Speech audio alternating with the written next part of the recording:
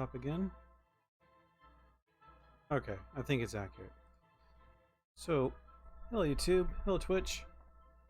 I am back once again playing Cataclysm Dark Days Ahead, and that was my cat. And well, I am Zurin Fi, or you can simply call me Zura or Z.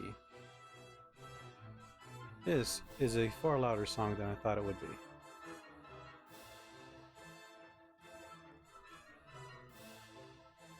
Switching nats. There we go. That should be better. Alright. So where we last left off is with Crumbles dealing with multiple goblin encampments. And with that, let me turn this down a little bit. There we go. Perfect. We dealt with multiple goblin encampments. We had to take shelter at one point at the hazardous waste sarcophagus. We were, well, our feet were wet, and I learned we needed a towel to dampen them off.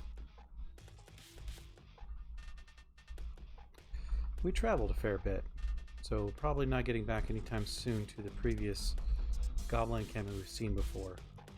Possibly. In any case, with that said, let's start the roleplay.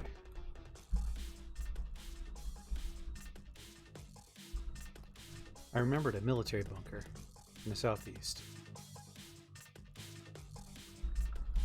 I'm not sure if it's a helipad or if it's some other military function. Could be as simple as just an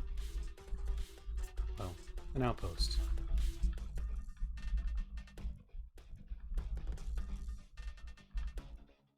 Going to have to play it carefully.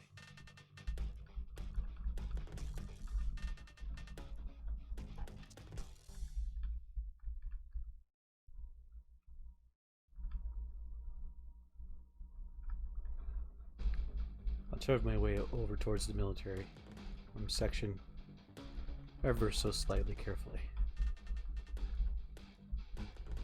Crumbles remembers the automated turrets at almost every military outpost.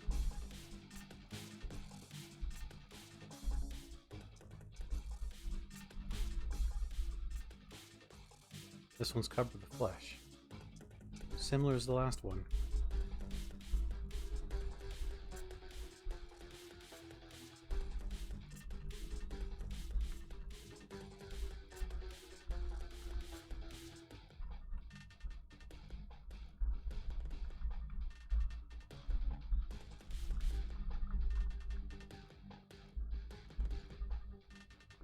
I'll climb over to see what is going on.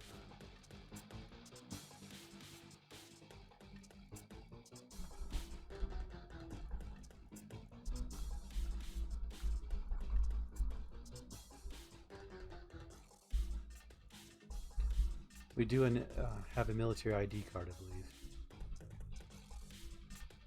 Might need a second one to get inside properly. Leave the outpost alone. Head over towards the aphids. Honeydew, we can eat.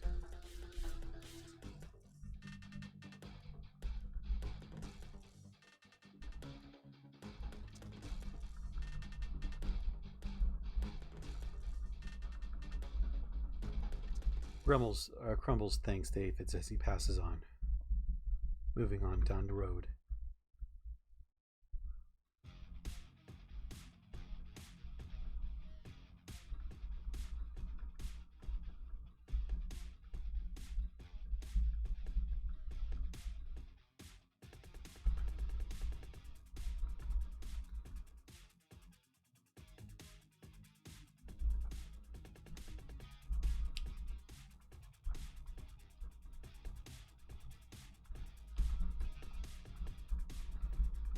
I note the wasp nearby. I leave it alone, it should leave me alone.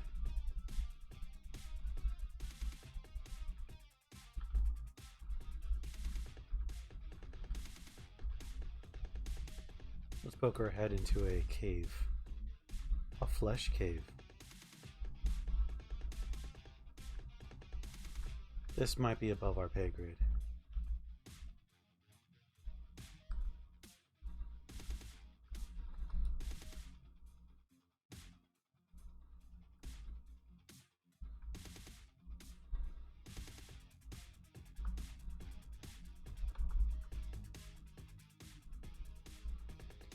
I turn on the handy flashlight I found some time earlier.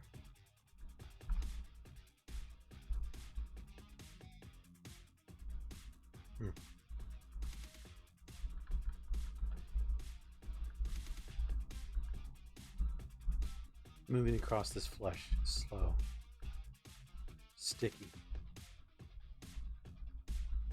It smells a bit.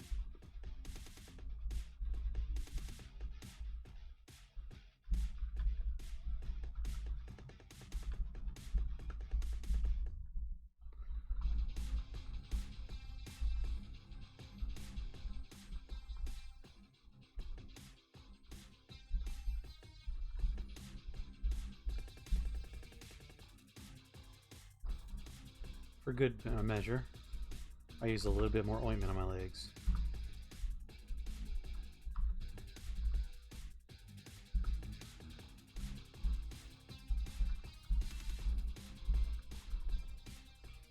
The flesh-covered walls actually becomes flesh walls.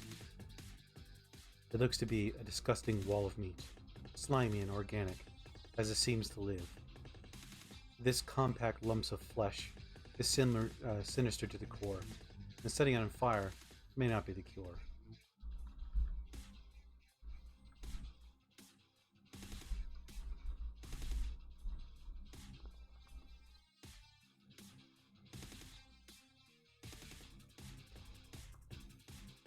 We hear a similar voice.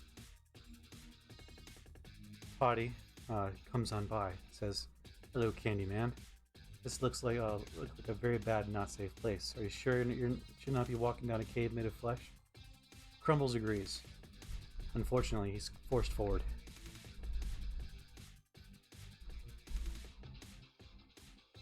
And now, we completely agree and walk away.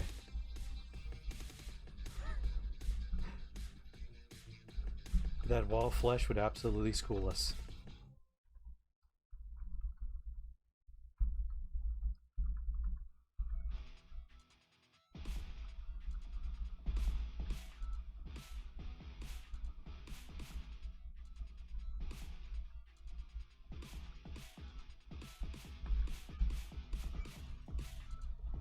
Crumbles breathes a sigh of relief. He doesn't have to go down there again. Not anytime soon, anyways.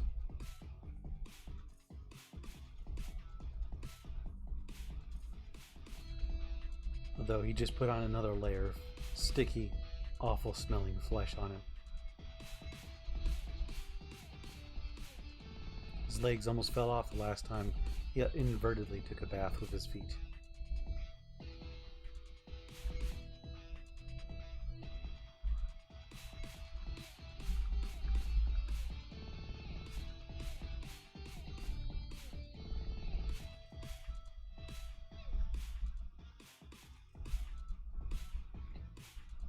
By the way, thank you everyone for following the other day, and I didn't even notice.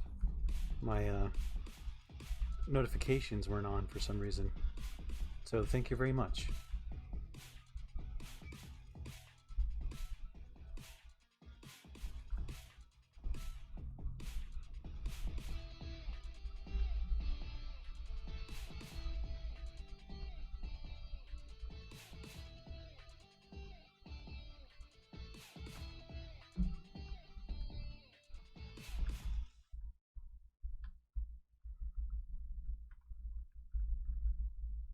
Crumbles walks towards the house, noting that it might be dangerous.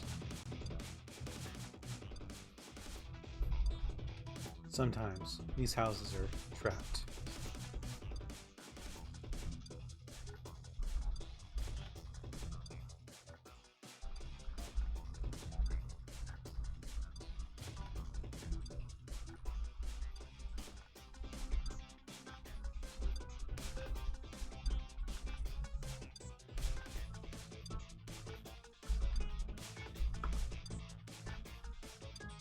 sometimes it's worth it just to down whenever you can instead of carrying it with you.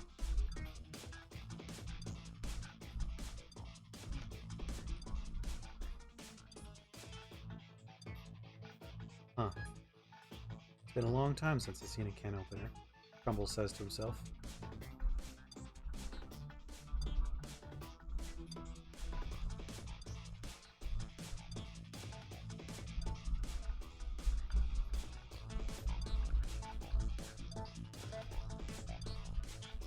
Crumbles remembers this place for later. If the portal storm happens, he can fall back.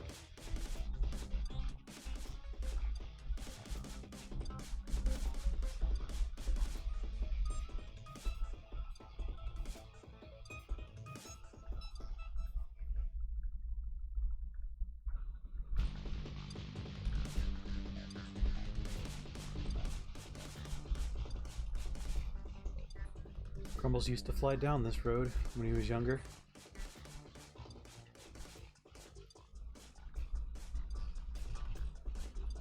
He was doing touring for tourists. Would fly down the road just for the fun of it. He had clearance with the military.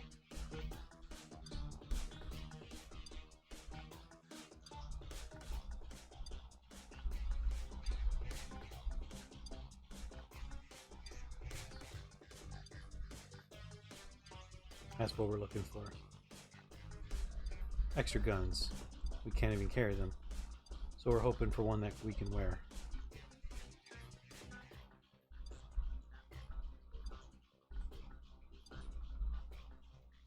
I grabbed the ammo.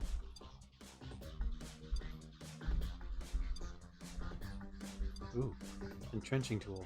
You can use it to dig. Amigo means friend in Spanish, Crumbles. Maybe you should try to befriend Amigo. Well, they're usually not that friendly. They try to get friendly with your insides.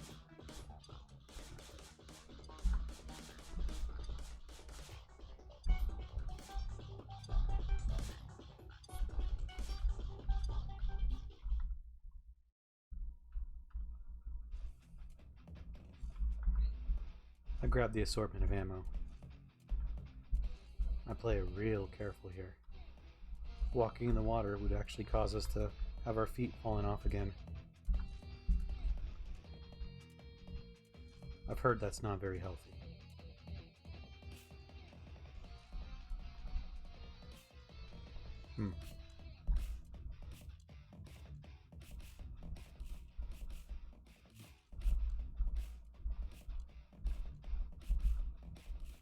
Looks like the dinosaur's doing pretty well for itself, as one would expect from a dinosaur. I just walked in the water. Didn't I? Yes. Great.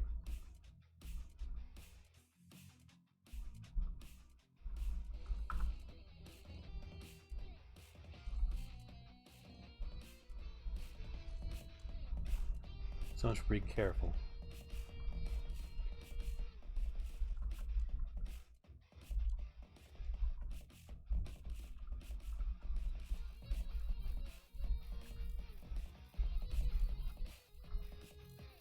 The dinosaur is starting to fall apart.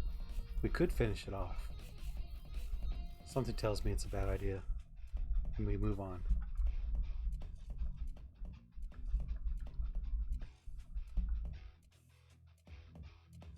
No gasoline. Unfortunate.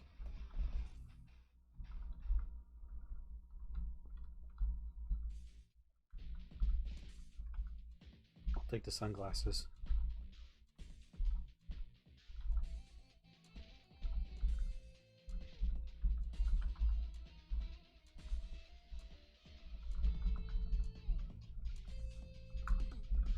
Crumbles remembers to turn off his flashlight.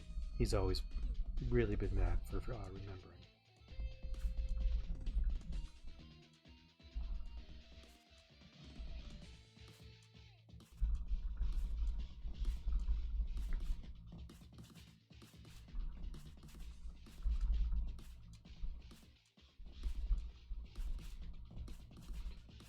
Oh, wonderful. A pack of coyotes, and one of them noticed me.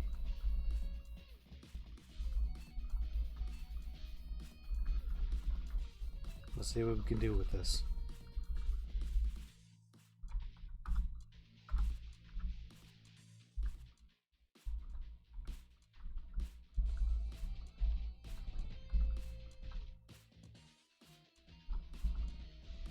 We take out the coyote with little issue.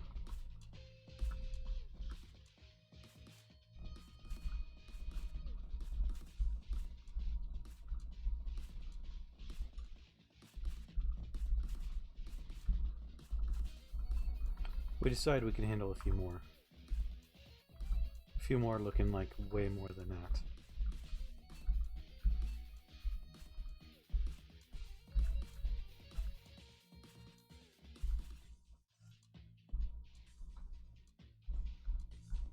Our leg takes a nice bite. Maybe we should have taken one of these at a time.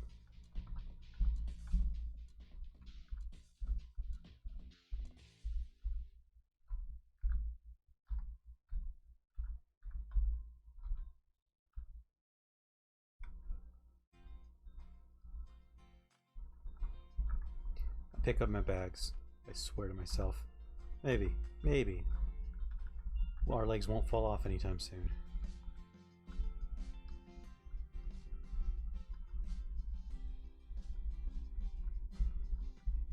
We note the giant pile of turkeys down south.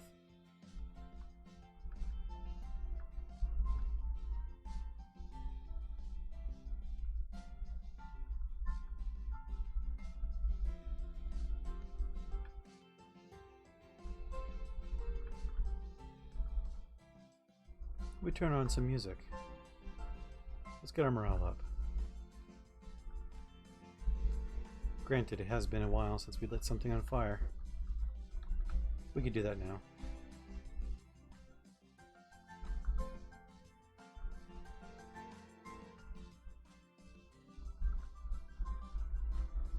With that, it gives us some momentary joy.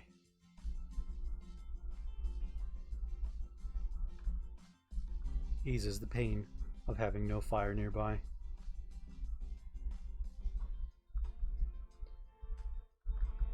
The voice in my head asks, what happened to the cowboy? He passed away, unfortunately. He decided to run headfirst into some dinosaurs after running with us for some short time. He saved our life, I believe. As his last stand, he ran back into the dinosaur pile, buying us precious seconds.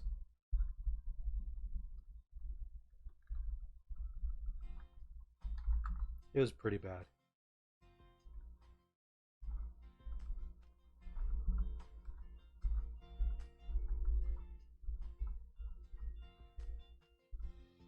We checked the car out.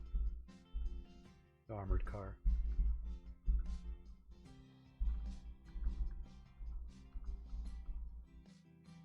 There it is. I was looking for the fuel tank. See if it was draining. And just like that, the car starts up. Refueling this thing is going to be an absolute pain, but at least for now, we have some wheels with us.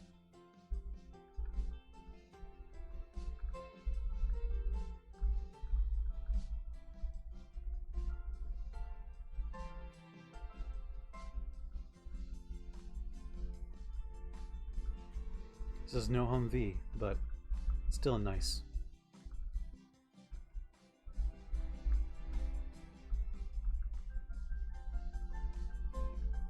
Casually looks over to the side at the zombie deer. Looks like for Mr. Crumbles, this is going to be just like watching nature at this point.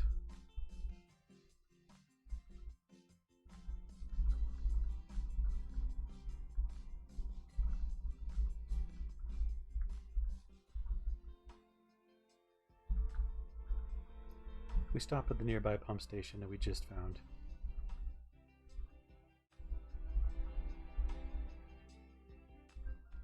Cowboys are notoriously weak against dinosaurs. I've never seen a cowboy successfully kill one.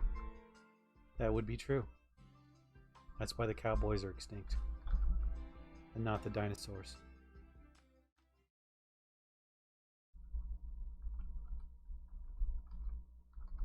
I didn't notice there was 2 guns on this. Huh. Neat.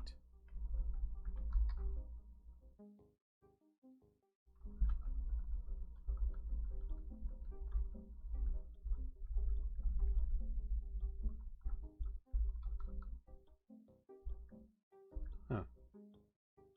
Crumbles noticed this pile of zombie. It's a dissoluted devourer. Human bodies fused together into a colossus, with heads and limbs sticking out of its bloated body. The nature of the thing makes it difficult to estimate how close it is to dying, and its capabilities might change if it manages to assimilate more zombies into itself. I carefully stab it from range.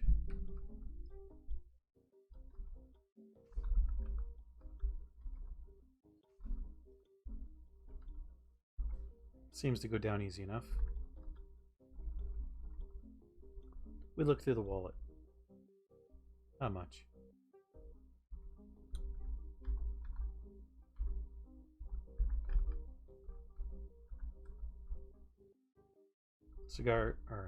Crumbles looks back at that cigar. The thing's as big as his arm. Maybe bigger.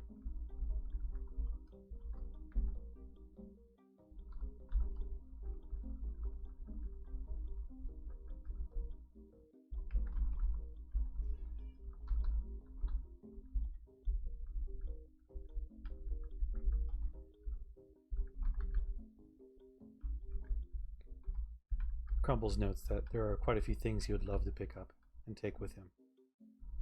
There's only so much space, though.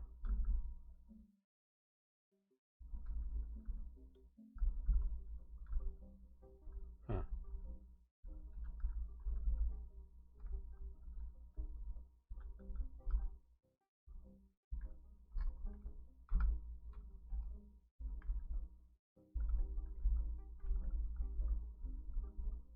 Both of those things I would like.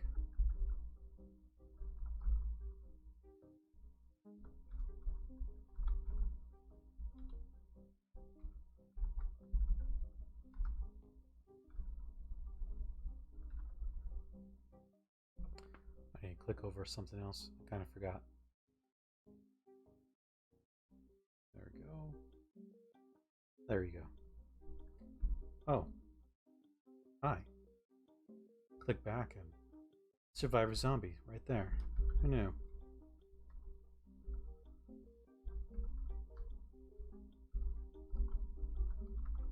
I'll come back in a moment.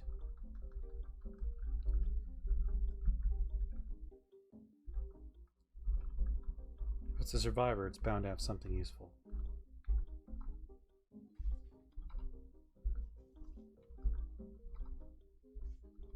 It stumbles forwards toward me, as if in reflex it's trying to swing at me. Its reflex would be accurate and correct.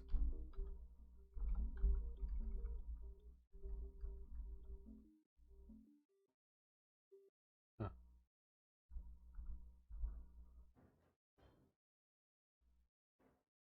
Shame. Thing was barely wearing clothes.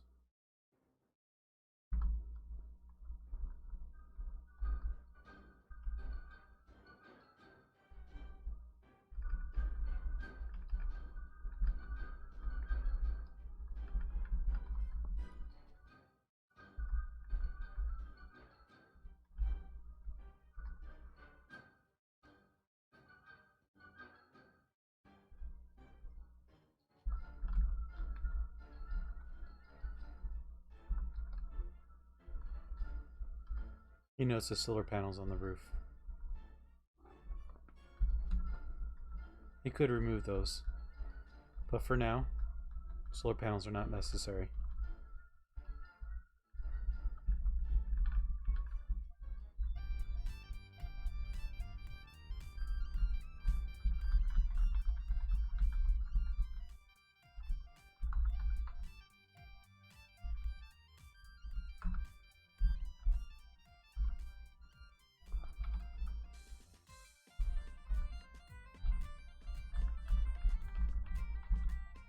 He uses his warhammer to smash down the fence, strictly because he wants to make some lockpicks. I can make 17 of them out of the ones I found. It'll take a couple hours, but we're going to need every lockpick. Well, we'll make 5 for now.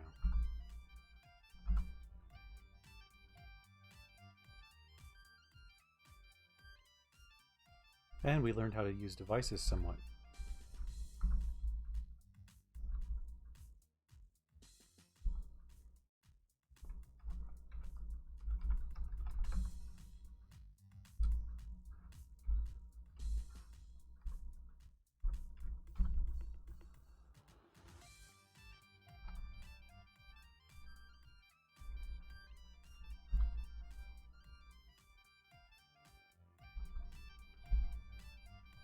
We keep attempting to lockpick, but eventually, it'll work. We grab our pile of roughly neat pork sticks. I am now questioning if that's even meat.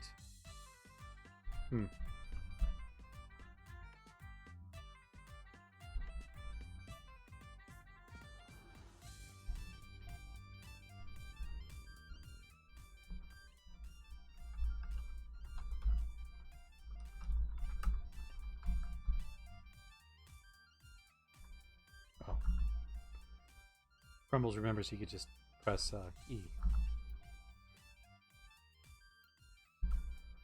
Oh, wonderful.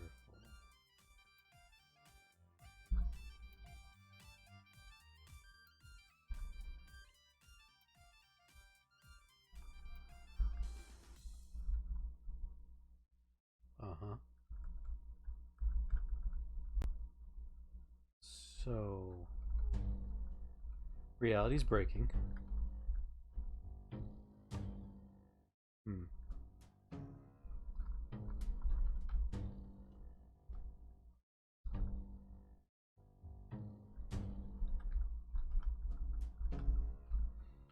Crumbles remembers last time this happened. Shit gets real.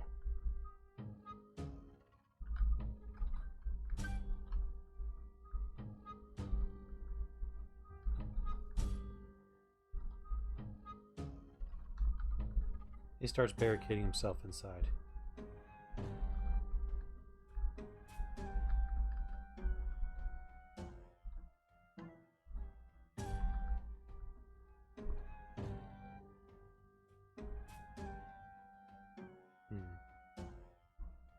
Entire area is covered with windows. Crumbles, what's the opinion on the music you're hearing? Is the Christian garage electric genre to your liking? Yes, but he finds the riffs too heavy.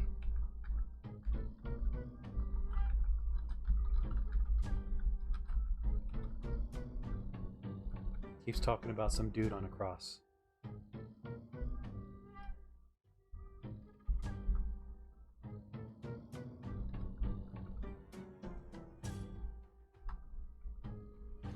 What? How did that fit in my pockets in the first place?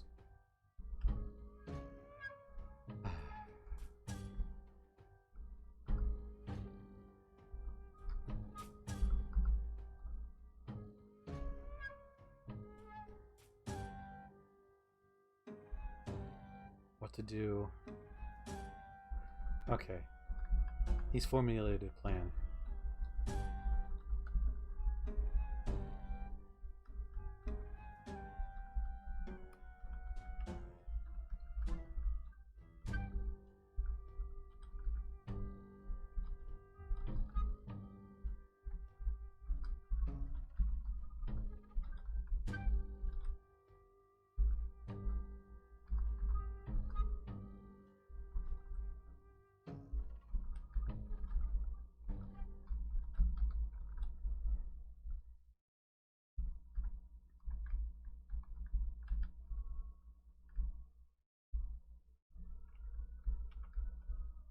He starts grabbing the random desks.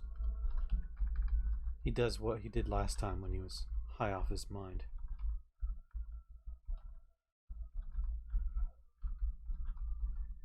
He starts praying along with the music. He doesn't think anyone's listening, aside from whatever's beyond the veil.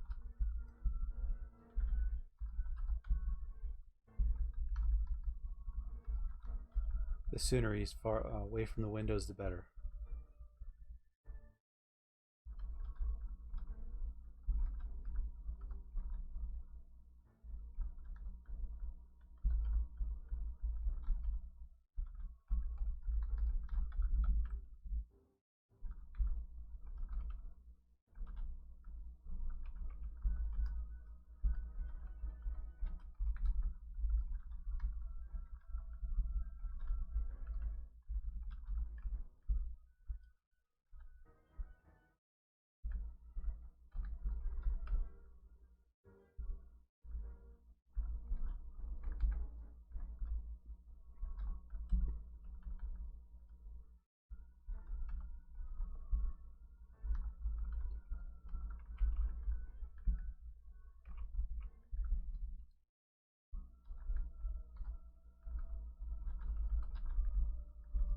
Still early in the portal storm.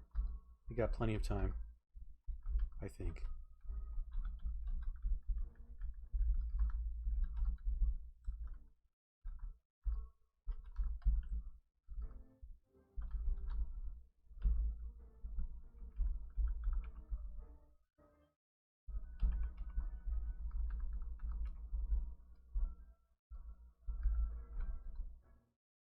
I should have grabbed the chair.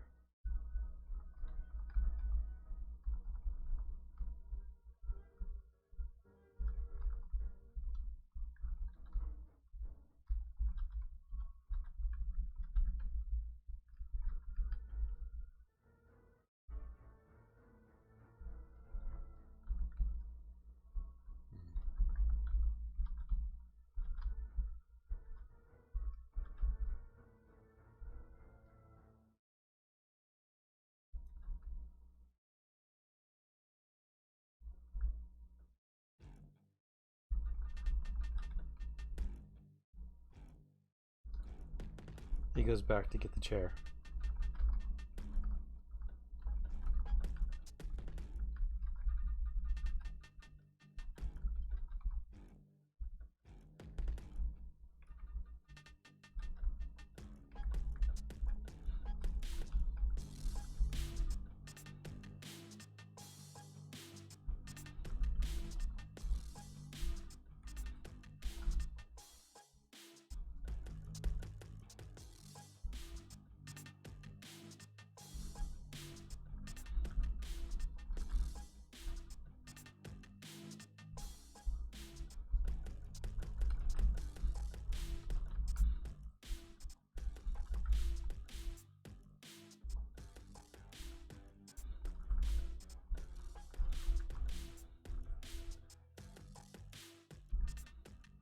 There we go.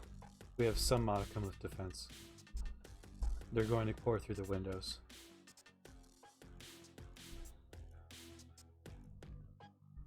We go back to lockpicking.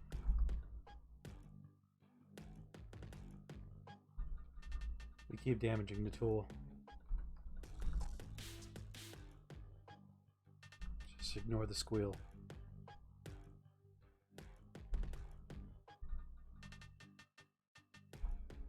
Ignore everything out there.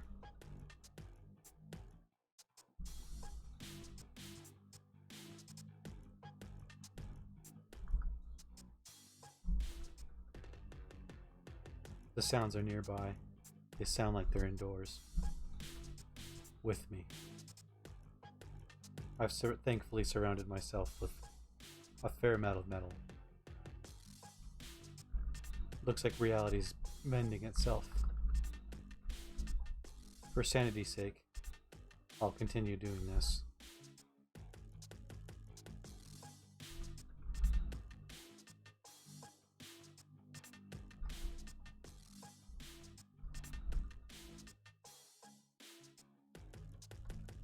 We realize we are starting to get better at lockpicking.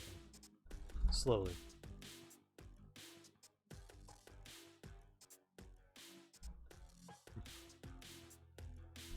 Crumbles hears the voice say once again, "This makes no sense. Why are you closing yourself in when there's so many pretty lights in the sky outside?" He agrees. Until he saw the horrible, horrible things that came from beyond. All of his ex-wives. They might have been real.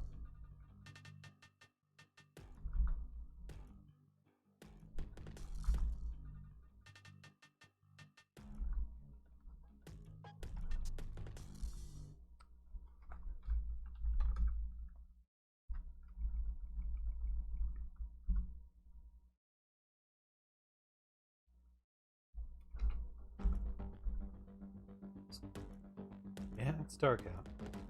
Alright.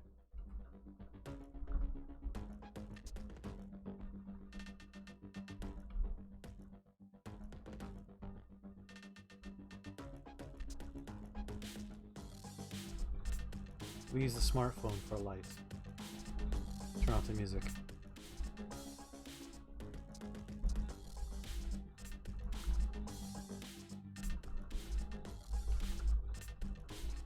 We make a batch of more lockpicks. Eventually we're going to learn this. Thankfully, making lockpicks themselves actually teaches us a little bit as well.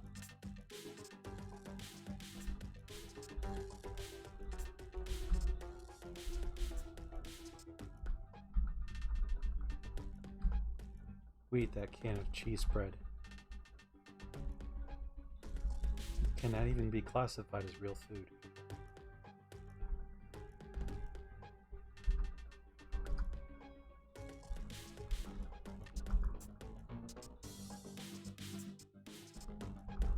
We find ourselves getting faster at lockpicking. Thankfully.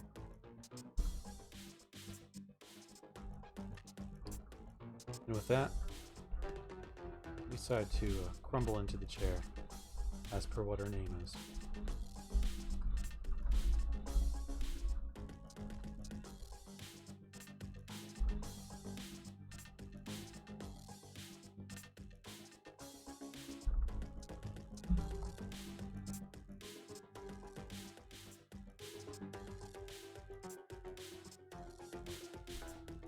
I think I've seen a giant tentacle outside one time during a portal storm. I don't even know if that's killable.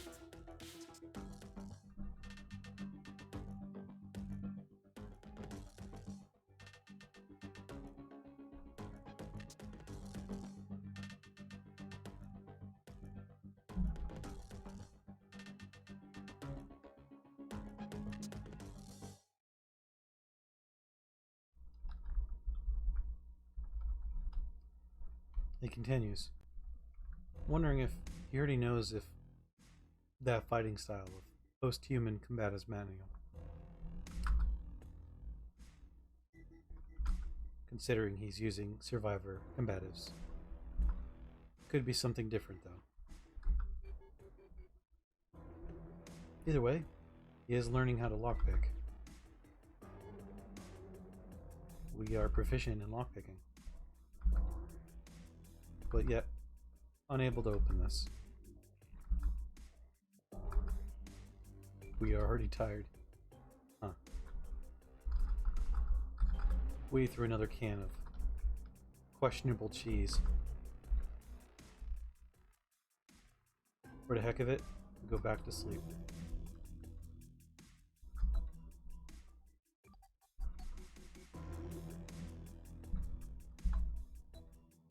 Seeing that we are tired.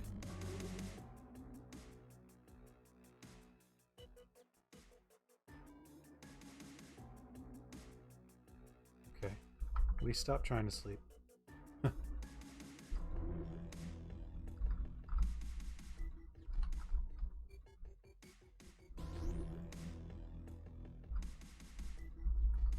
Well, that's unfortunate.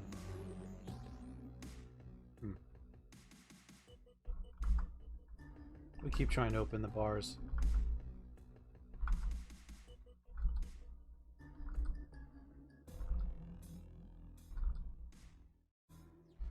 How many lockpicks do we have? 7. And we are unhappy for some reason.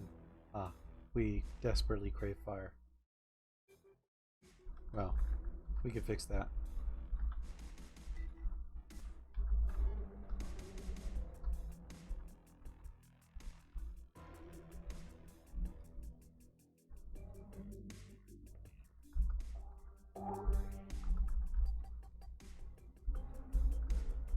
We organize our bag. Now we can put the hammer back in there.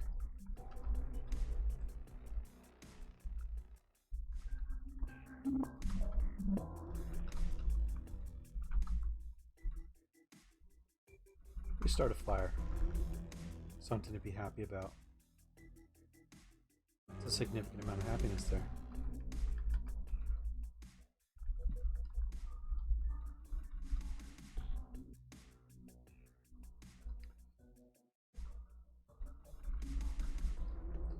Might be nice to read by a fire, and that's what we'll do.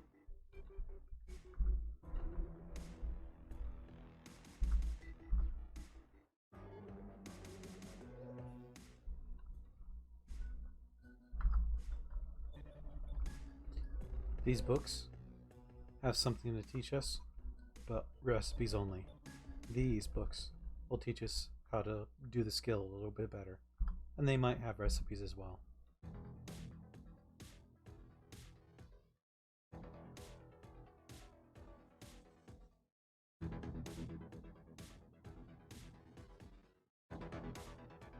Crumbles thinks about the pretty lights he missed outside. Though it's technically the best he missed them. They are still beautiful though.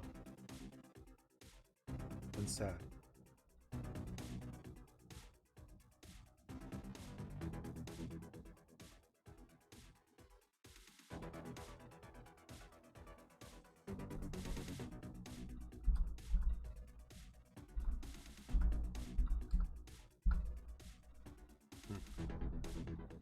We're running out of normal food.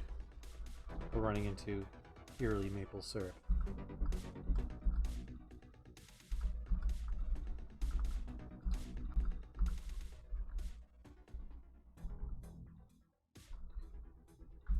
We go back to reading about transistors.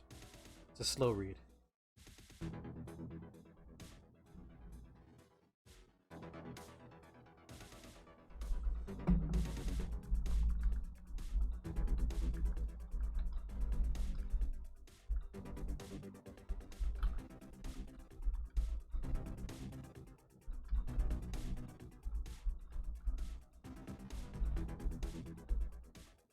Alright.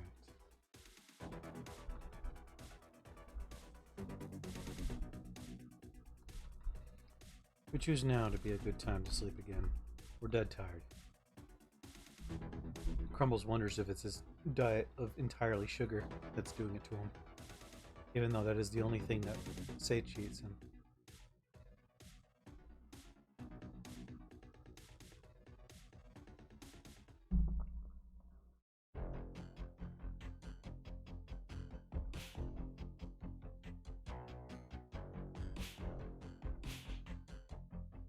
In his dream, he asks himself questions. What happens if he ever gets diabetes while in his dream, or while as a sugar creature?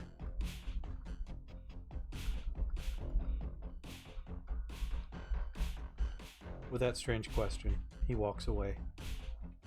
He doesn't want to know the answer.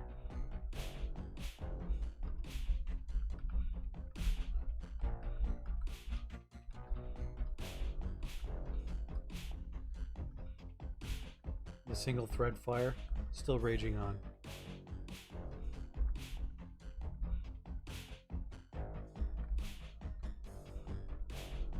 Kind of forgot why I got it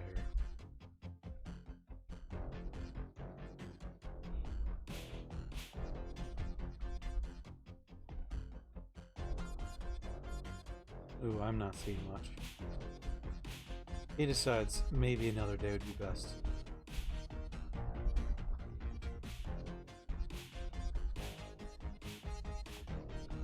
Might as well read by the fire.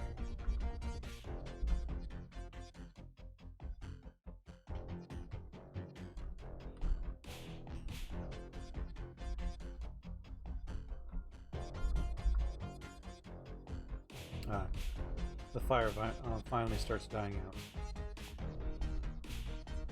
That's fine. I was craving another fire anyways.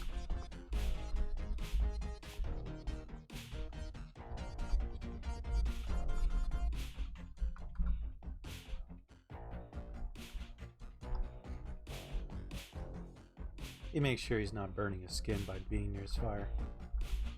For surely this one will.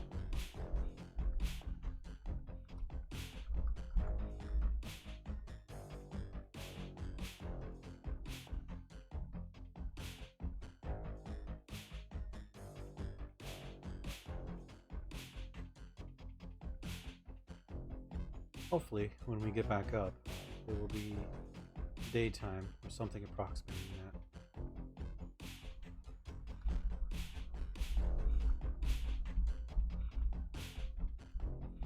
He's pounding away the maple syrup. He's finding himself hungry. He wonders if this rain outside is going to smother the fire. And the ointment on his legs do not seem to be fixing his legs, unfortunately. With that considered,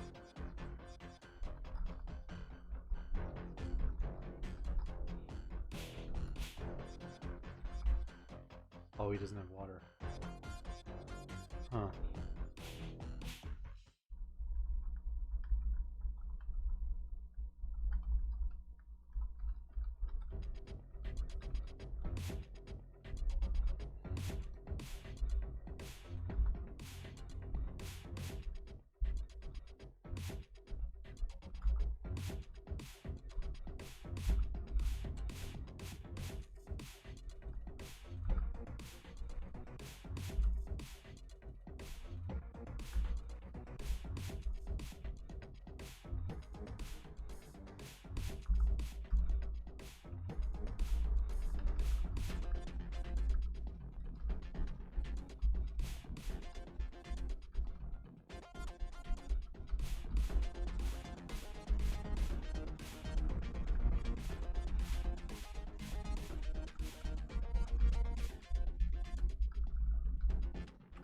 I drag the steel drum with water in it.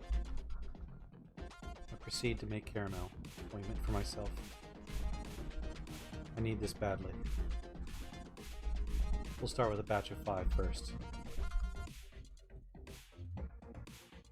It doesn't look like my body is healing naturally.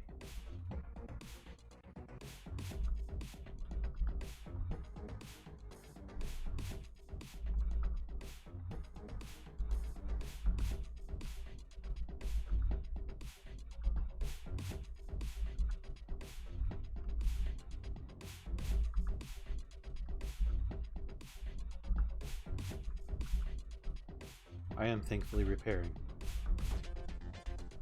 More regenerating than repairing. It's odd. We proceed to make more.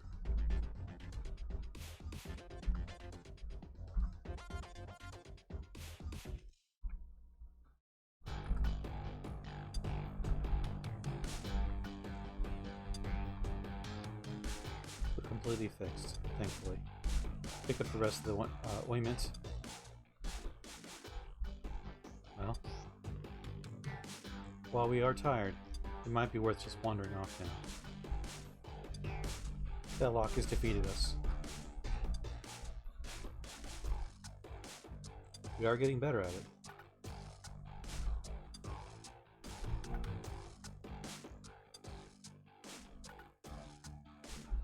He forgets that he has his vehicle. He immediately goes back to get it.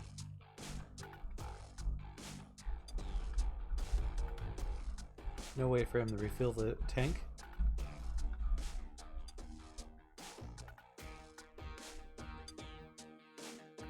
He tries for several minutes. Nothing resuscitates the vehicle. Looks like it was dead anyways. Shame. Crumbles notices the bike nearby. The only advice he could tell anyone that's new would be that these things could save your life.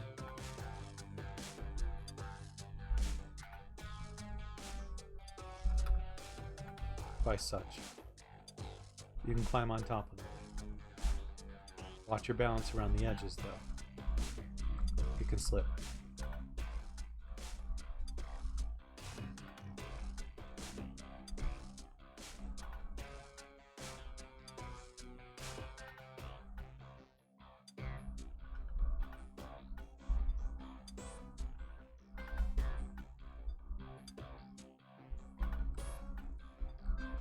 There appears to be a movie theater nearby.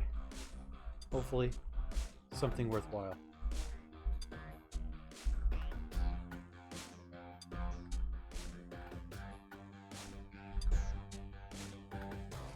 A zombie is nearby. A blade zombie. It appears to be a normal corpse. One of its arms mutated into a bone blade. It's not that sharp to slice a skin, but it's enough to leave a bruise. Kind of like a club at that point. There's enough wheels on this vehicle, and there's a battery. It's a faulty engine. Damn. Probably will drive, but doesn't mean it's great.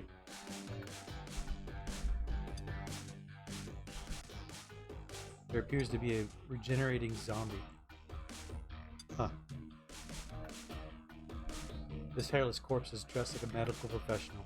Its pale, pinkish flesh appears to be squirming and moving across its body. Neat. Quickly covering and fixing any wounds received. Interesting.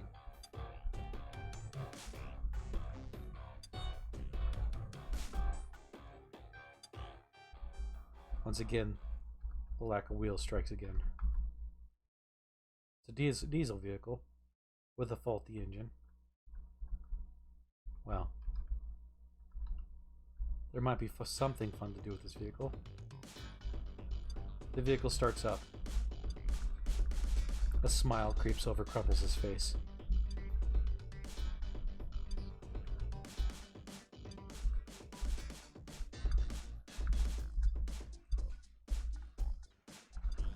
He starts running over the poor zombies.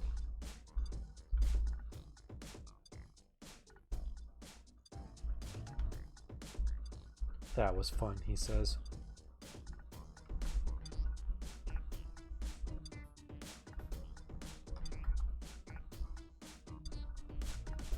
Kind of wonders if he learned anything from that. In fact, he might be able to use this vehicle to crush down that building from earlier. He considers it.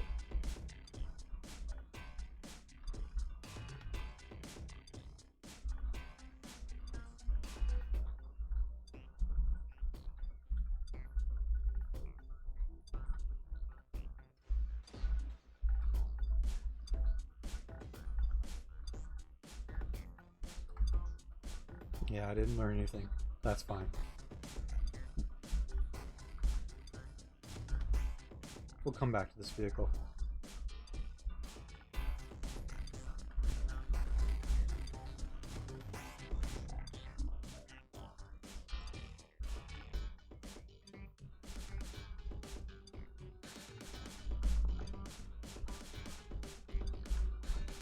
He turns on the flashlight, so you can see inside here.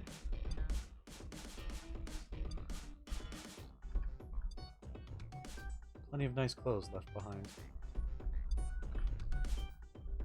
This is what he was looking for.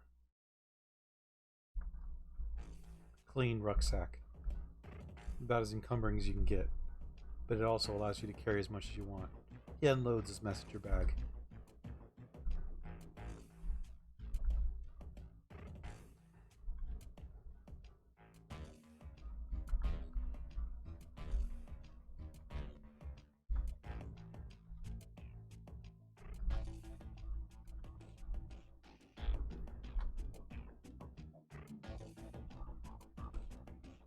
He's very hungry. Again. Downing entire bottles of, well, maple syrup. Thankfully unperishable.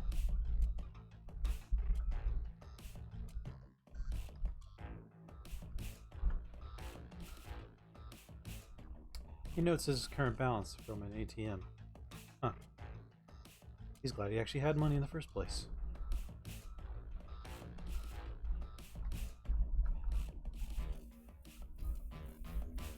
He transfers all of his money to one card and proceeds to drop the other one.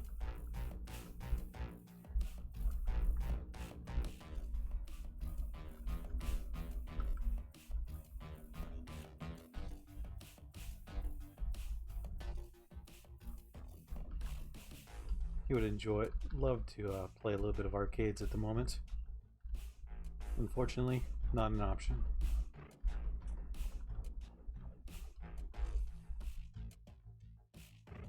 Well, there is some options here.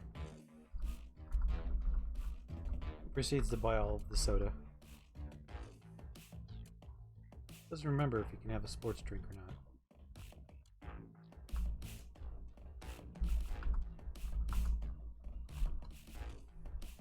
No, he can have the sports drink, but none of the other parts.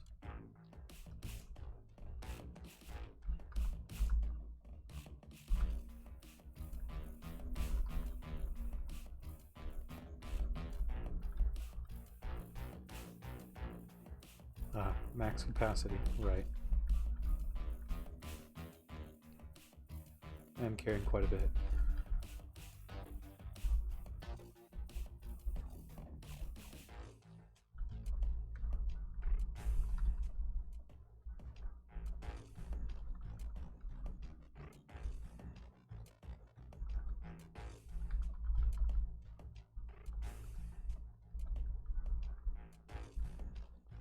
Another military rucksack. Wow. I believe it will. Where's the other rucksack?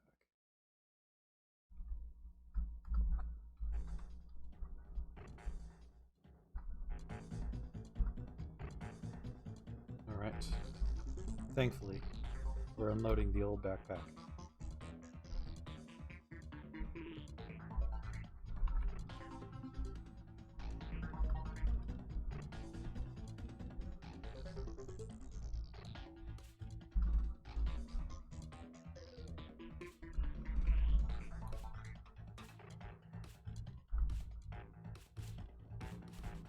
It does present some weight issues.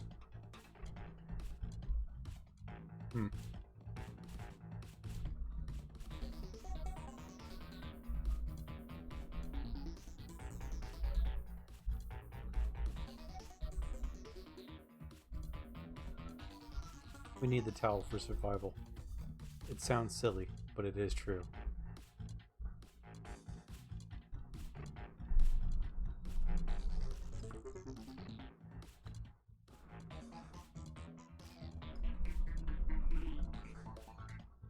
Hear the voice of Potty saying, "A lot of good backpacks in the cinema for some reason.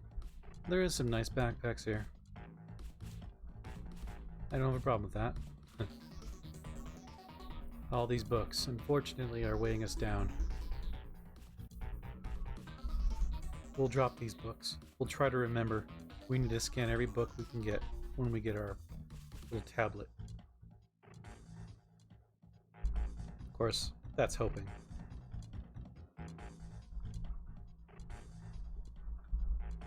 Crumbles notes that while there is a lot of nice things in the cinema, it is usually filled with zombies. Like so.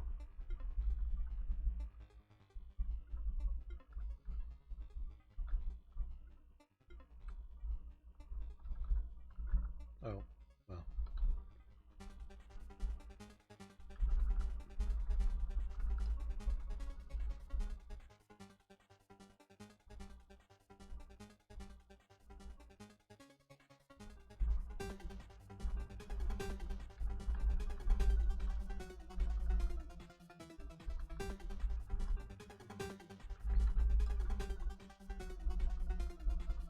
Another room we have not searched yet. We can have potato chips. So we grab them.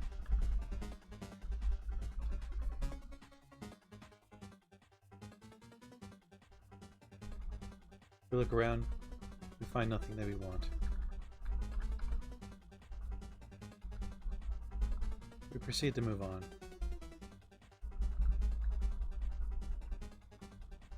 We should make sure none of these creatures are hostile towards me. It appears no. Appears not.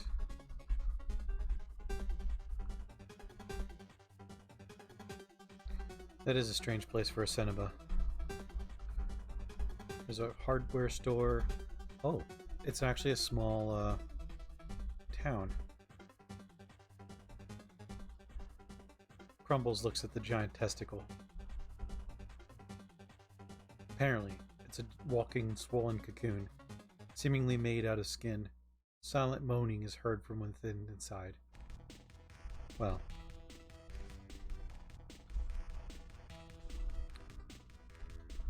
That poor testicle. We check out the new car.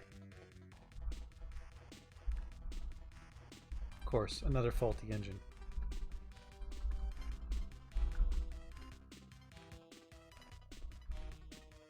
Ooh.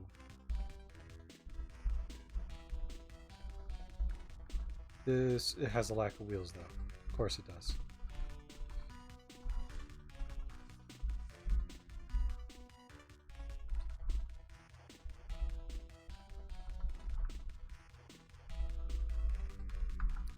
What about this motorcycle? Huh. Well. Cool. Well, so much for that.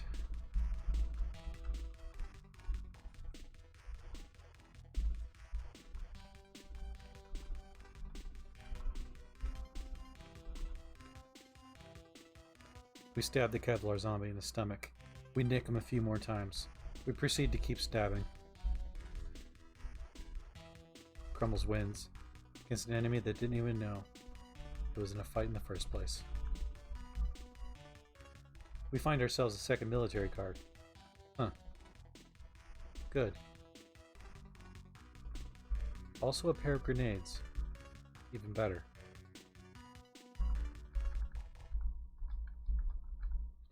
High-powered solutions are nice.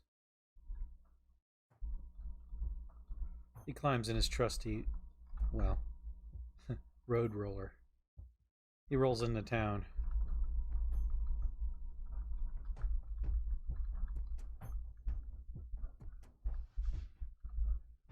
He leaves the bloated zombie alone. Or that thing will explode into gas. We're not entirely sure if it'll affect us. Being that we're already in town, we stop. We take a nice breath. Even our breath itself tastes sweet. Thankfully, we haven't gotten sick of it.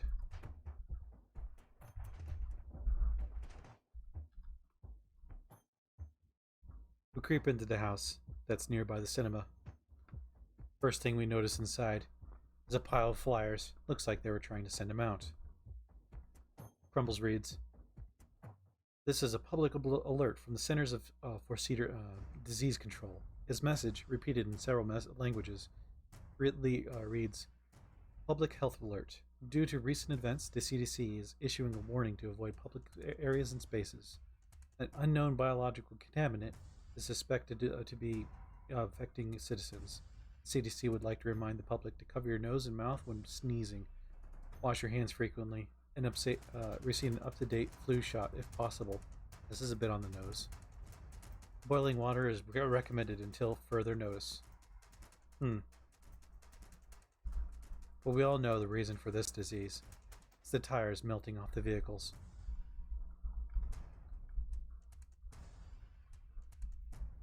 It explains everything. Well, two things.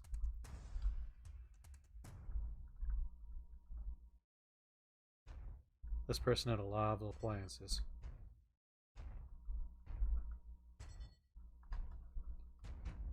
Our first real food in a while.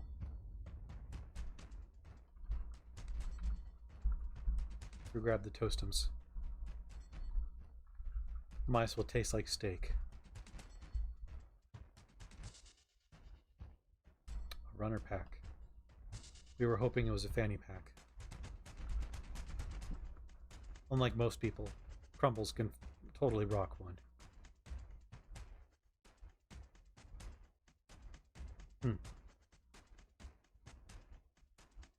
Fairly useful.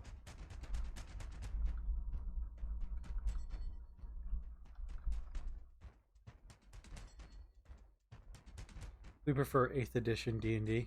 Thank you very much. Even it is for nerds.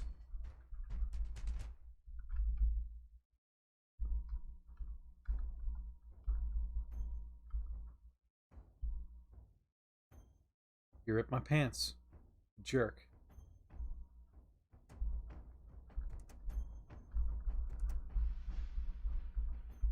Feral humans. Standing outside, waiting. This one pegs me in the chest.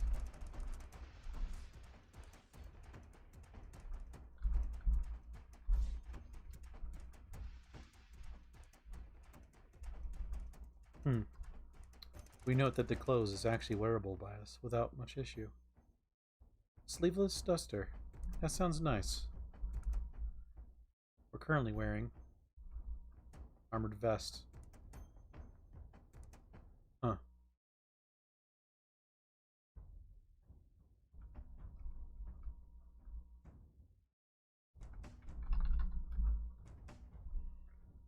Outer layer. Unfortunately, it doesn't means he cannot wear both of these. Unfortunate.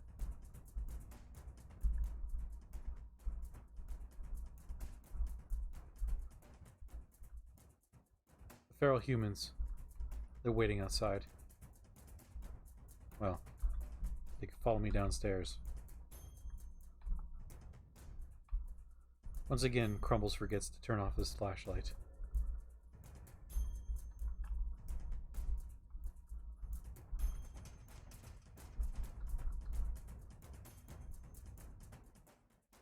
We're in a metal basement.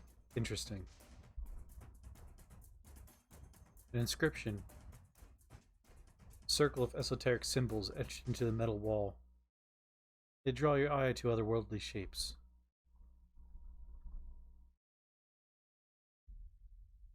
You see an old photo. A photo of a jovial old wizard. I thought they outlawed them. He seems to be dancing with a coat rack in the basement.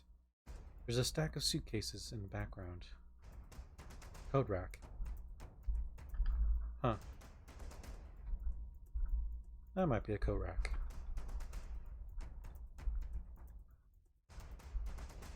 Your surroundings shift. Looks like a beaded curtain. We'll come back to that later.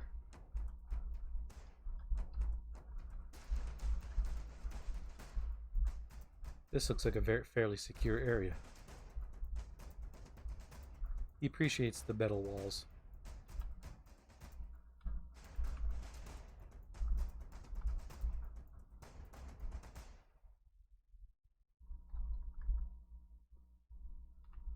He takes the extra bath towel.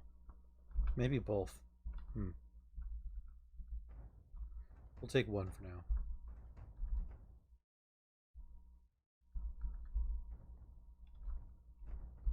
We'll take the mana crystal.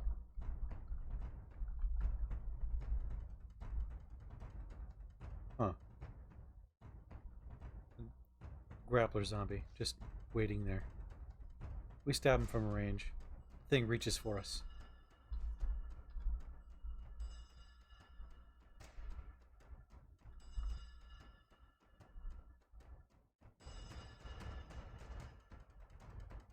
We see a pair of breeches.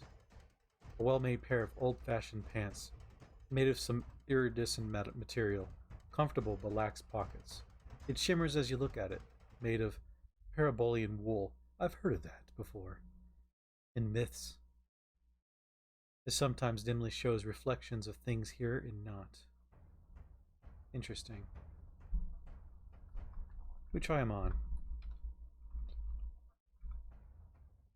Oh, cargo pants were pretty much done anyways.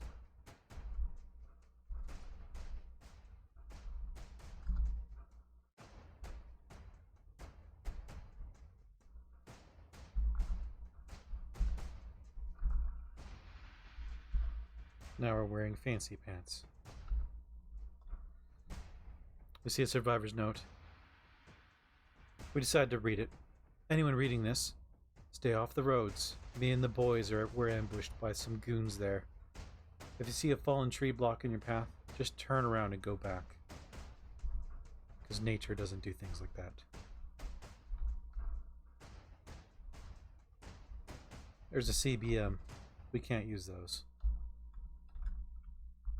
Pick up the mana crystals. What?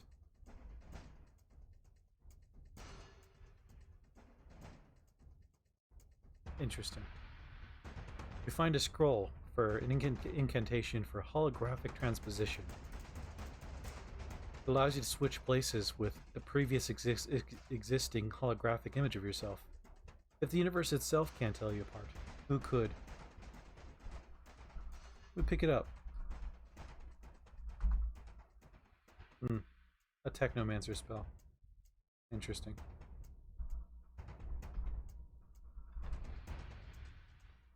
We find a spell for geospatial systems, the Lie of Linearity. This book outlines in great detail how time and space are wibbly-wobbly and non-Euclidean. It also appears to be in several different coordinate systems that uses nearly interchangeably, which makes it hard to follow. There's a lot of jargon, but with intense study, you probably can learn a thing or two about portals. You can learn about translocate self. Interesting. And there is a pair of robes that are poor-fitting, capable of carrying quite a bit.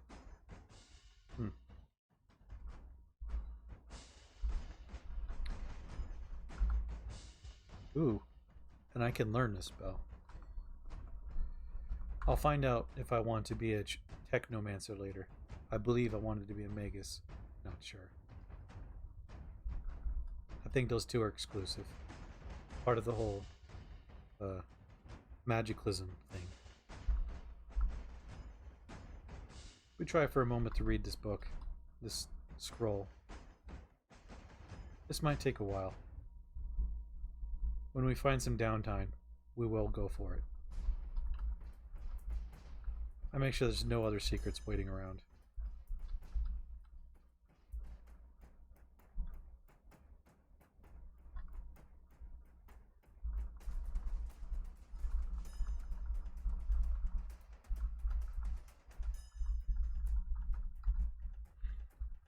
We down some of the maple syrup.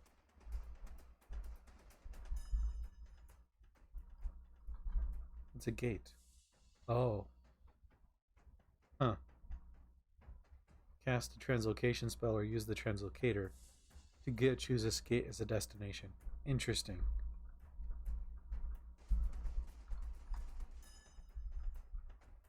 We'll come back to this later.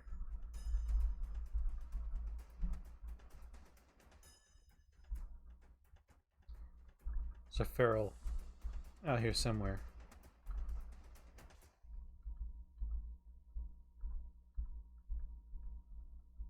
Where'd it go? There were two of them. And just like that, they ripped both my rucksacks with one rock.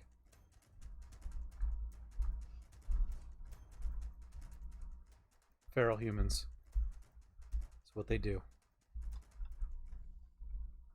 Another feral human in distance.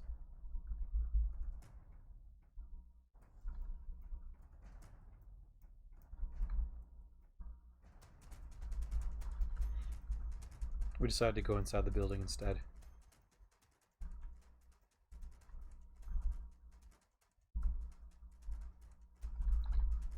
We'll just break down the window instead.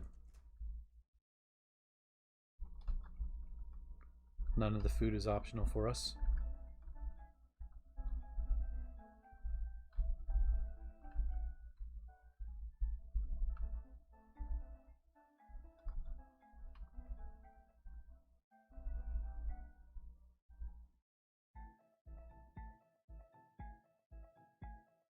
Don't be simple, silly Crumbles. Technomancy doesn't prevent you from being a magus. It prevents you from being a druid. Oh. Hmm.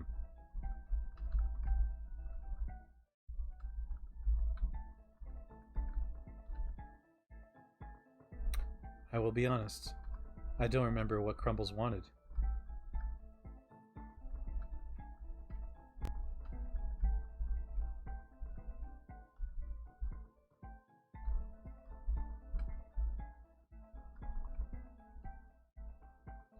He was ultimately aiming to be a gravity mage and a fire elemental, I think, for his specialties, which will take a very long time.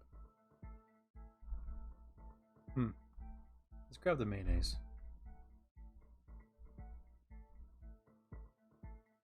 Ah, there it is.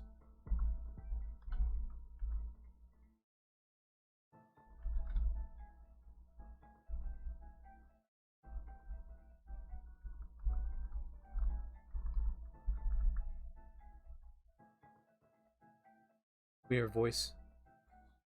It's zealous. Says Crumbles, sup Crumbles, Z. Well, hello back to you. Hope your day's going well.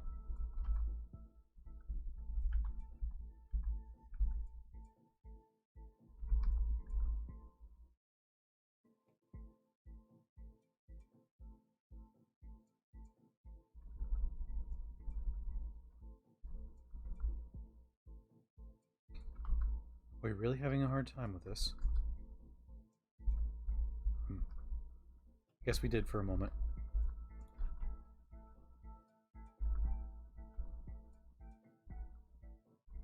The feral human sees us.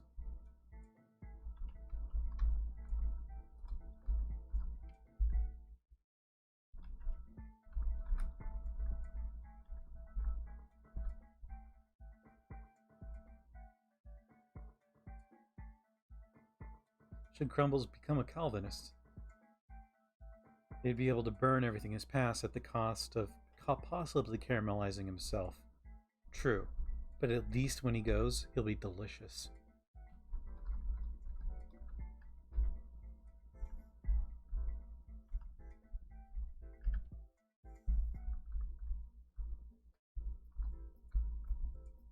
Oh, it went through the door. Well, that was unexpected. We stab him in the chest or leg. We stab him through the leg again.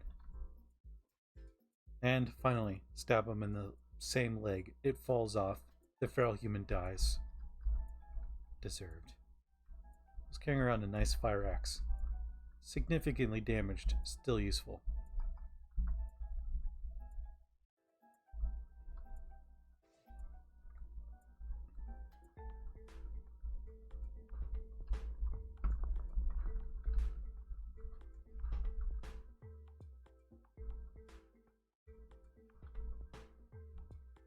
Pretty good, thanks. Just chilling with Kata. Kinda tired. How's Crumbles getting along? Crumbles is going pretty good. Pretty good.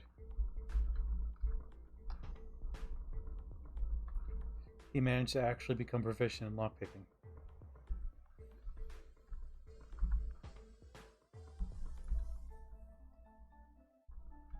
Just by being proficient, he's having a hard time opening this door.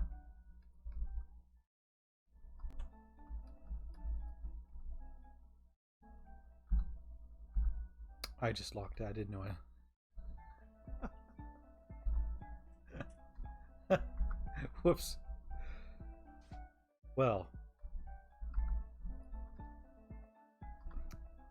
I'm too good for myself. There we go. For any new survivors out there, this is a good situation. That boomer is not hostile with me, so it will do nothing for me. But for everyone else, if you were to open a window and be on the other side, you could just pull up a chair, get your easy boy out, and read a little bit while this thing vomits on you for hours on end, and you get to learn how to dodge better. Is it gross? Yes.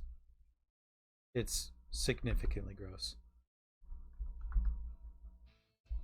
It's also a safe way of learning how to use your how to dodge.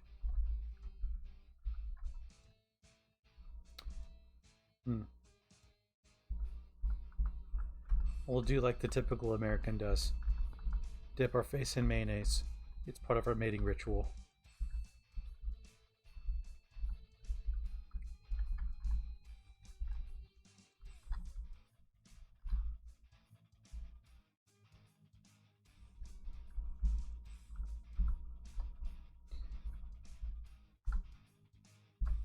There we go.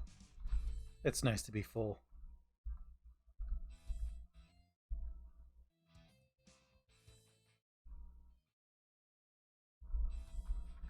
We're still looking for an atomic cooking utensil of some sort.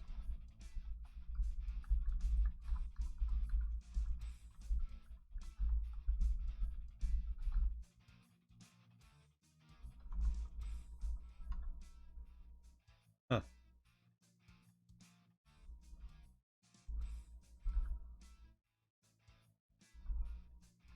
What kind of gloves are we wearing? Armored gauntlets. Very good.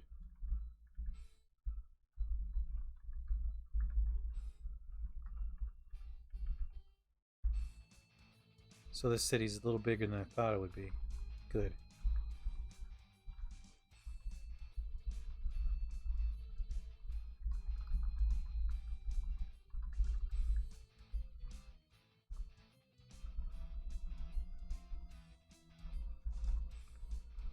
Grab the chocolate bars. Those can be lifesavers.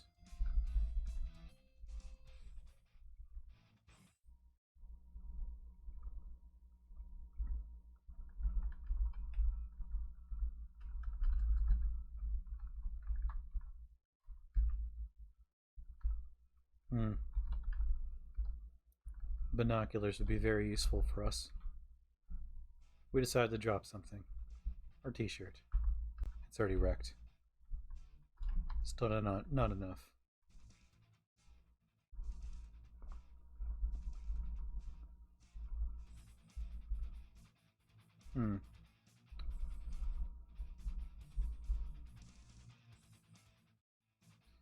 What does the survival knife give us? Butchery, cutting, metal sawing, wood cutting.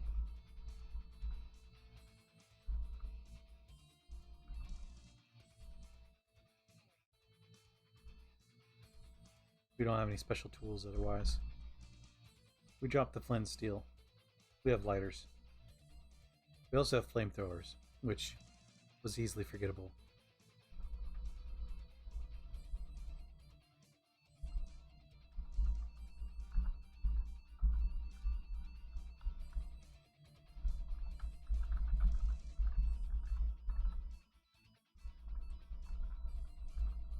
Wouldn't be a hardware store unless there's hard drugs.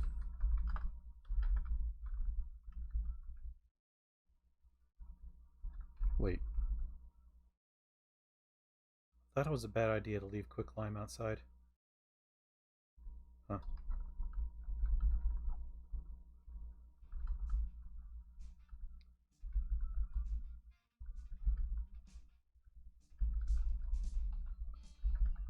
We'll move down to relatively safe streets. Every once in a while stabbing a zombie just for the heck of it.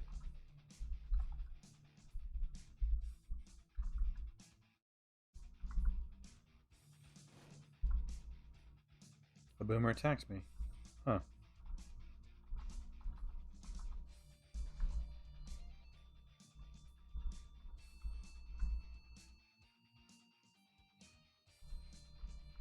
That's right, the window's already open.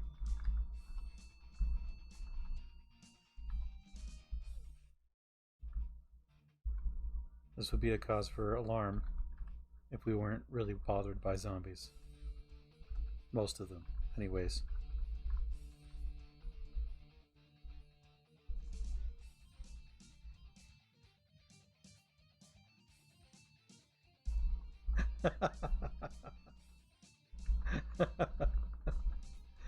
uh,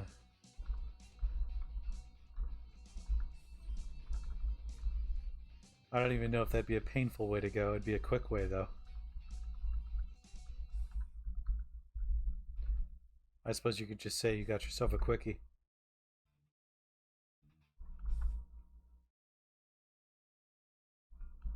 The crazy voice in his head, Potty, says, you should add quicklime to water before drinking for a quick lime juice.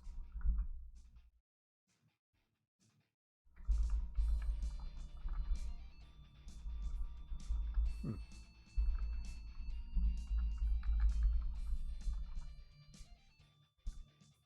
Still guilty, huh? That guilt will go away over time.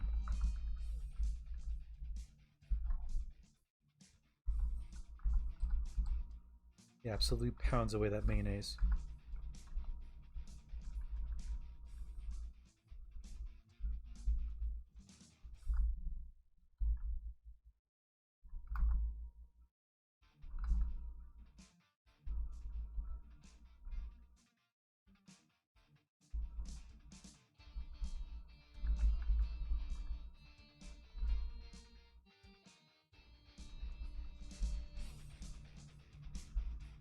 Takes the extra batteries. Why not? Crumbles. A silent deer. A tear falls down his face. He can no longer enjoy bacon. Reality itself won't let him.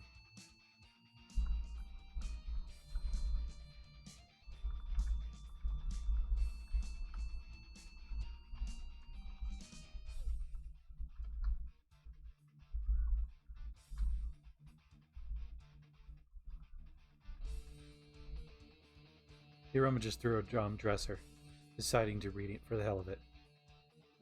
There's a flyer. It reads, Crafty Crafters Quarterly. Macaroni isn't just for eating anymore. Learn how to make jewelry and art from it as well. We also discuss the correct way to use super glue without gluing your hands together. Fascinating. They were probably in political agendas of some sort.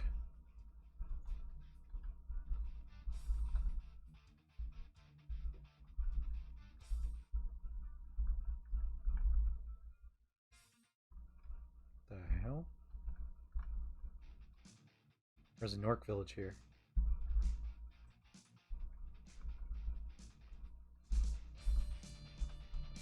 There's a pile of orc warriors waiting in the corner.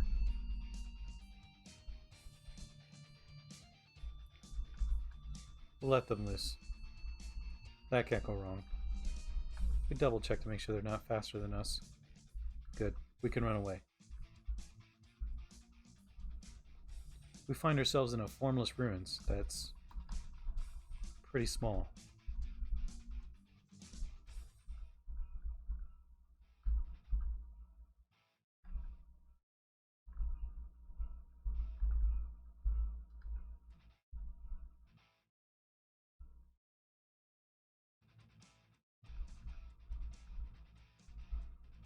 They also have an interesting article about the moral implications of glitter. True.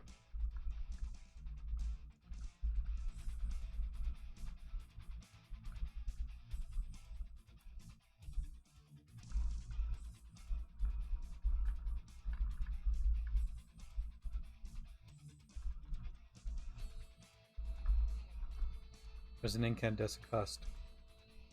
You usually find these things later. Very dangerous. They don't think. Thankfully, they don't care for us. The feral human approaches, likely going to toss a rock at us.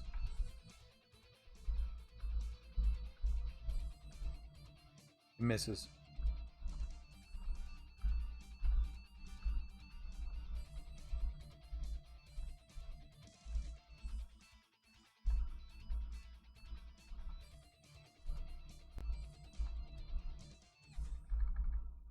We stabbed this acidic zombie for the hell of it. Those things used to cause us problems. In a different lifetime.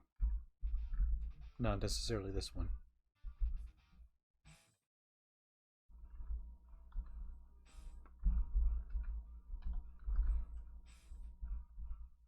Crumbles realizes even if he does find the atomic, well, anything atomic, he might not be able to carry it. It's fairly over encumbered. really needs to get himself a car. Nearby, he finds a handy pile of sugar. He grabs it. He needs it for his life.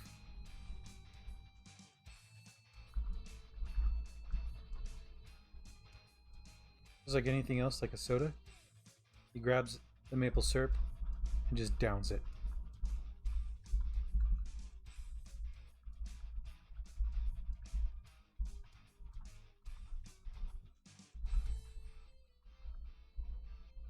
Oh.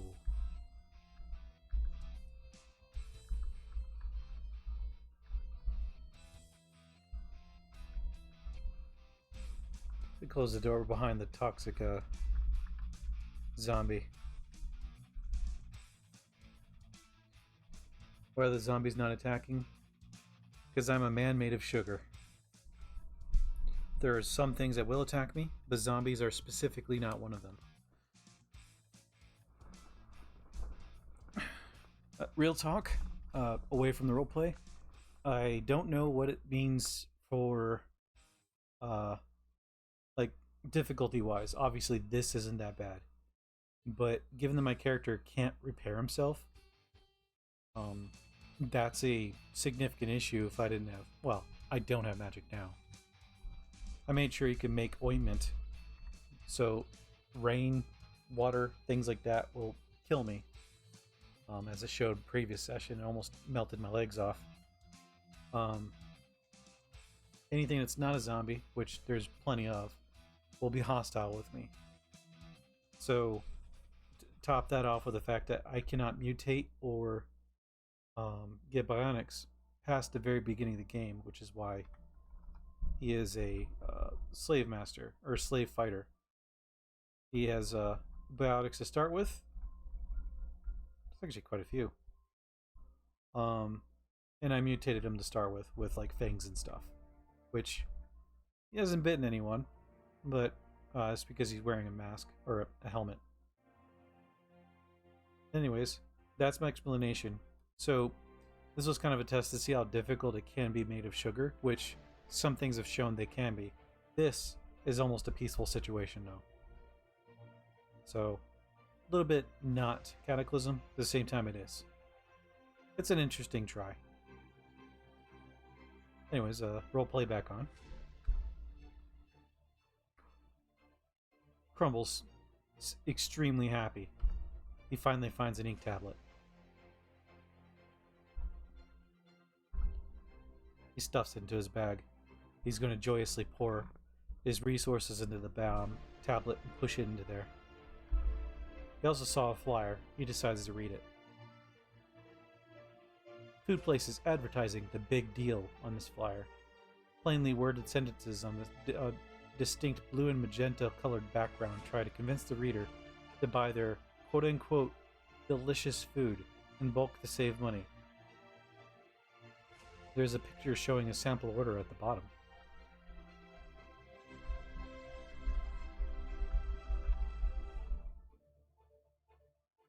There is a coffee maker. He's sad that it's not an atomic one. Those can be used to purify water. Not that that's extremely useful for Crumbles at the moment.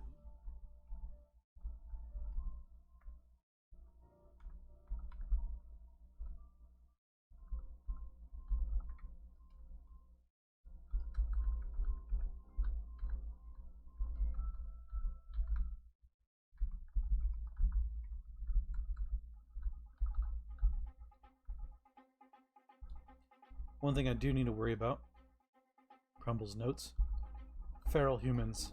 They can still chase me down and hurt me.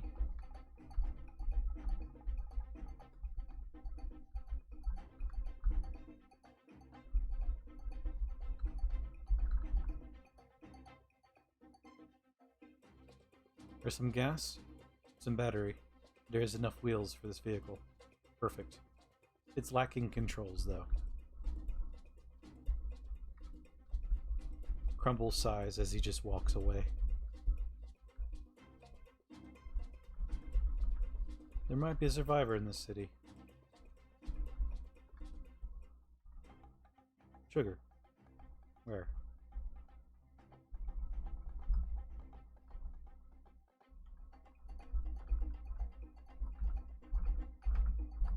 He grabs the sugar, leaves the box behind.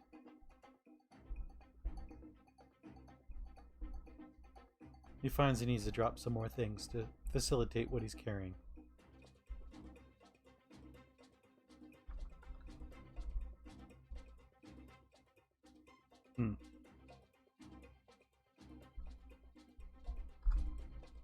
He eats some s'mores. S'mores were apparently fairly heavy.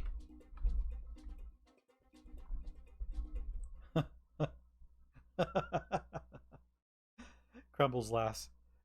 Apparently, hot dogs are not considered meat. That might almost be true.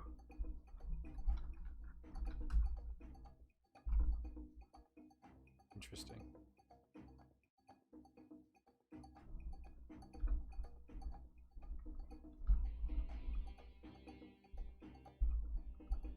Huh.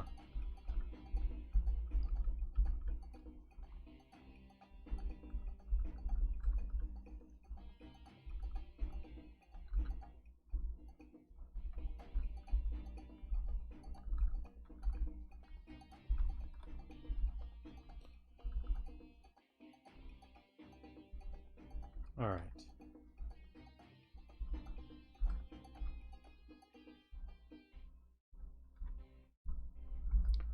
With that said, let's store some books.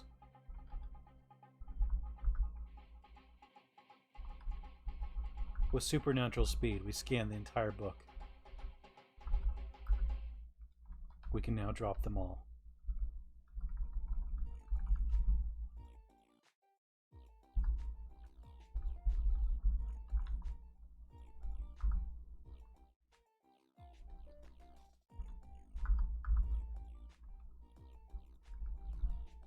It saves us quite a bit of weight.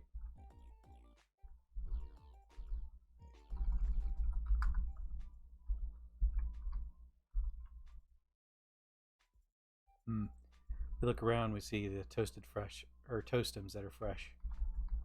We spot them from an entire house away. Well, drop some books, get some toastums. Fair trade.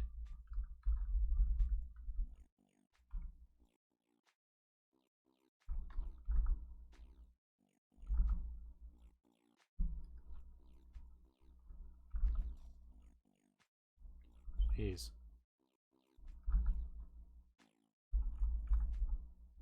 It is teaching us about how to use devices, thankfully.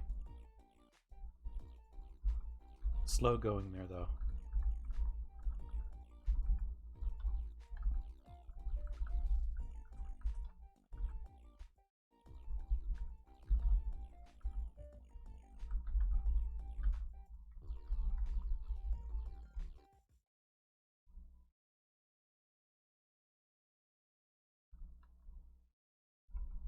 Looks like we left the flashlight on again.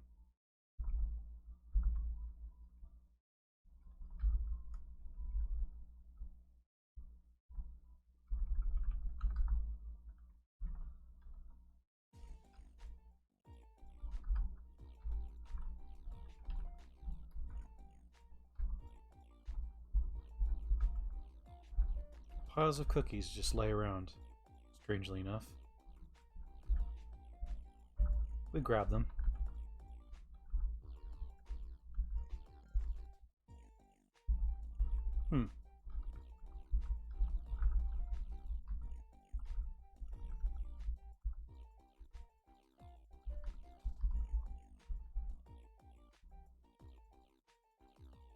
There is a nice pile of things lying around. Graham crackers, even. Well, we did need more food. Yep, more chocolate bars. Good. We find ourselves into an electronics basement. Interesting. Good, even. We grab the multi-tool. It looks like this might replace my survivor's knife.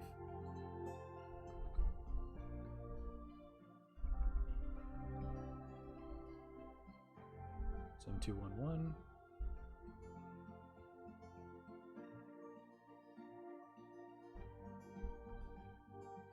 Yeah.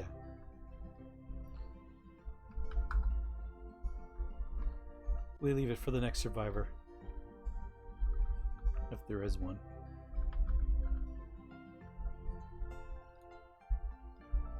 This house was productive.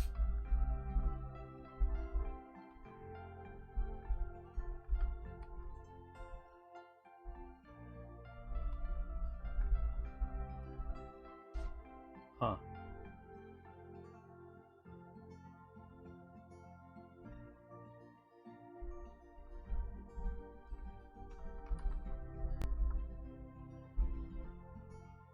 Crumbles notes the ridiculous pile of zombies outside.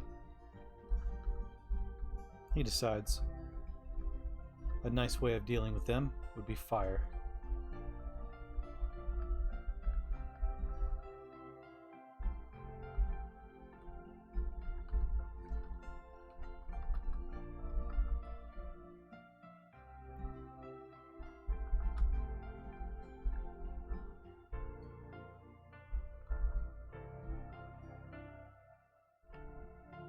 Nothing seems hostile, thankfully.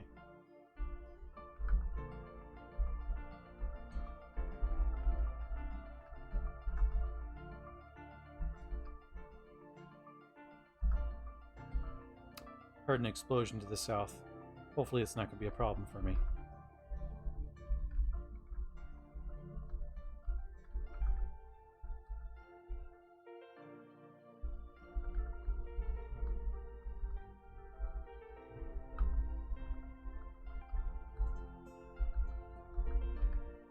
We still do not have a tool to open those properly.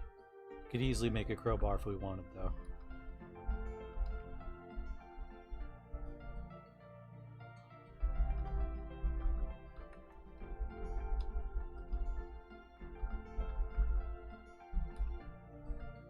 Oh. Well. This is not a bad situation. Very small home.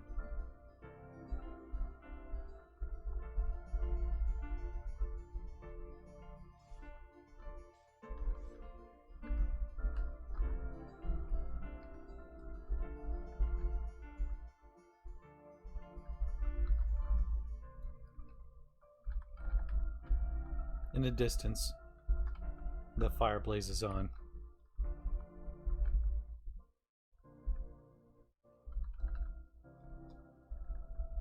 The house will melt, burn, crumble.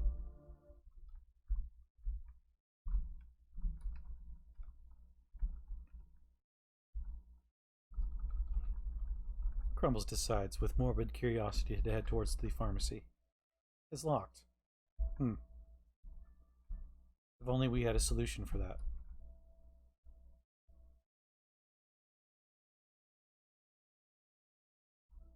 If only we weren't awful at lockpicking, despite being proficient.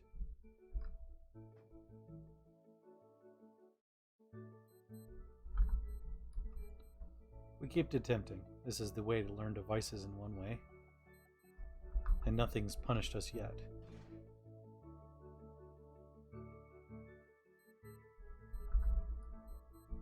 We note that there's an iBot nearby. Thankfully, it didn't take a picture of me clearly trying to break into this place. I ate this more. Starting to get tired. Crumbles is okay with being tired.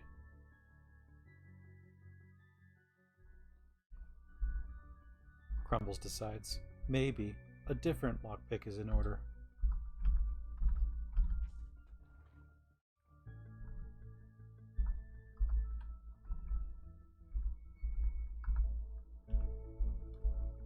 What's a well-stocked pharmacy? Good. Licorice. Well, maybe that tastes like meat to me. Chocolate-covered pretzels? Don't mind if I do. And a nice pile of books in here. Wonderful. He notes the pile of caffeinated chewing gums everywhere. This could be a problem. He senses that there's something going to be really bad coming from there.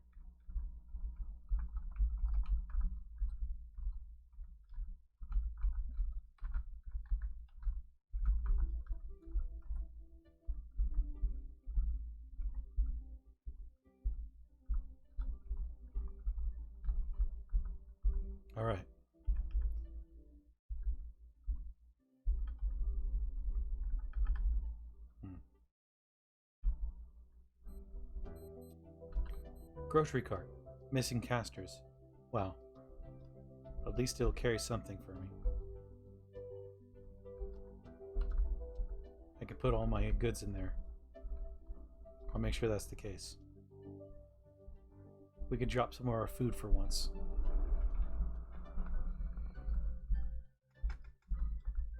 We'll pile on some more cookies into our own body. Stuffing our face. We take a moment to read most of these books.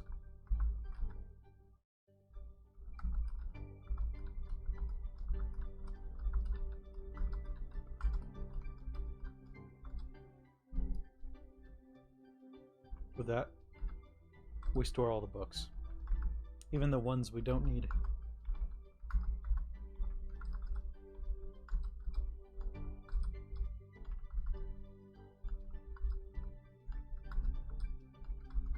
Something of a collection. We proceed to drop them all. Just making sure I'm not dropping things I don't want to drop. And we dropped a spell earlier, didn't we? Wonderful. Alright.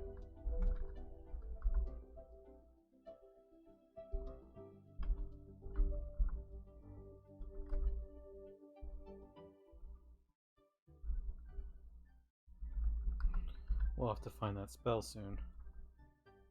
That's a shame. We have to find out which house it was in. Crumbles takes a moment to thank everyone decided to come on by today.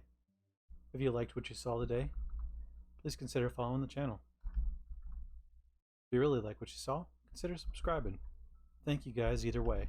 I highly appreciate it.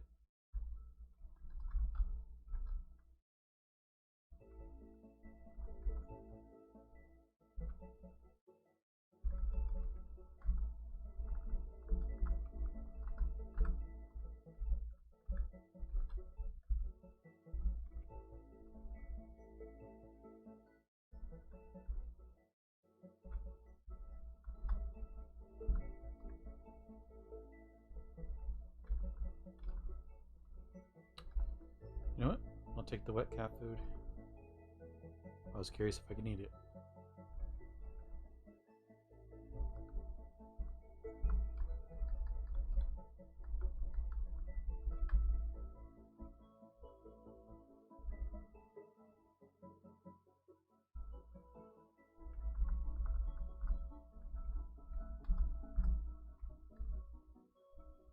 It is a fair amount of food we're grabbing. Good.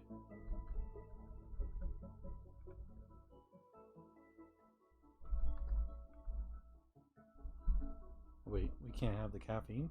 Or caffeinated gum? Interesting.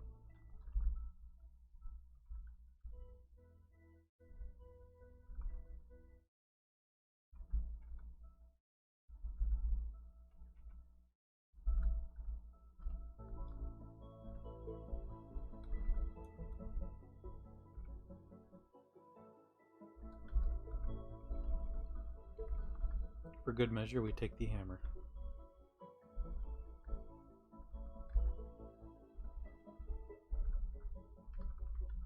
An adjustable wrench.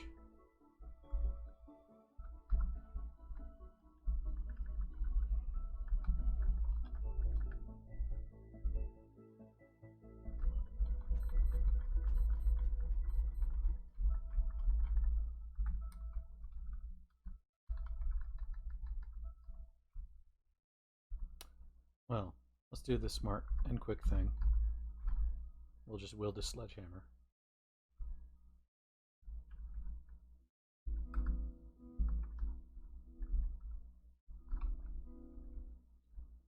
We note that most of these can't be used on us. Shame.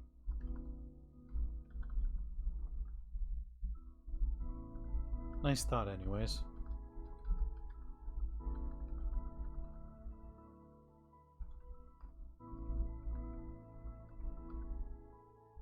With there being 2 iBots outside.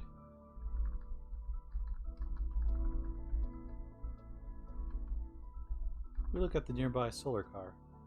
There's enough wheels. The motor is good. And the solar panels are functional.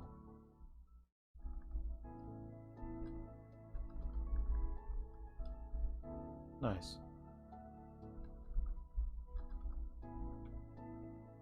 Let's make sure the vehicle starts. Huh. Well, we can try to hotwire.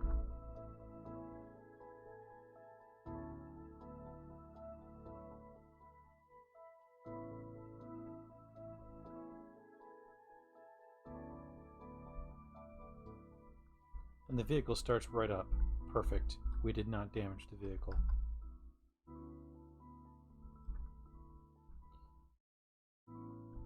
For the short time we knew it, we got to grab a bunch of nice items.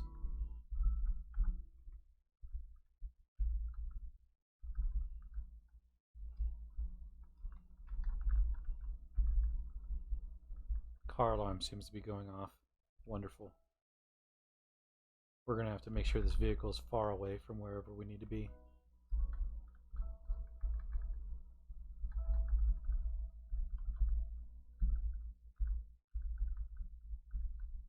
Yeah, the zombies seem interested.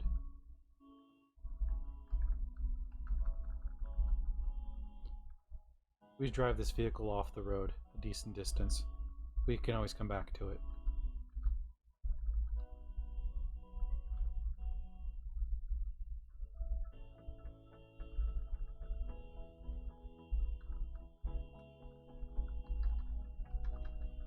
The alarm will go off for a while.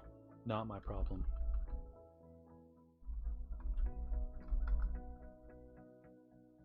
Lack of wheels.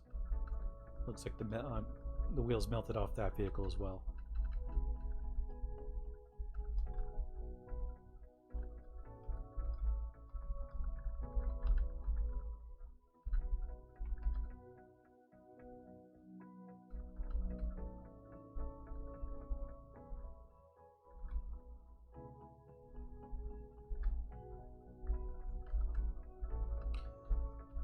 We should drop most of our stuff off in the vehicle. We forgot to do that.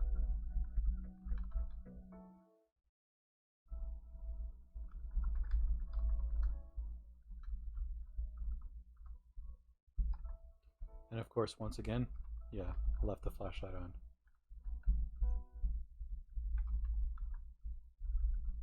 A brewer's basement. Nice. We can have the spiced mead. Huh. It's also probably one of the best alcohols I've seen.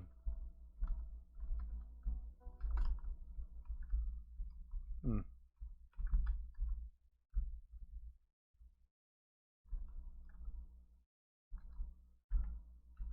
Right. Unfortunately, we can do nothing with them.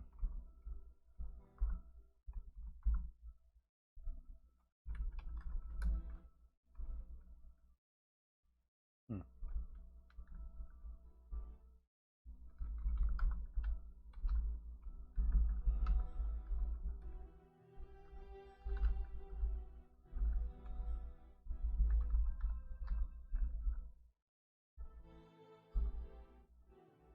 Nothing we care for at the moment.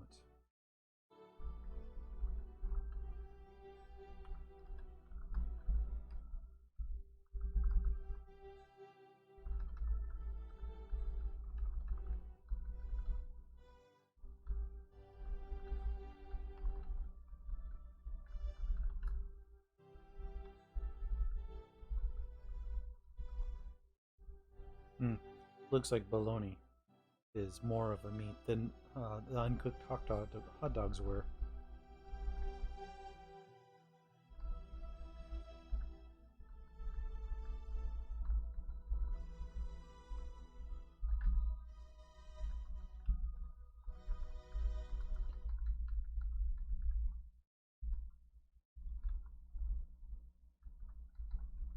We find a fancy new cart. We decide to grab it along with us. Shame.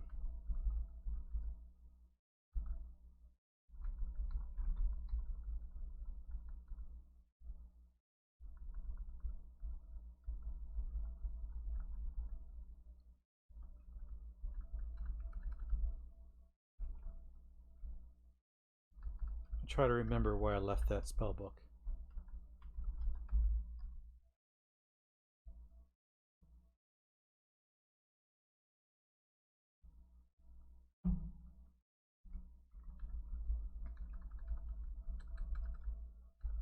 Well, technically scroll.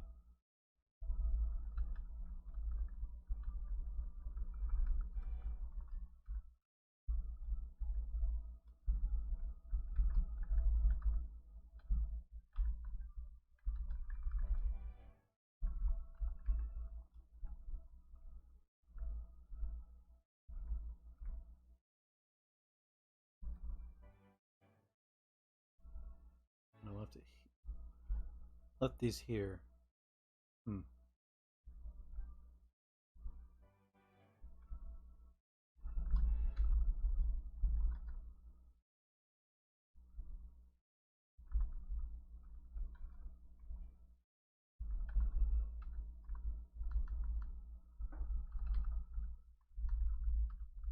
Did I somehow leave it far behind us?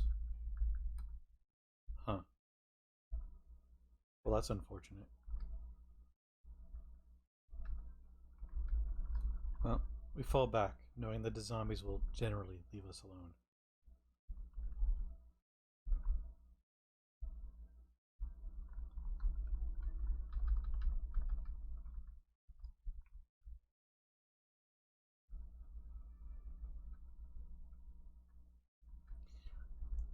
It's at that moment I realized, well, we accepted a mission some time ago to find fur.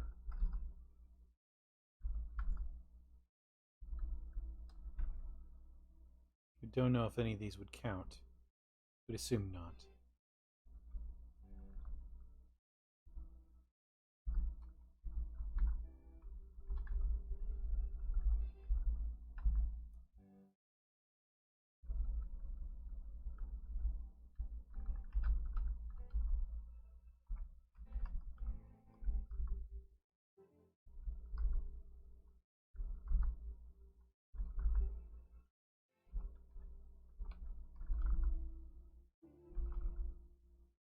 Looks like we didn't need light.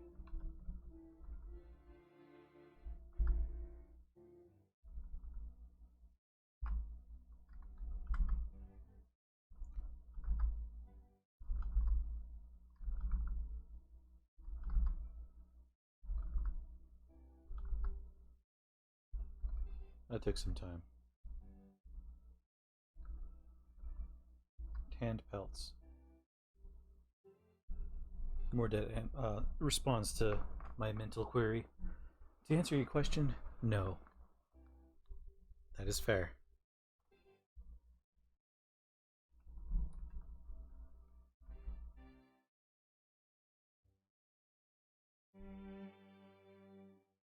Huh. I don't remember receiving this quest. But I need to find fur pelts, which those don't count.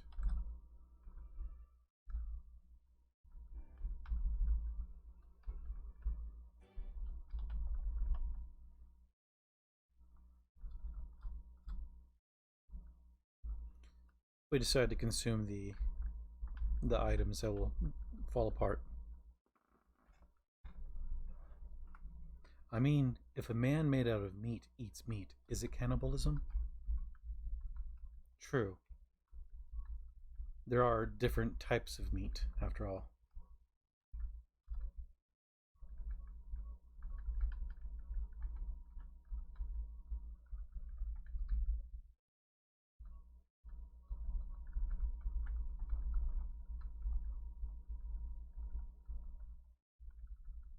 It doesn't specify what kind of sugar I am.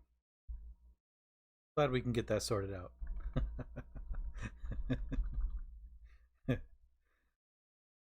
I'm gonna go back to the movie theater. I feel like that's the last place we're gonna head towards to try to get that spell back. Actually, no, we got it in the city, didn't we? Yeah. So anywhere I dropped it was between here.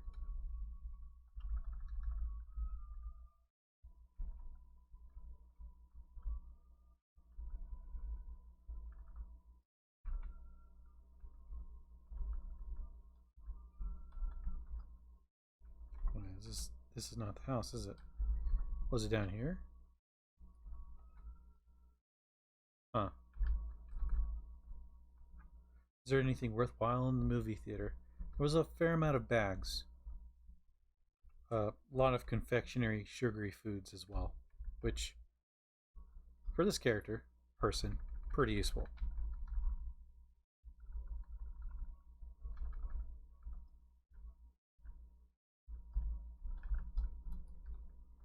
We fall back down here again. I might as well take the Popular Mechanics book.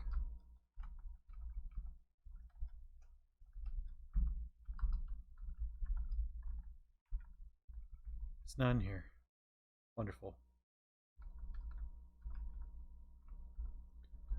Where the hell did I drop it? Well.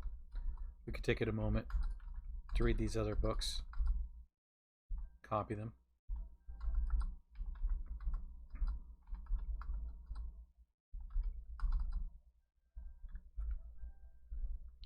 And move on.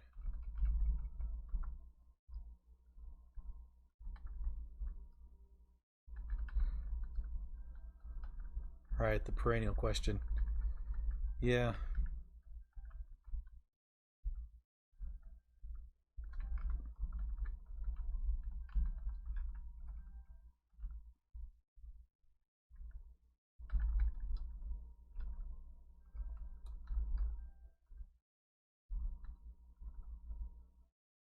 Where is this thing I know I have? That is the quintessential question of this entire universe, I feel like.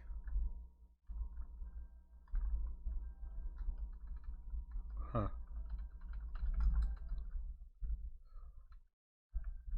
Can someone double check this? Mr. Potty mentioned earlier that I asked if technomancy and magus were opposites. He said the technomancy is the opposite of a druid. All right, good. I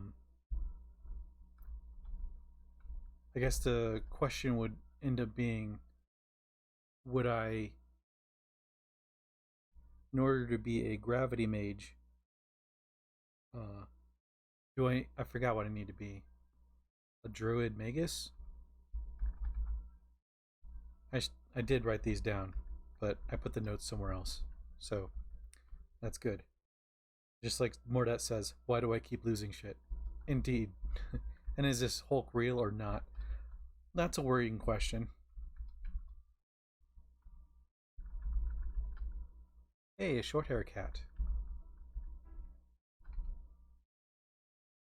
Where is our cat food? We don't have it on us. Of course not.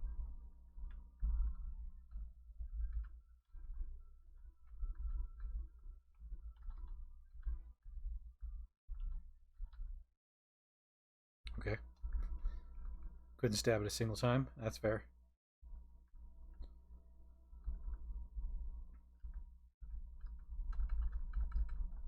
Where are the other places we visited?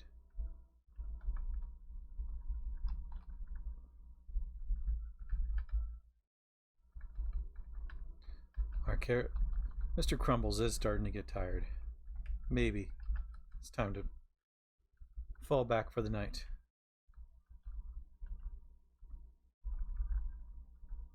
Maybe something with actual windows that are not broken.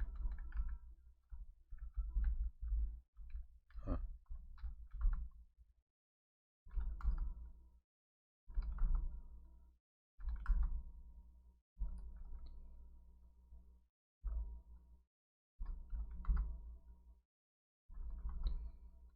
Let's just keep doing this until we succeed.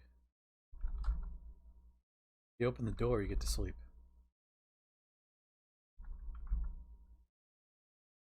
Good job, Crumbles.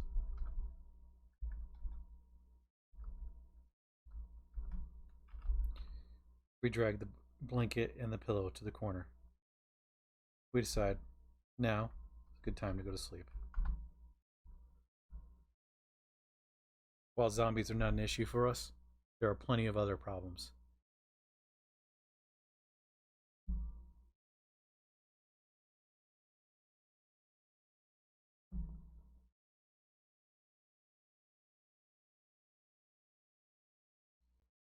Crumbles wants to thank all the voices in his head for the time they are spending here. And if they are enjoying themselves, please consider following the channel. If you really like what they're seeing, then consider subscribing. We also have a YouTube channel with a shed load of content, and a Discord channel if you want to BS and talk about, well, this game or whatever. Links are down below.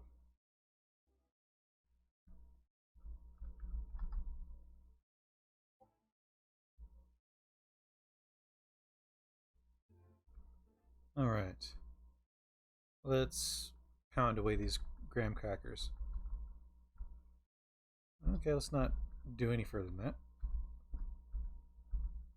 We had 9,000 calories yesterday, and we're not fat still.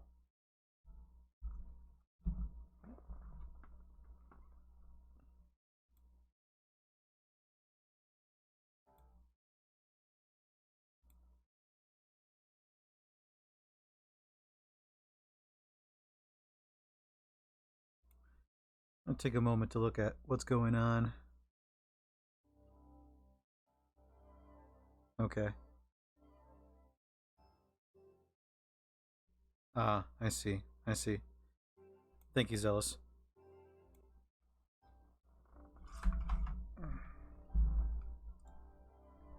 Alright.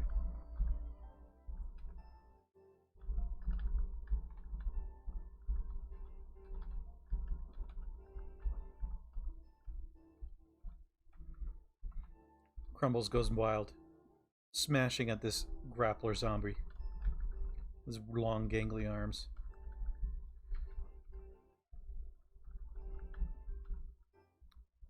He puts relative safety at, well, at bay at the moment. No, that's not safe. Wait, locking pliers? Huh.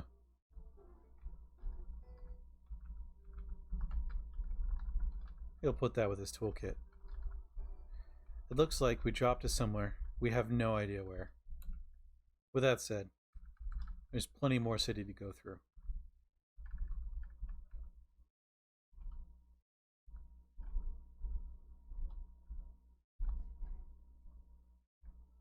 This person was busy. Popcorn, heroin, and cigars. Sounds like a busy night.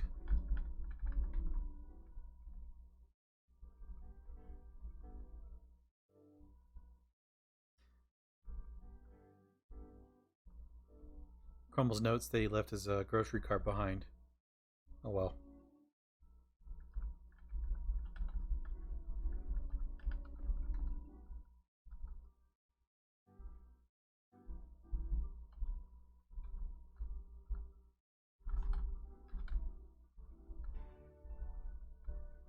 It's not in here. Alright, well. That was the last place to look.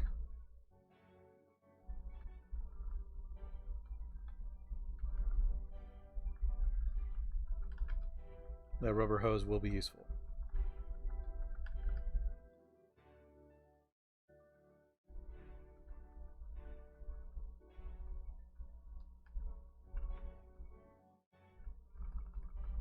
Pair of metal tongs.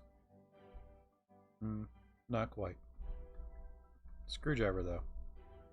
I think we have one.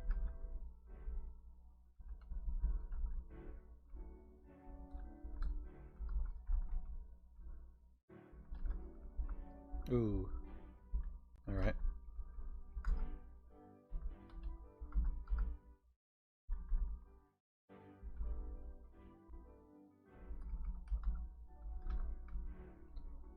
Huh.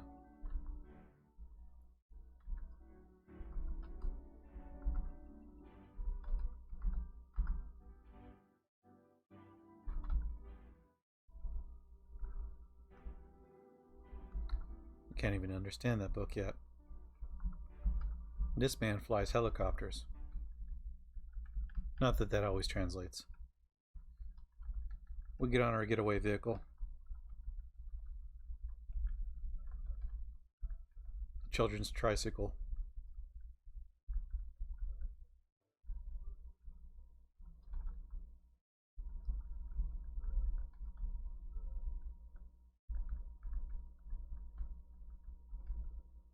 What's the top speed on this? 13 miles an hour. It's pretty respectable for a children's tricycle. Alright. Oh, this vehicle is still going. We drop the ammo off. We drop most of everything off. Pistol. M7 17 can stay. Or keep the grenades.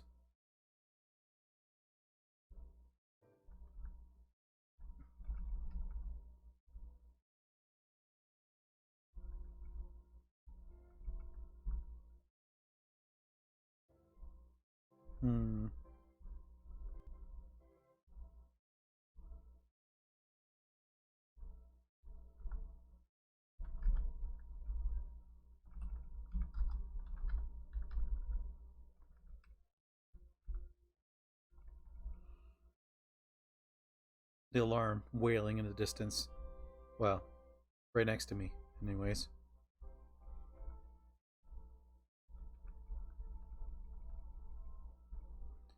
We put some food away. We don't need to carry all of it. We've been carrying most of our fortune with us for most of the time.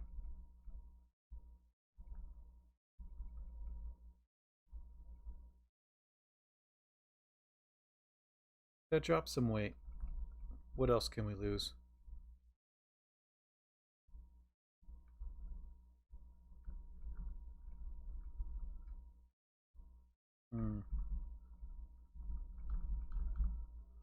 The sledgehammer is easily one of the heavier things.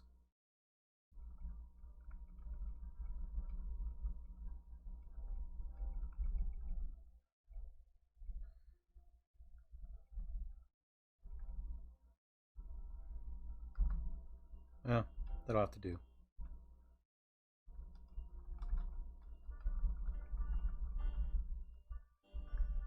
We get ourselves going.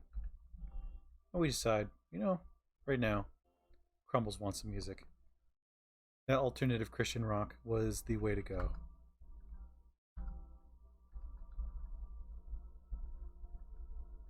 Maybe a little bit better than the car alarm.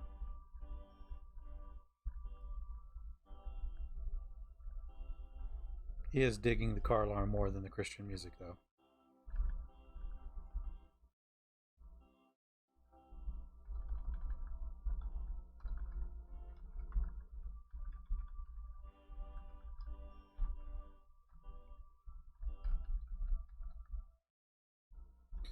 He notes that the creatures are attracted to his car. He decides maybe a further distance would be good. He also takes a note to remember where this vehicle is, wherever he leaves it.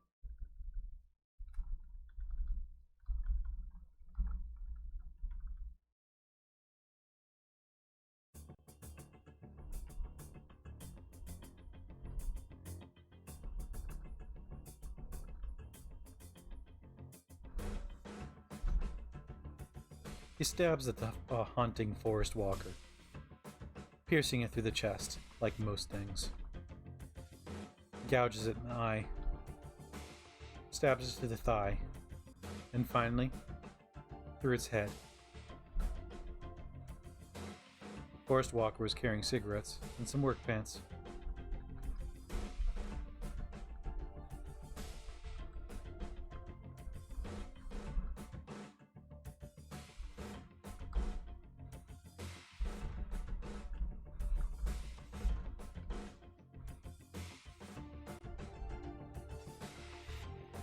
I listened to some digital R&B style. The violin part is honestly kind of mediocre. Almost better than the car alarm.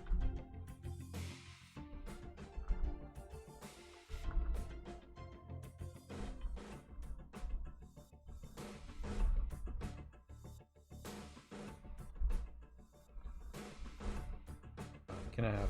Okay. Can I have sugary cereal though?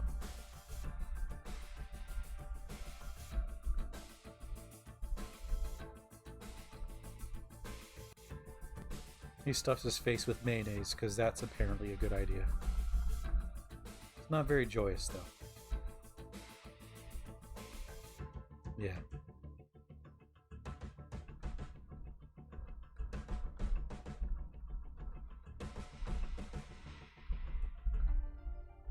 What? Huh. He finds a scroll of magic.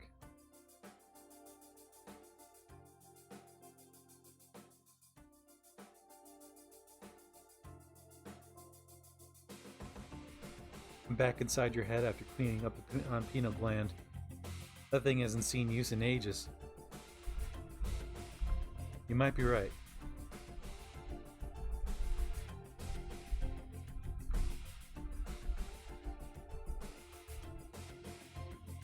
Ooh, football armor. It's also low encumbrance.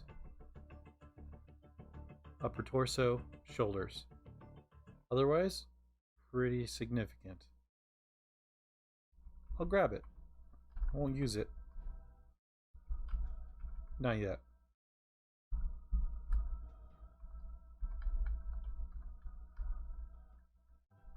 What did you miss?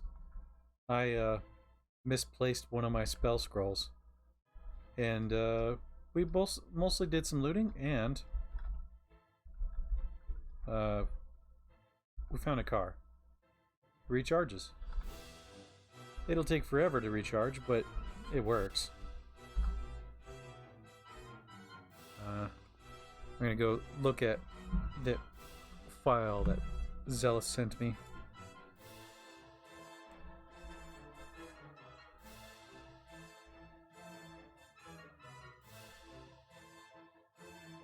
So I was thinking, yeah, okay, so Magus and Earth Shaper, I think, was what I needed. Yep. Thanks, bud. He says in his own head. Perfect. So, could learn my first, second spell. You know what? He's gonna do that. Now's the perfect place for it. Anytime you're in relative safety, which, despite being surrounded by zombies, they're mostly uninterested in me. Grab that molasses. He's gonna learn about the Scroll of Visceral Projection. It's a biomancy spell. I'm going to double check to make sure I'm not messing something up. No, I'm not. I'm fine. Okay.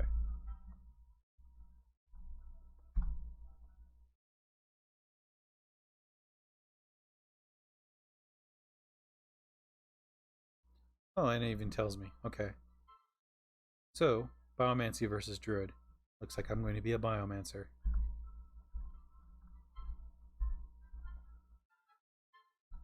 And with that, we can now cast our first spell. Well, second spell. We squirt blood around us. And just like that, we learned a level. Odds of failure is far less. Yeah, that's what it is.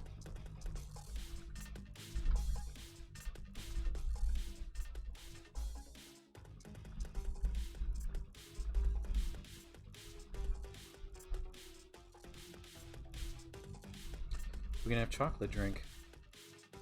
Good.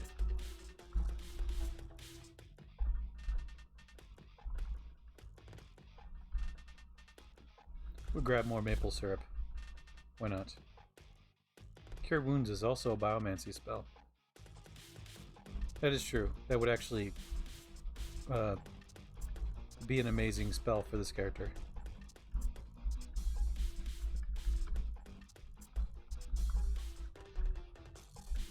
My character nauseous?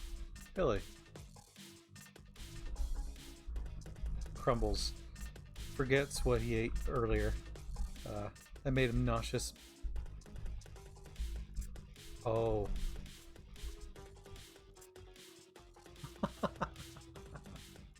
I wonder if it was... Huh. I wonder if it was, literally spewing blood everywhere that made him sick.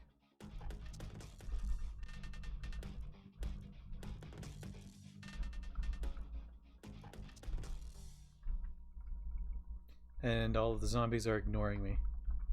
The only things that won't are the ferals.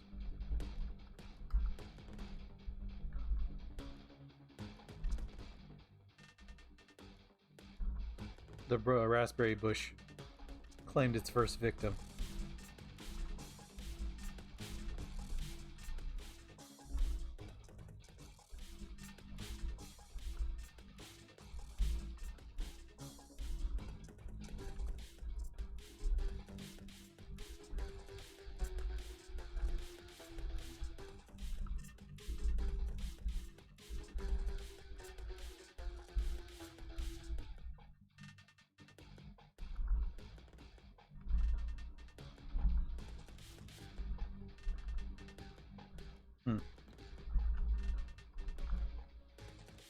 Who locks their closets?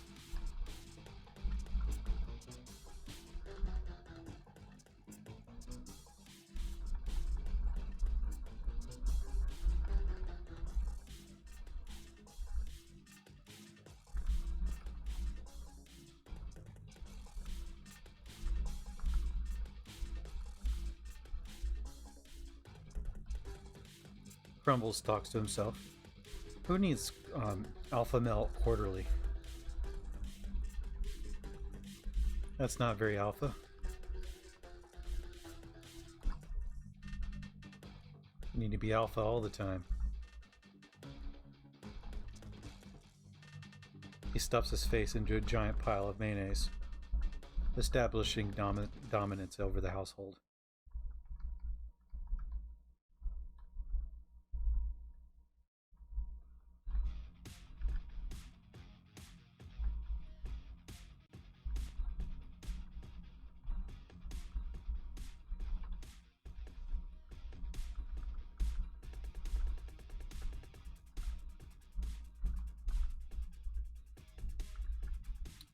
Nice. Random tools in here.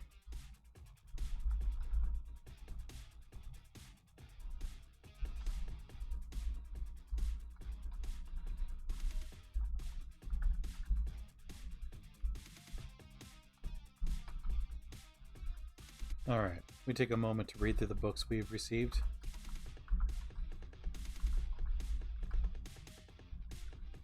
Instead of wasting the batteries on our flashlight for once.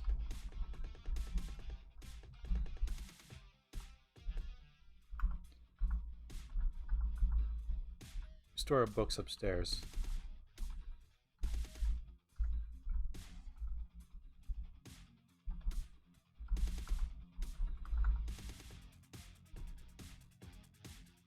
Alright.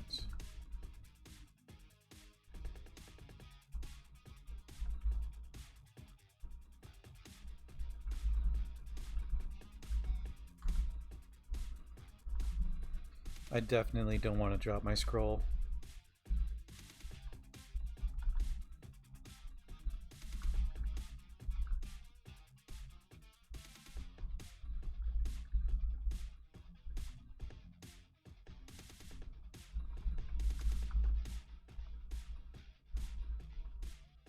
Something tells me, if I was to leave that bag alone,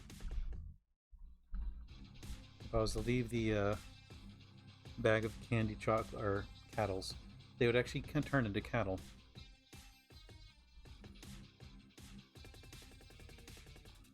Huh. Can I eat those? Yes, I can.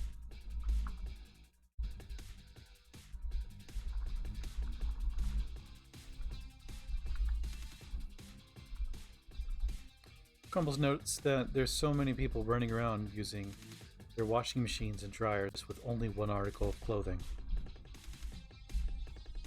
Seems inefficient.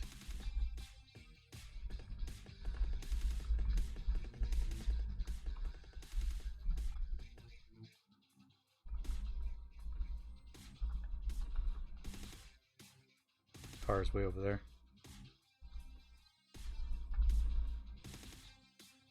Huh. We know what that is.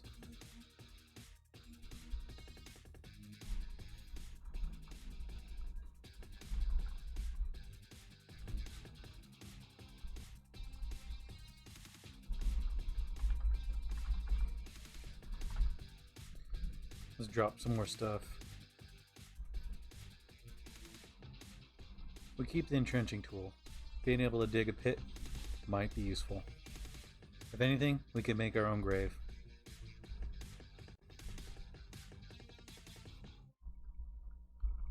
We'll drop a fair amount of food, though.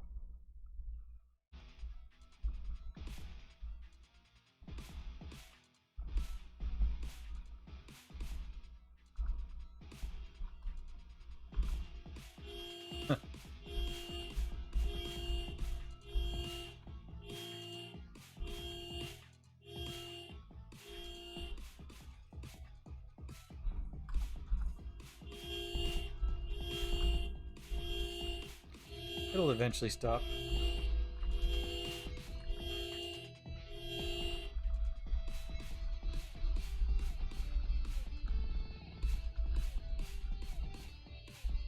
I'll have to be very careful with this vehicle. Treat it like the tin can it is.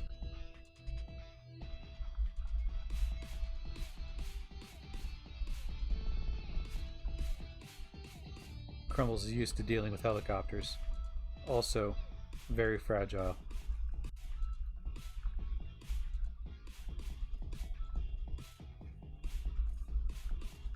They can take a lot of abuse, up until they don't.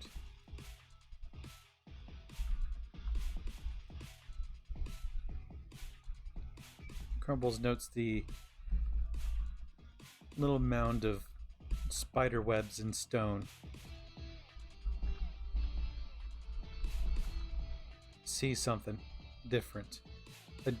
A demon spiderling. Despite it being the size of a small dog, you can tell that this is a very young spider. Its red color is why you give it this name. You've never seen this creature before the cataclysm. It is quick, and its large fangs drip with venom. If it's that big, as a small dog, wonder what the other ones are like.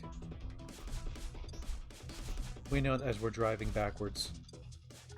Huh, we're just straight up backwards driving.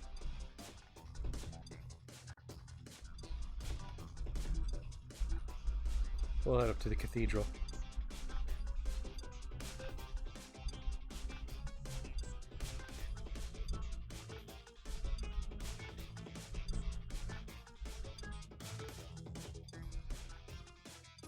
Huh. A terror bird. Anything else interested in the sound of this vehicle? Well, if that's the case, I better back up.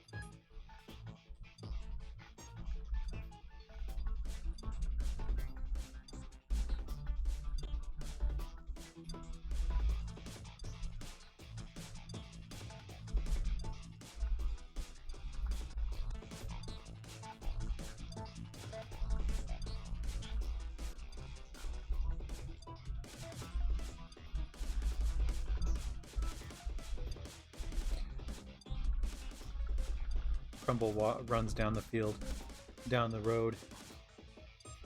Notes that this is more of a track field instead of an actual proper football field.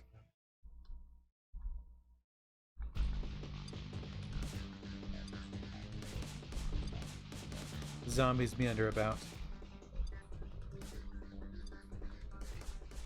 One last game, he thinks to himself.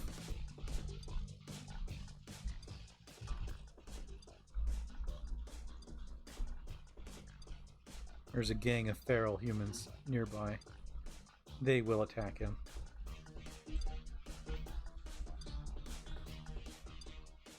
He decides caution is the best order.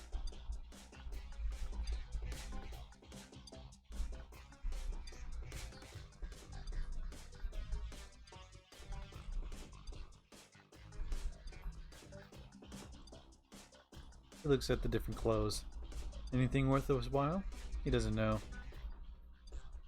Doesn't look like it.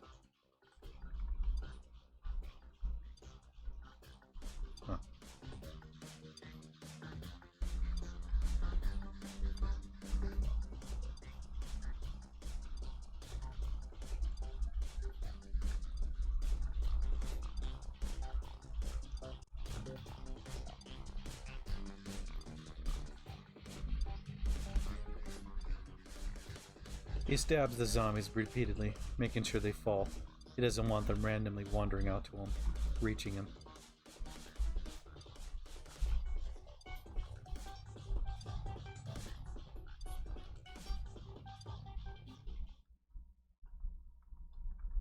He peeks around the corner.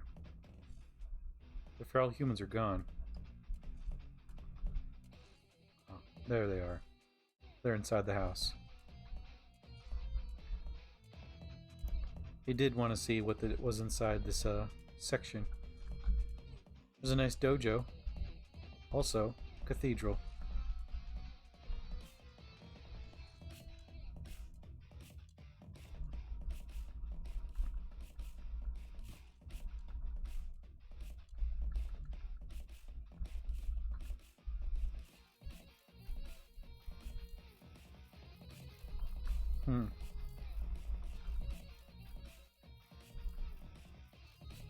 The feral human's right around the corner.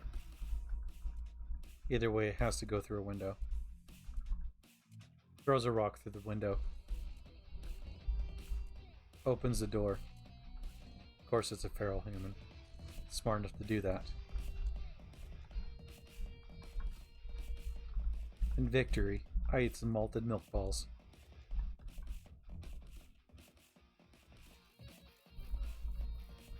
There's a crowbar on him. I grab it.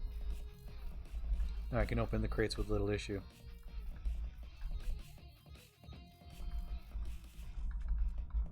Another ink tablet.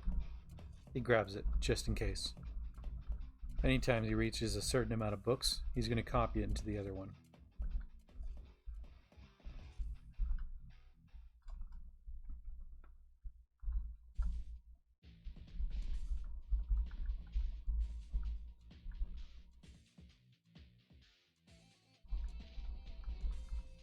Jewelry doesn't please this Mr. Crumbles. He doesn't seem to care. He moves on. On the other hand, soda. That sounds good.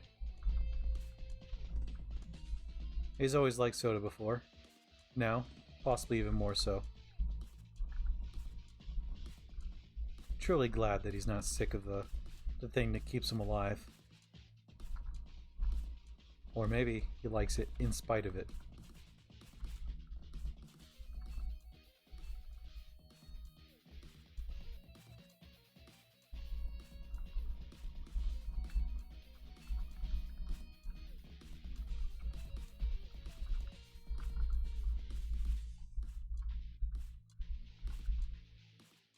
Shame.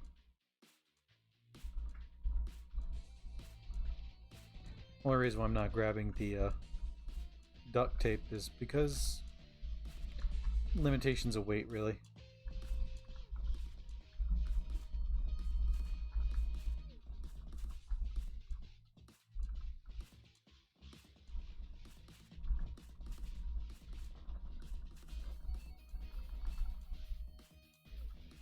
After killing that human earlier, he wonders if he leveled up. He did. He proceeds to put it. It proceeds to work on strength. Perfect. Now we can carry more.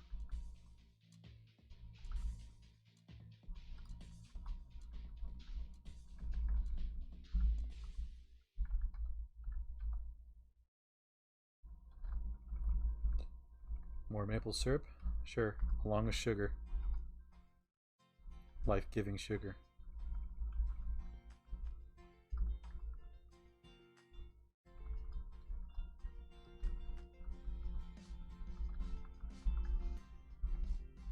He sits on a couch for a moment, reading the new books he found. Barely understanding one of them, at least enough to just copy it over.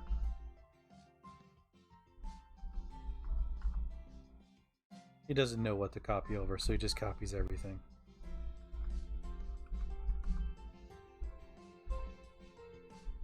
He decides now is a good time to have a moment of bloody explosion. Success. He decides, why not do it again?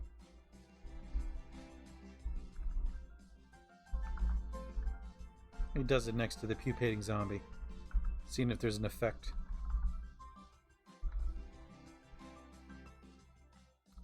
It's slowed even more.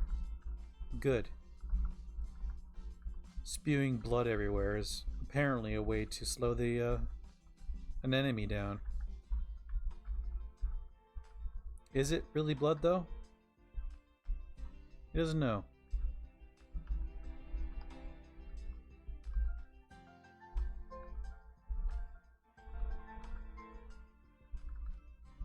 Maybe it's his blood, and he doesn't realize.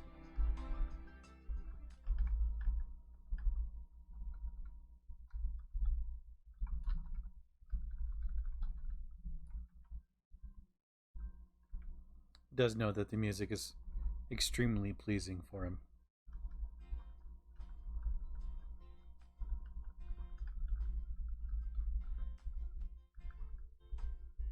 Maybe he'll be able to listen to some heavy metal gospel before he goes into church.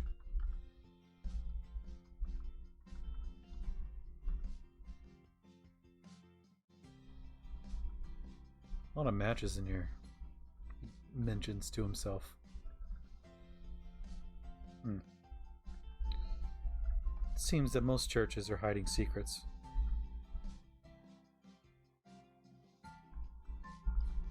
He takes the rain hood. That might be a good partner to his raincoat.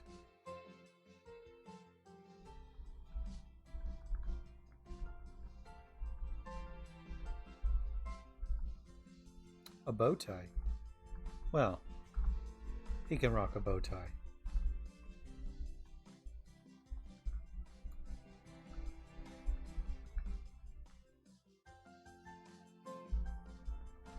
He notices that most churches have character sheets.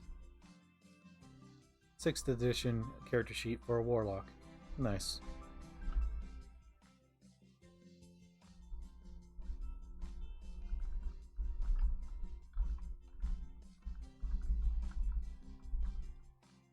He notices the new book. It has a lot of stuff going on with it. Whoa.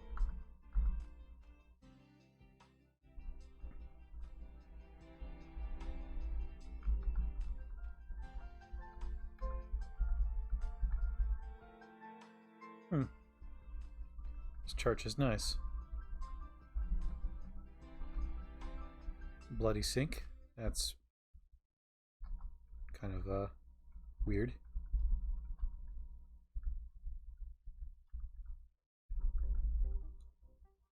Half wall.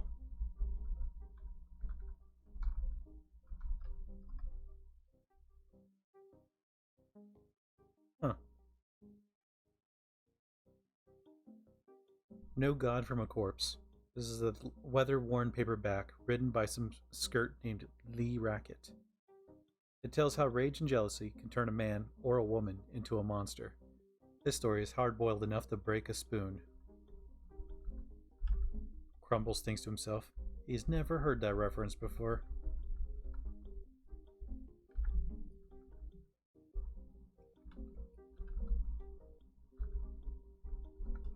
Looks like there's no hidden basement for this place. He sees the feral human.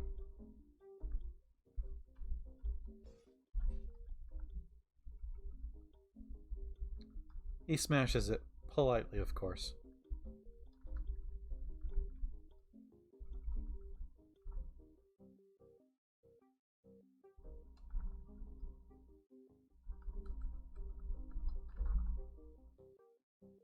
This car has enough wheels, but a faulty engine.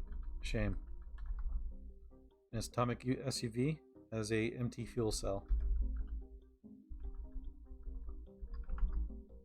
He worries if the vehicle was to ever blow up. What kind of explosion would it make? As big as it sounds? Worse, maybe?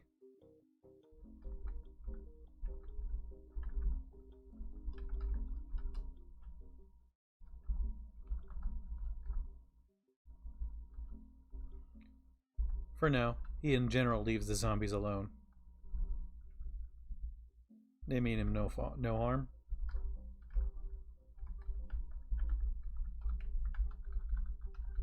Maybe his brains aren't as tasty to him. Some sort of gelatinous mess in there? He'd rather not know.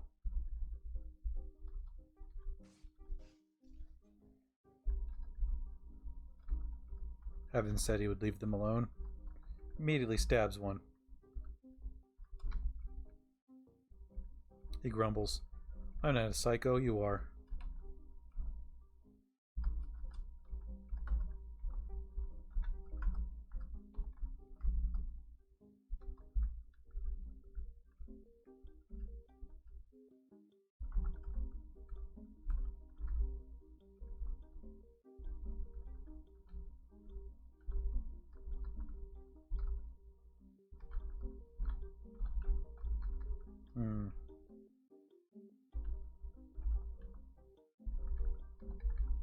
Random cabin.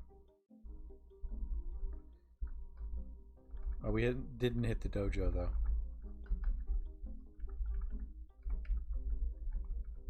Crumbles is excited. He might learn something here. What kind of dojo is this? There's no signs in the front.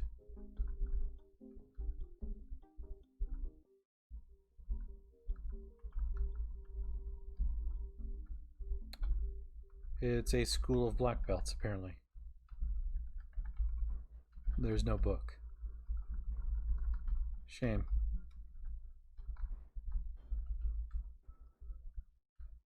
It was a waste of time.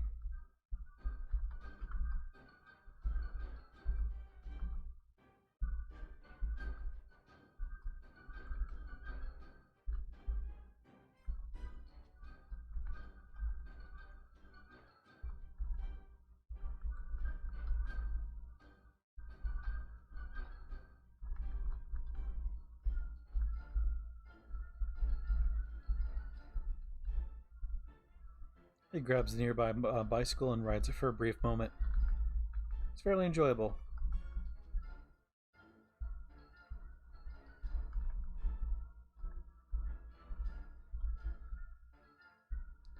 The feral human approaches.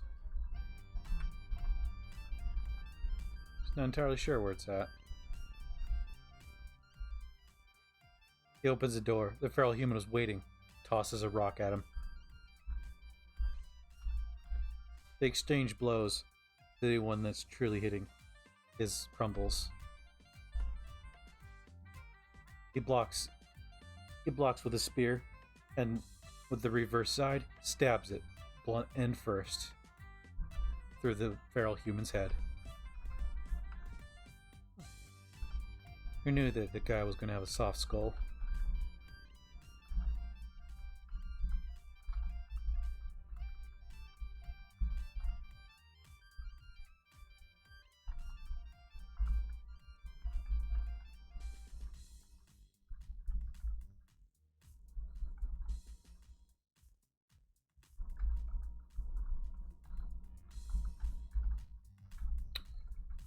Crumbles thinks to himself, I don't have to charge these smartphones. There's plenty of them enough around.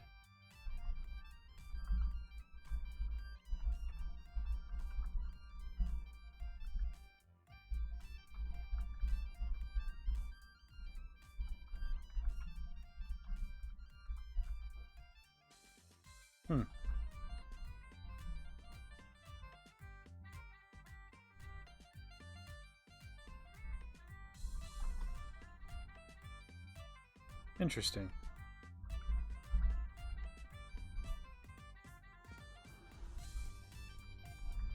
He finds himself a harmonica. Why not? He's always wanted to learn. Not many people do annoy in the apocalypse.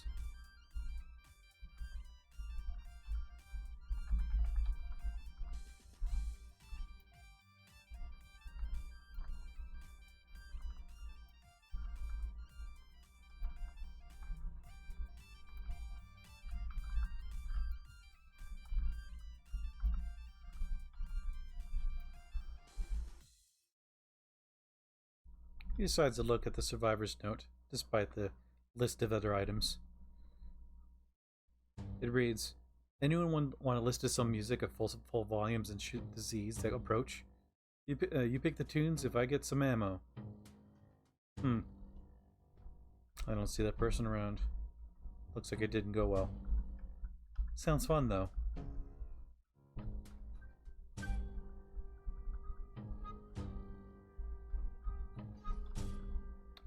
A zombie pours through the doorway.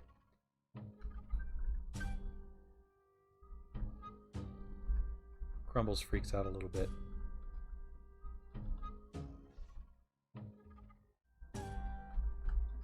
Sadly guilt-ridden by stabbing yet another zombie child. He doesn't need to, but he does it anyways.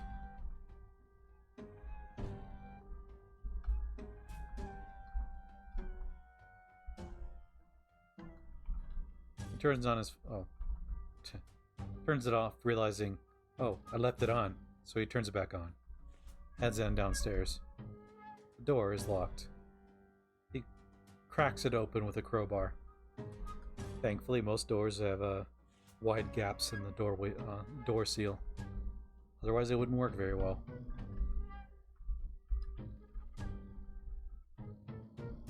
A lot of books in here.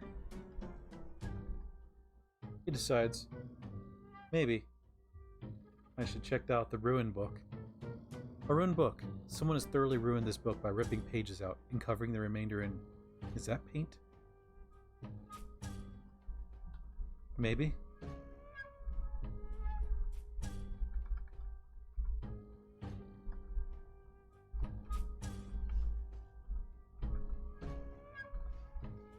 I struggle to stab the zombie as it just saunters around, pirouetting.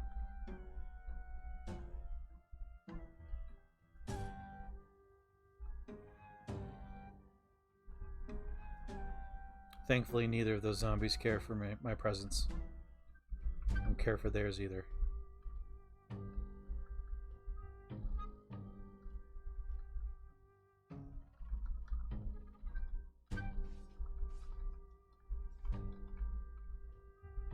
He takes the blood. Going to be useful for something eventually.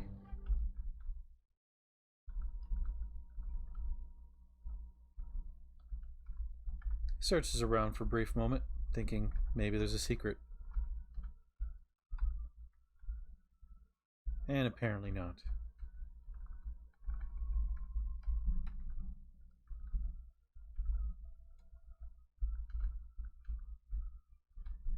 This cathedral's fairly large.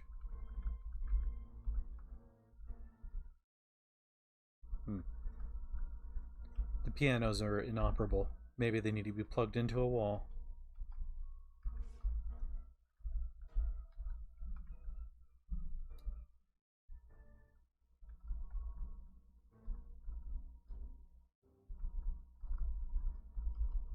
It would appear to be on the rooftop. The cathedral is very nice.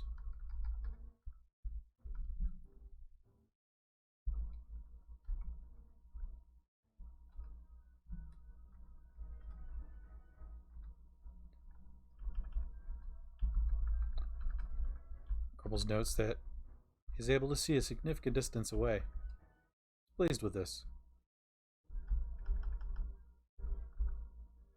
There's a state park. A wind turbine. Those cause cancer. He's heard about that. And a ruined shrine, which sounds like a good place to go. Right in the middle of Alfred.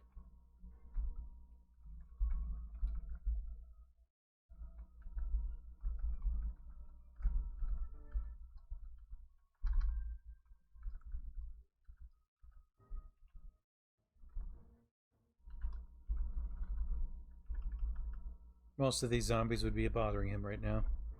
If he wasn't already, well, made of sugar. And a confessional. Fun. We have not been here.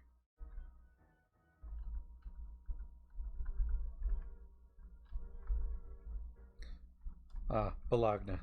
Flattened hot dogs, essentially. Inedible.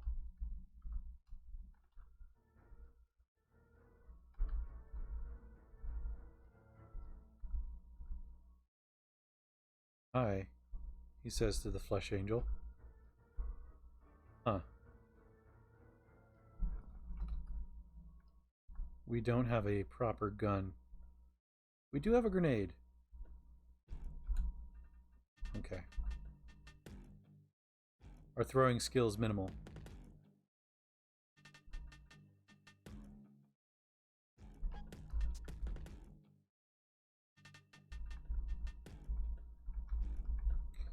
We drop the spear over here.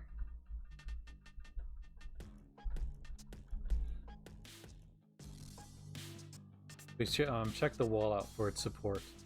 It appears to be a stereotypical wall with wooden support structure, built with insulation and drywalled, meaning it's not exactly grenade-proof. The paint job is all too common in neutral off-white or cream color. It could use a more vibrant paint. It appears a bit, as though the material is still flammable. We decide to hold one of the grenades. We clench our teeth. A mild chattering, thanks to our strangely metallic teeth, made of some sort of sugar. We open the door. We peek our head through.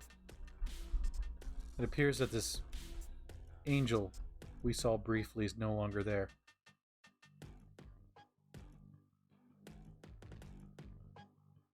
We activate this grenade. We chuck it down the hallway. It accurately lands where we wanted it to. We start running.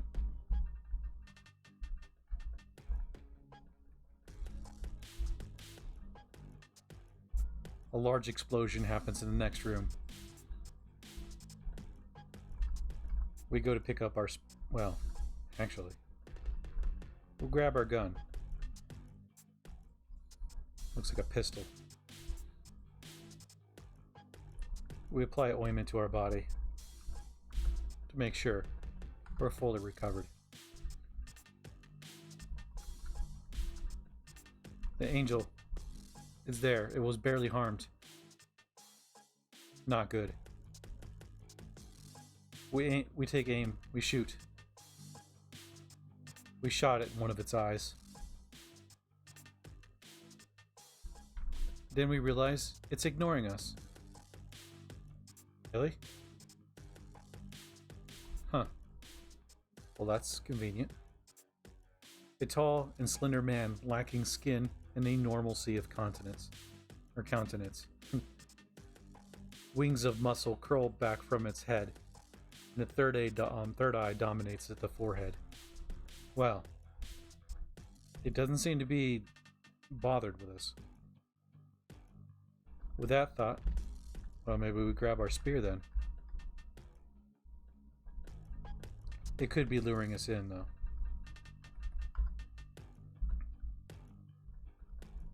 We'll find out.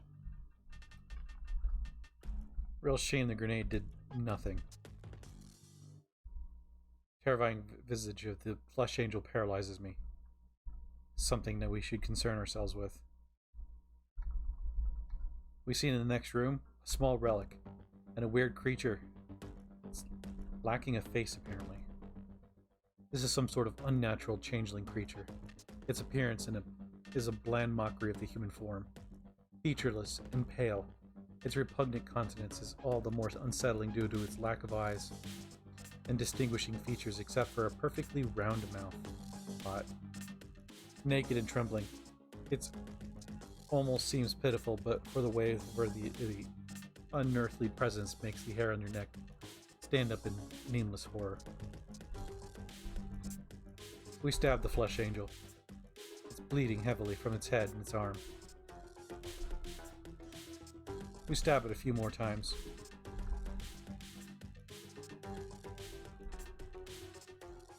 Before it passes, it paralyzed me briefly with its terrible visage. We crush the body, just to make sure. Little pellets of blood pop out of its body. Huh. Blood essence.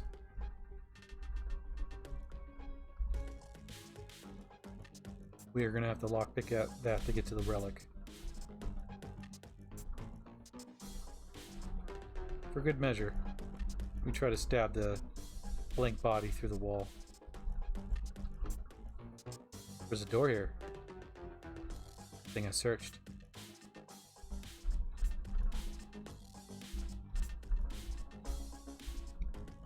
Secrets abound. A book known as the Cleansing Flame. A book written by some esoteric religious order, dedicated to destroying the otherworldly beings intruding upon this realm. Hopefully that doesn't include sugar creatures, he thinks to himself. The tools of their trade rely on a sanctioned form of magic, using consecrated essence they deem safe to use.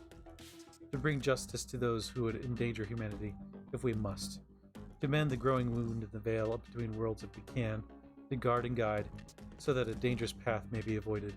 So we shall. So long as the earth shines upon the earth. Well, time limit on that. He sees a singed note. It reads, in beautiful cursive, cast aside your schisms and strife.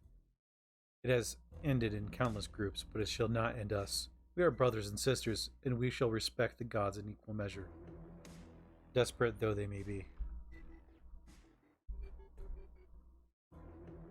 We see another book, 6 Pillars, a book depicting 6 strange symbols on the cover. The text uses mythological concepts and metaphors to disguise a magical formulae, concealing its knowledge within the stories of an otherworldly patron, mother of the sun, maiden of moonlit storms, order woven under earth itself, chaos reveling in nature. 4 horsemen embodied as one, defiance and strife. You are keepers of all I know. Interesting. And a strange map. We'll read that.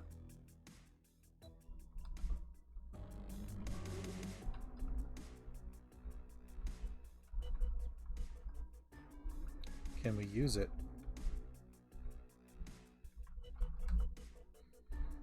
We can't use the potions, unfortunately. We might as well leave it then.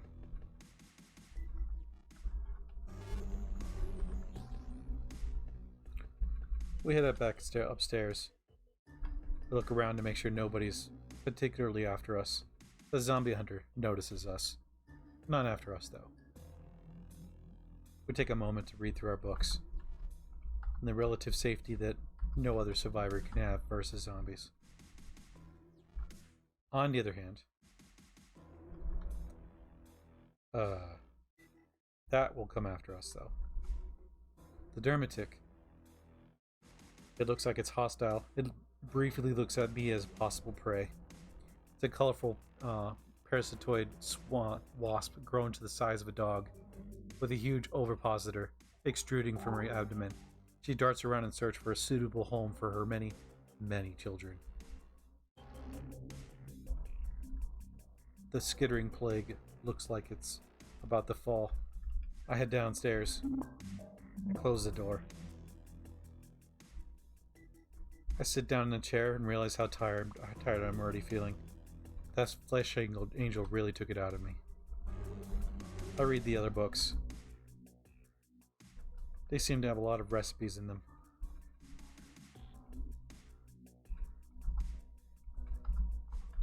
Despite the books already being understood by me, I copy them over anyways. Well, some of them not so much. I drop them off.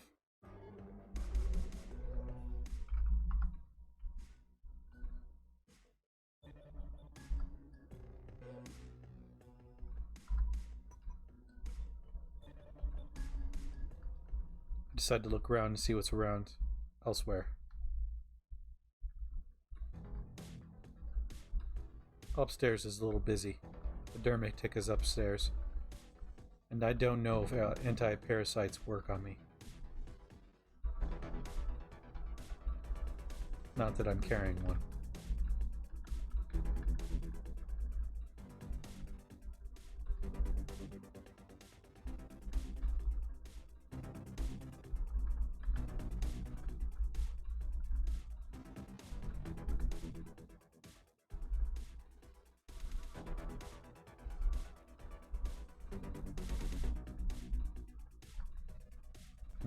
Can any of those? That's fine.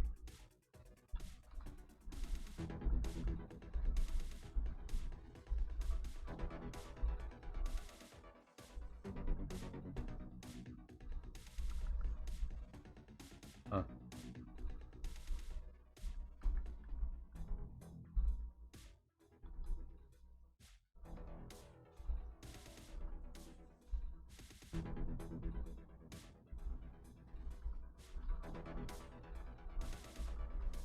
He stabs at the piles of writhing masses of parasitic swarms. They seem to be going away, thankfully. He leaves the blade zombie alone. There is a way upstairs. Wonderful.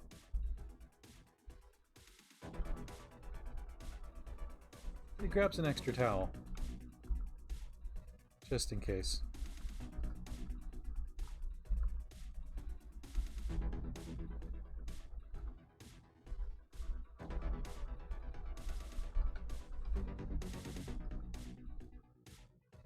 Shame.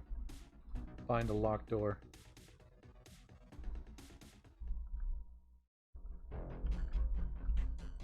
If he needed to, Crumbles could sleep here. He considers it heavily. He would rather not deal with the dermatic.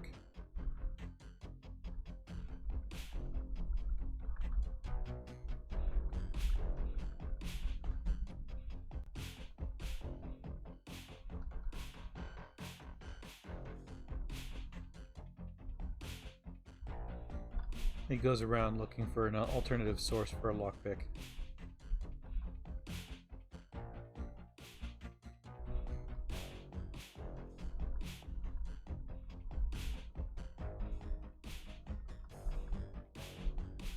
He finds it. Feral human nearby. Chucks a rock at me. Crumbles dodges.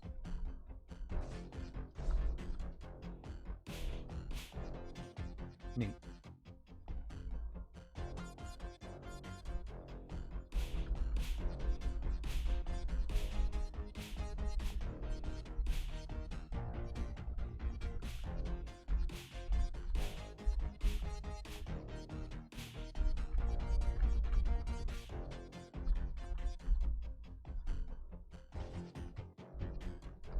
Huh. Takes the ammo.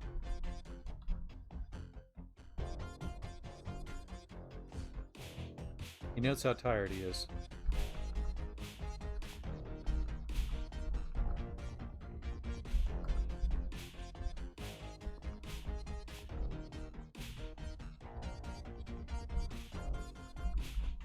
Climbs away. Jumps into the nearby house. He retreats into a different room. Cockroaches have no interest in him. They're running. He rests back up, ready to fight this feral human. He sees a nearby soldering iron and grabs it.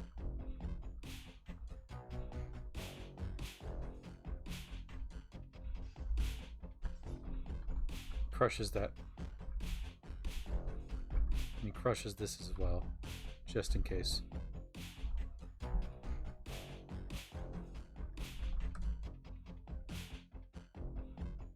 Huh.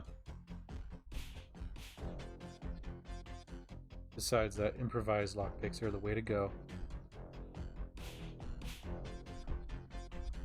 He makes a handful of them.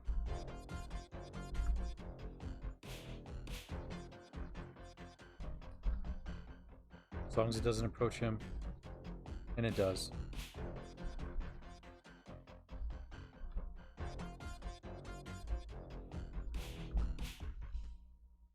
The praying mantis chases me down. Gets stabbed a little bit. It's a giant green mutant with a sharp grappling spikes for its front on its front legs. It's a little smaller than an adult person. It stabs me in my leg. I stab it back.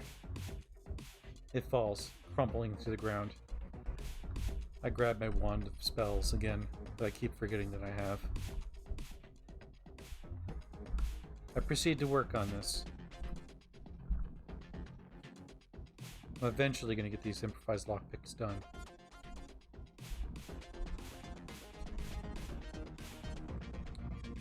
For a moment, I decide to use ointment on my leg. It's the only way I'll recover. Might as well get rid of it. Take care of it.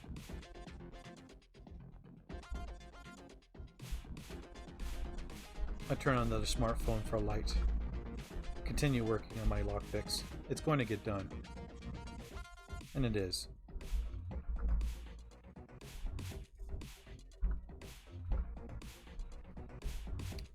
I'll turn off the other flashlight. I continue listening to the music.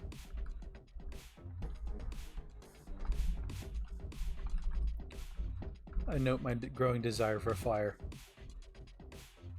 I decide to start one.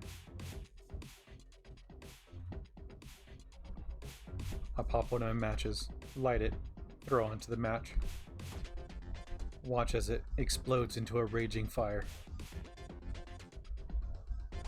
Now, I'm ready to tackle downstairs again.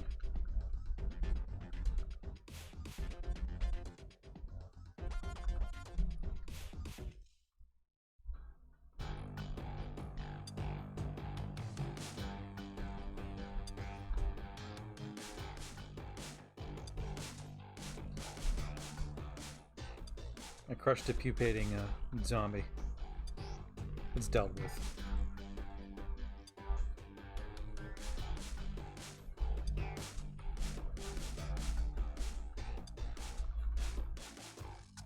There's 3 blank bodies in here.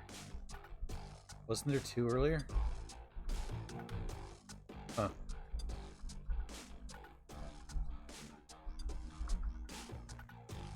The door swings open after a little bit of fiddling with a lockpick.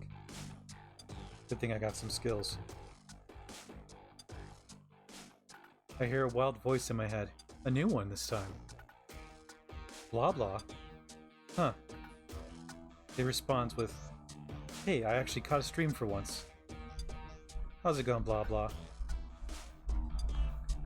It's been a while since I was on. I'm attempting to do a roleplay stream of Mr. Crumbles here.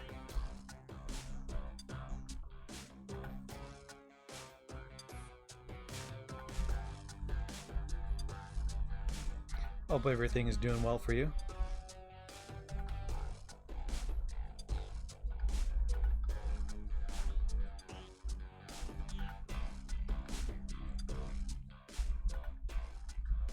We're playing a man made of sugar. He was a previous slave and was also addicted to every drug. He recovered from that. It's good. Wish it would cool down though. Oh, I know that feeling.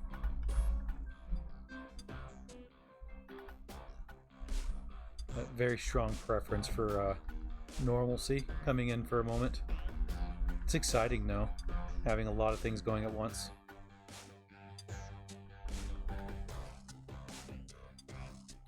Alright, let's go ahead to this cabin.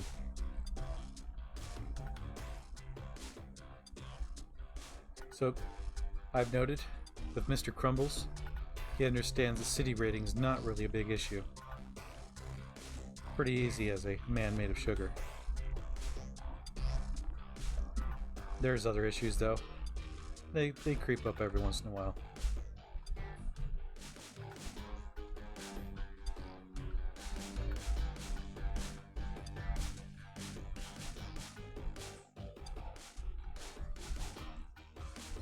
This is a tough zombie.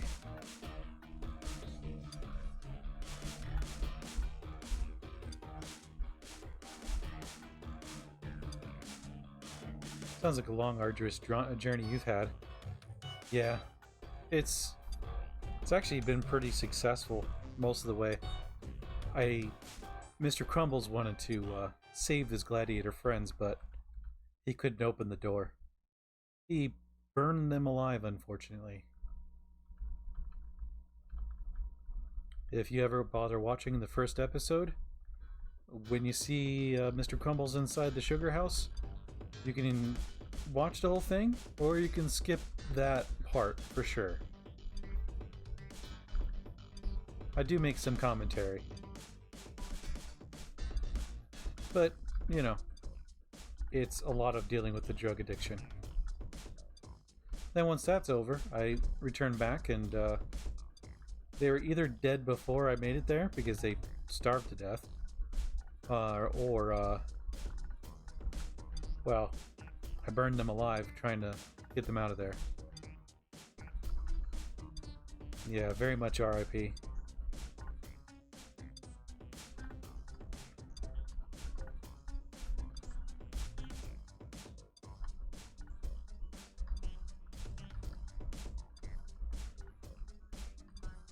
We made friends with a Ed McClure, a pretend cowboy, who had a fatal allergy to dinosaurs. He saved Mr. Crumbles.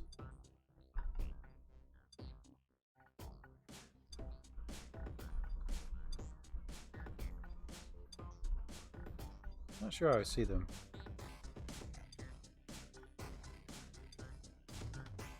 First time I tried a manna made of sugar, I ran into made the unfortunate mistake of stepping into a puddle of water. Something like that happened to me as well.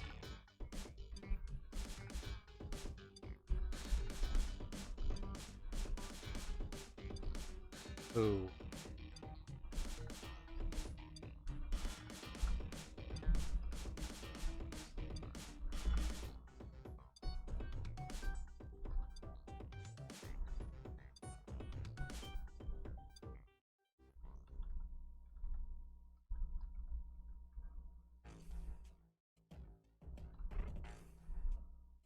I'm being attacked by Wasp Guardian. Starting to get tired. This wasp doesn't have much health. Passes away. I put on my rucksacks. I move on.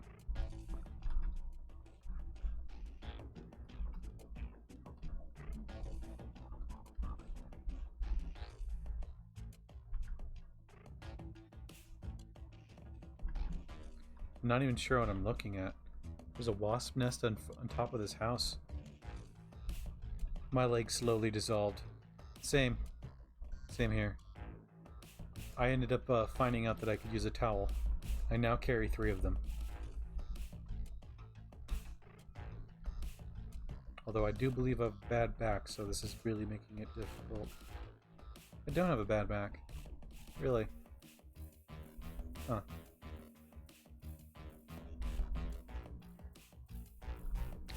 Pork sticks. I can eat those.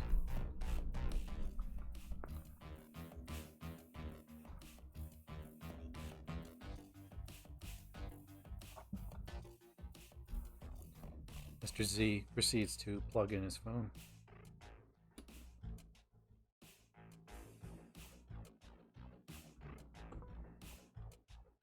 There we go. That takes care of that. Didn't know you can use a towel, right? I was wondering my legs were falling apart as well. And I mean, continuing to do so.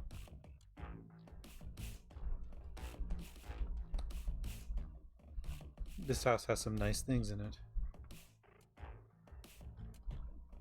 Well, nice enough so far.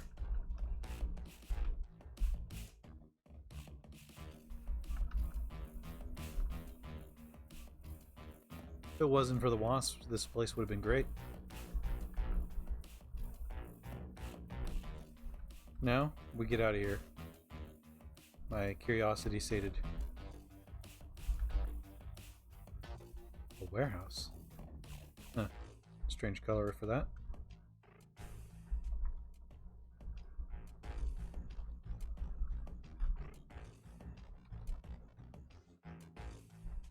I drop my bags again so I can hit this thing. There we go. I had enough armor to protect me, thankfully. How much am I carrying? A little bit much.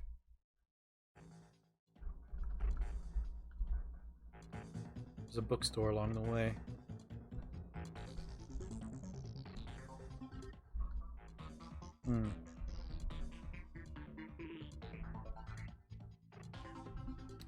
Unless I clear the roads for Chelsea, I might not have an easy way through.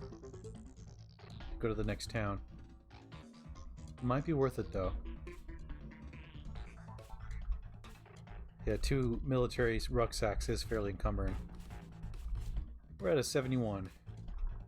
That's just pretty close to stupid amounts. For those of you who are new, Crumbles tells you, maybe not carry too many bags. It can get you in serious trouble. It also takes time to remove them, like you saw.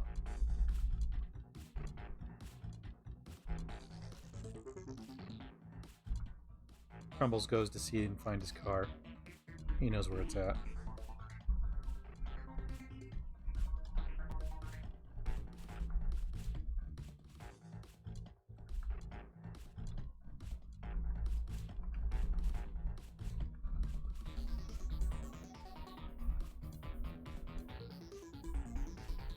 Maybe looks around for a little bit longer. See if there's anything that's worthwhile. He absolutely destroys some root beer. Unless you're stupidly OP like blah blah. Well, not everyone can hold up to that kind of standard.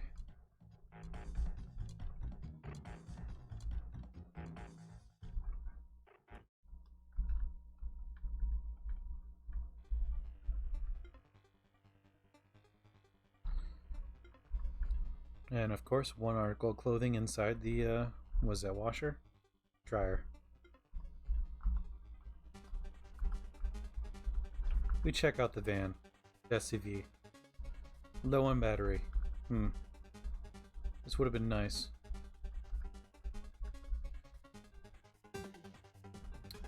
We try to remember this vehicle for later.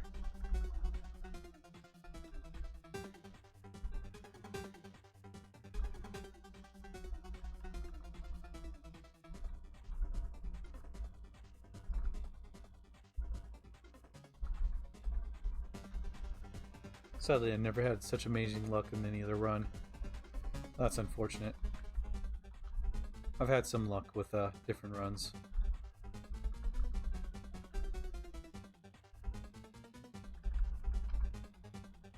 Crumbles swore that there would be something in this basement. There wasn't. Shame. He remarks that he really wants to fix his spear soon. On the teetering edge of being broken.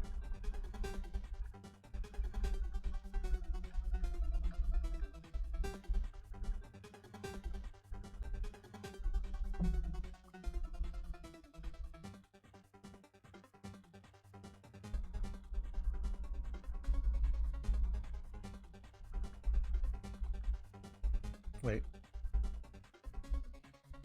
Really? Huh. Crumbles thinks to himself, usually walking into a rose bush is really a bad idea. It seems to not affect him. Neat.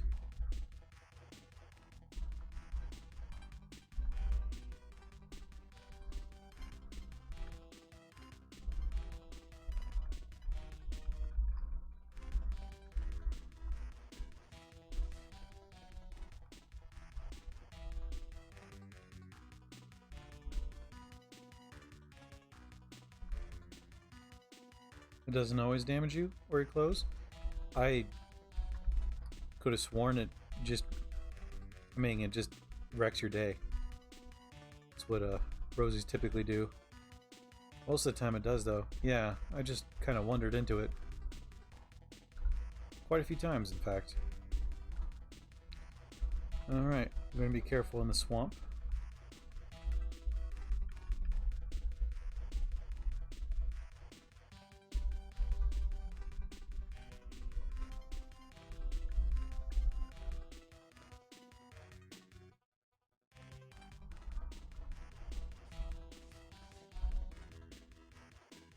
An unstable flesh raptor.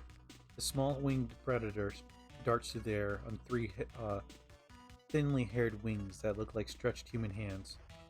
A jagged spike juts from the point where the wings meet. A bloated, fleshy belly hangs beneath. A smell of rotten eggs hangs from it. Okay. So, we got an explosive raptor inside. Oh, bugger.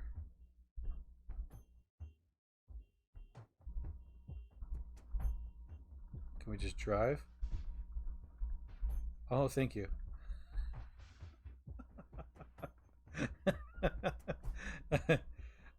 Wasn't expecting that to work.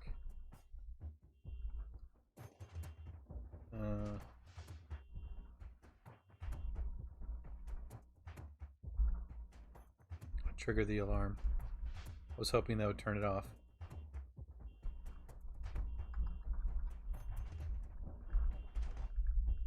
No, it's just going twice as much. We doubled down.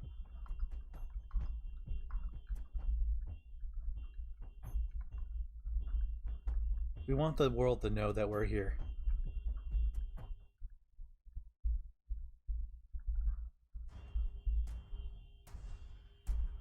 This is what survivors have to deal with.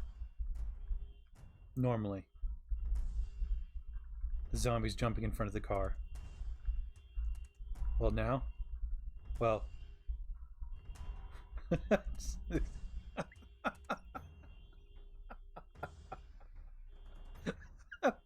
This is stupid. What is that? Oh, it's a corpse.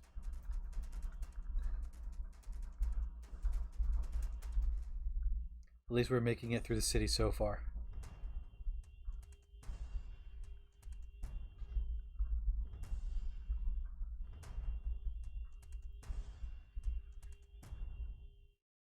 This is some new age music.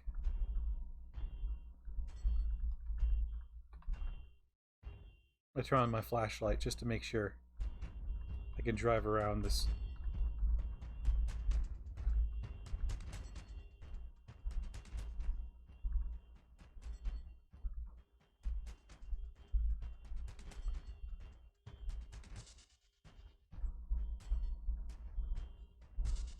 Well, we're doing pretty well so far. Up until we slip up.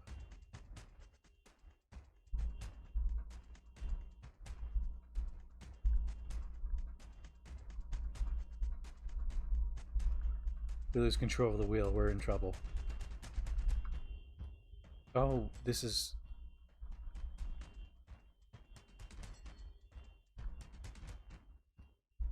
Alright, I was supposed to go up this way. Okay.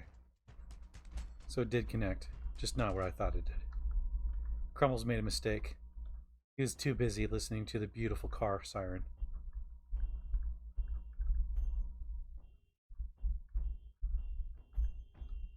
The sultry tones of its car alarm. It was very distracting.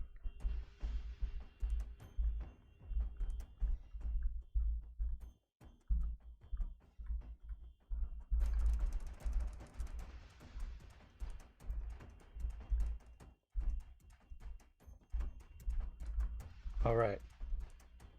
We were just threading through that. I mean, Crumbles does fly helicopters for a living when he's not made a cookie. Which is not quite a selective thing. He hears in the back of his head famous last words. He just responds with words to live by.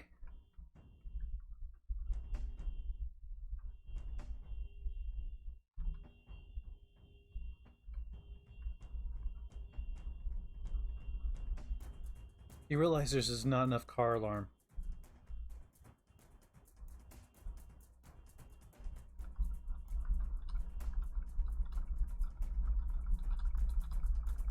There we go.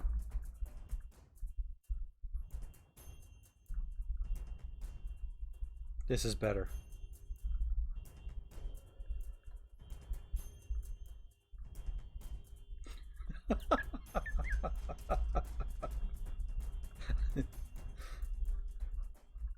Man was never meant to trigger a car alarm.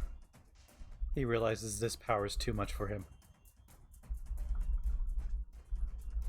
He also realizes he needed to park this thing really, really far away from everything.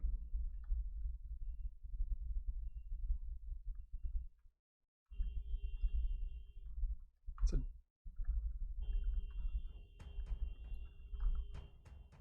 oh, turn off the headlights. He notes that one of the zombies crashed at one of the solar panels in the back. Damn it. This thing's already going to struggle to recharge. Now it's even worse.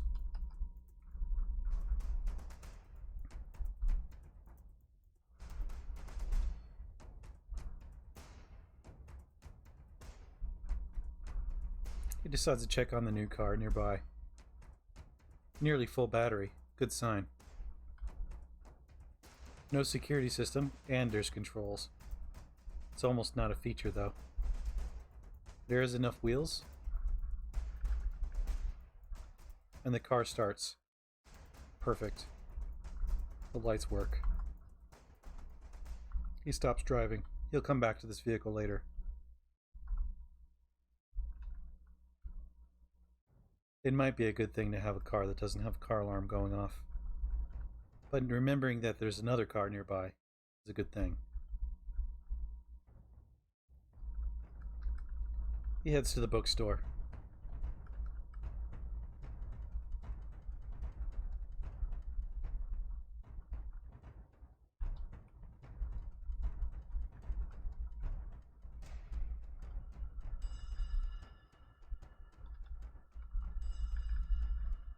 He knows that there's a massive amount of books that are unnecessary to him.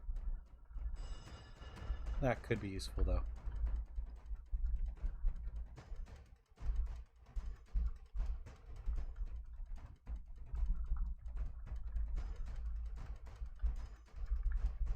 Fairly empty bookstore. At least there was something, though.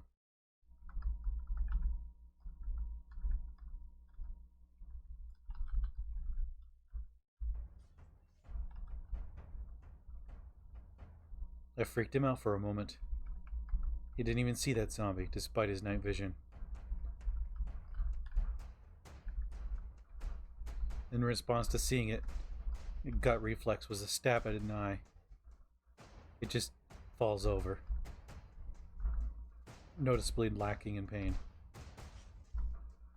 He notices the crawler, this weird creature, a conglomeration of human parts fused together in a horrible mishmash of function, slowly dragging its eldritch body across the ground.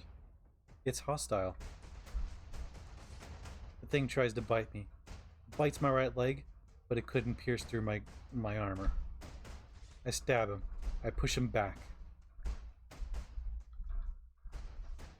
I stab him from a distance. It finally falls. Good.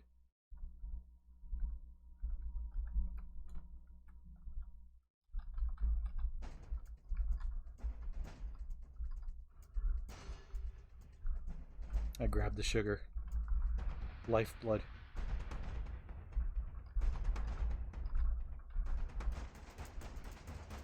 Huh.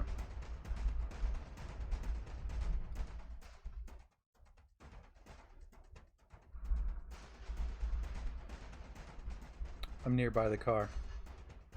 I'll have to go back to that soon. Thankfully, almost immediately, I could do so. I decided to go to the other car, start it up, and bring it to where my other car was. The SUV to the electric car that's a bit on the alarm side. Headlights is a good idea.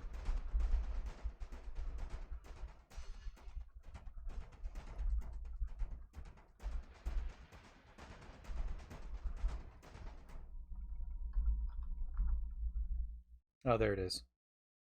Car alarm. This also thankfully has more storage. I could use that.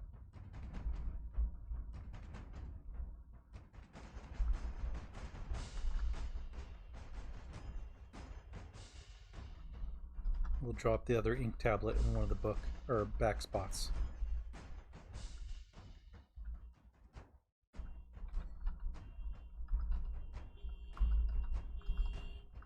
The car alarm, I can hear it through my music. So beautiful. So beautiful.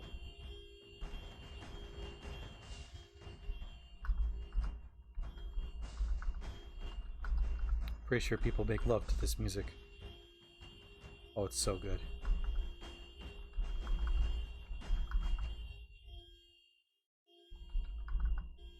There we go.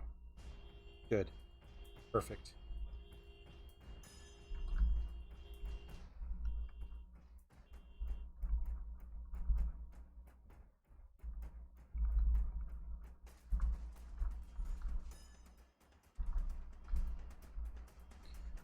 I dropped the dance book in there, just in case.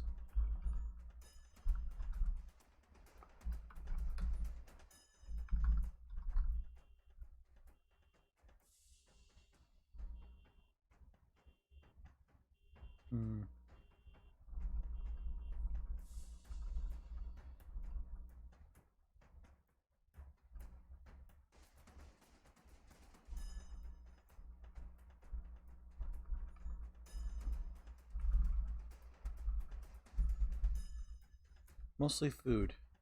Lots of food.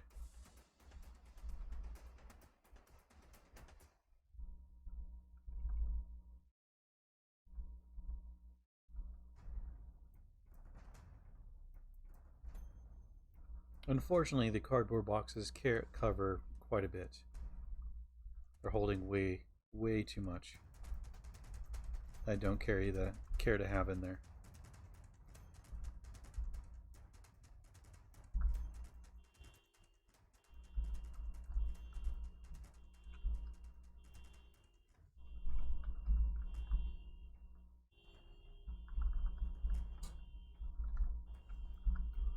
Rubber hose, not necessary. He still takes it. He reloads his flashlight. It's near dead. He uses another disposable battery.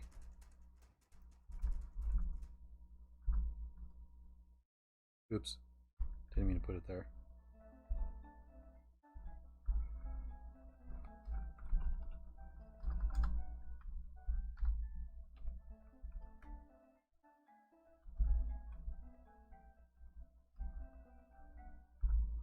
Oh, right.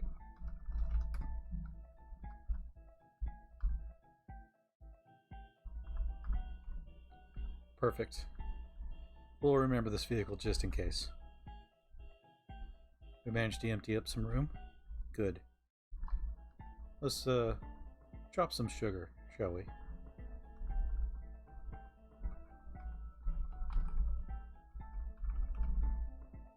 Not the best thing to drop on the floor, but it also leaves us with the cardboard boxes that are unnecessary.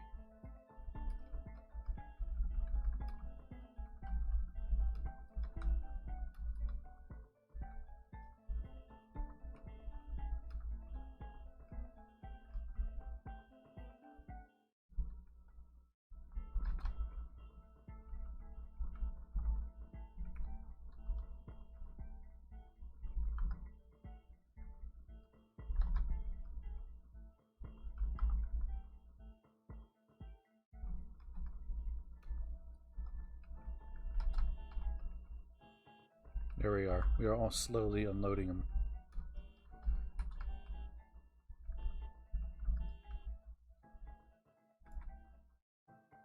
Oh, we lit a fire recently. Good. We'll come back to this later.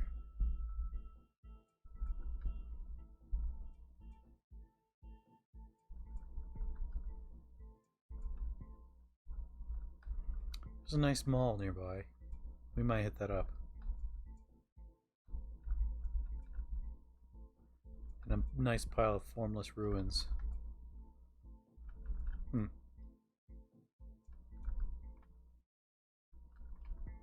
I use the harmonica?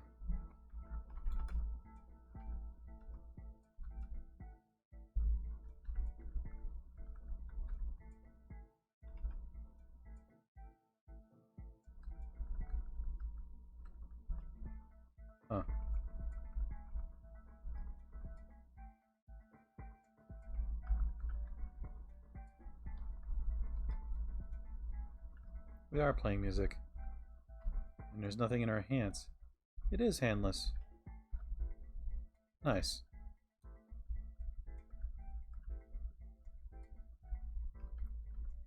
Looks like Crumbles is going to actually be able to learn how to play harmonica.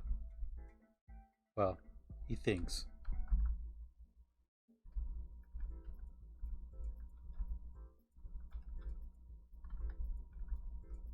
Gold and silver. Useful for some things. We head down to the pawn shop.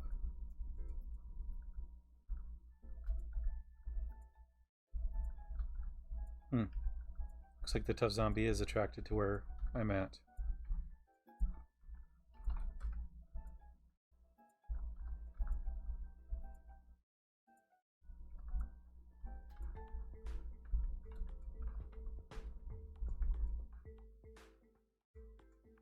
There's a coffee maker.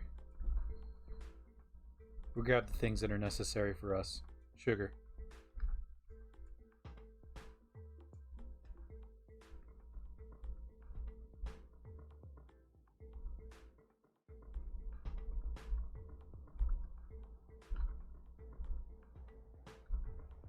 There's a battery charger in there.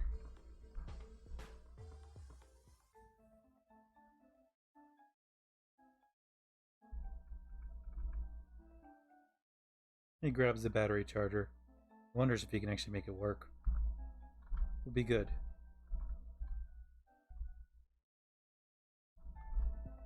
Chocolate drinks, you can have those. Good.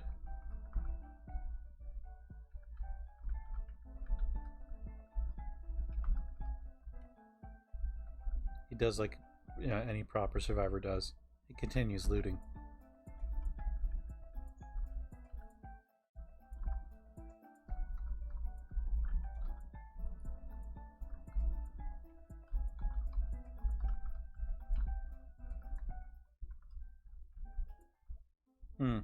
Seeing that he has a vehicle now, this might be useful.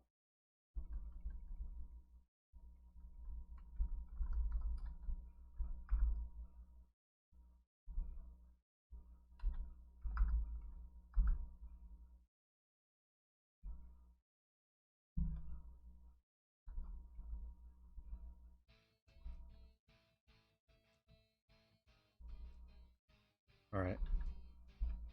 He turns off his flashlight. He knows what he needs to do. This is going to take some time.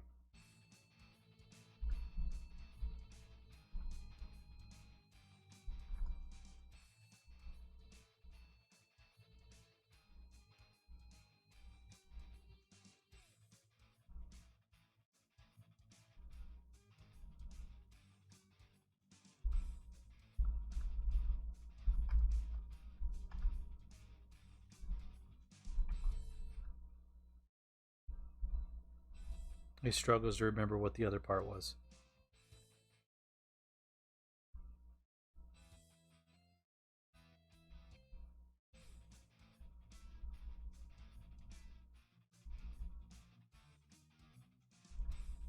Other?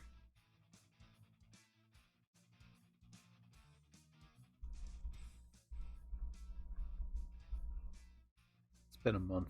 I keep forgetting.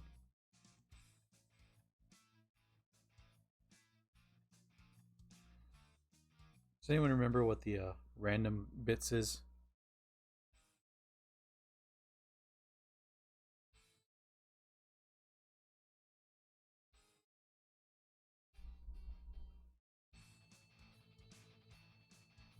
Custom. You know what? I think it's custom.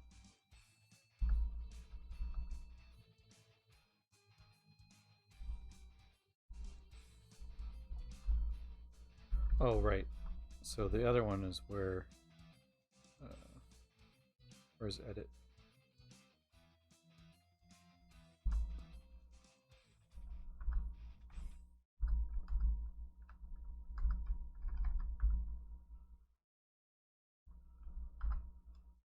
Okay.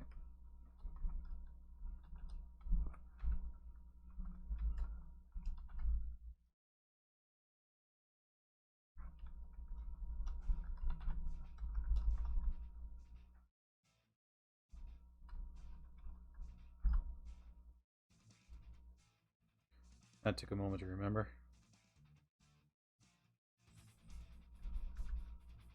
And there's some fur pelts. Perfect. Not sure how many. And a wool poncho, which unnecessary.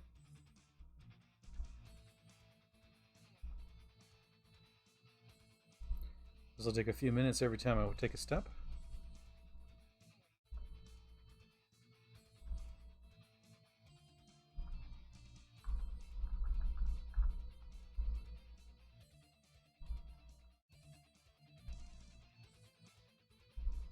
Crumbles drags these items across the floor, waiting to get to a nice point where he can drag it into the vehicle.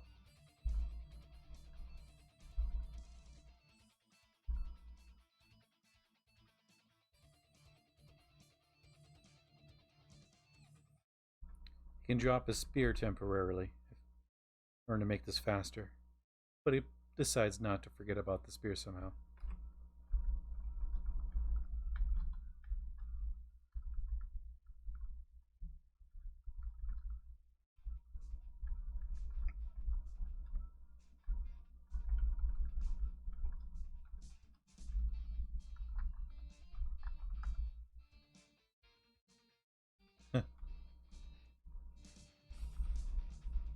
It's good to know the alarm is still working well.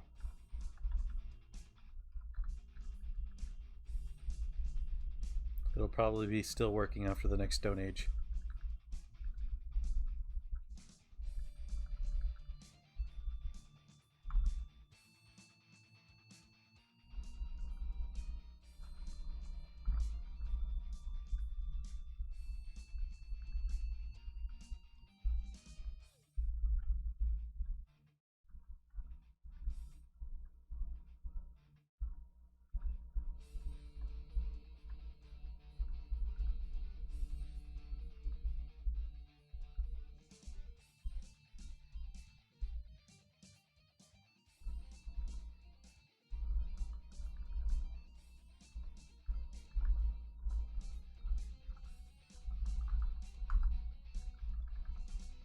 We pop out the car, we turn on the flashlight, hoping that nobody's going to approach our car.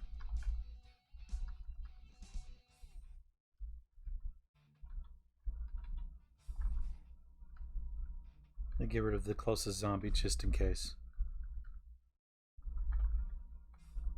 I drop the spear on the sidewalk. That way it's plain to see.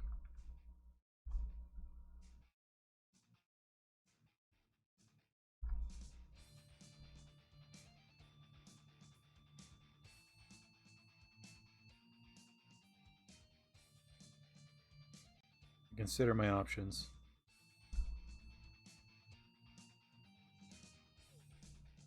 Looks like the creatures are going away. Good.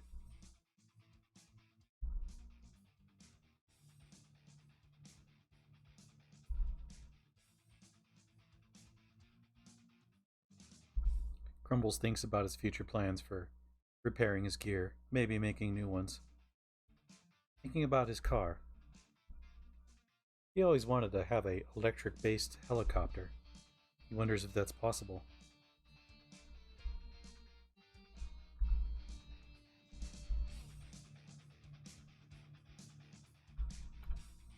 Forgot I could just press one button.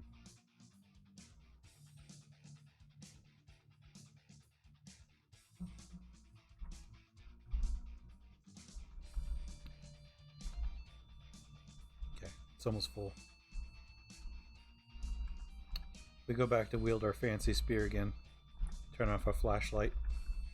We get our nice car out of here.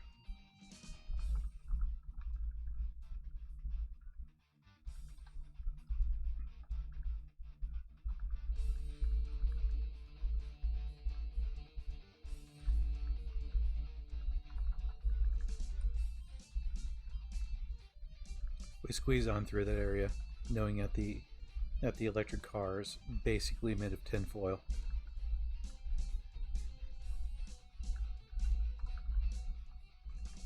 It's fancy tinfoil.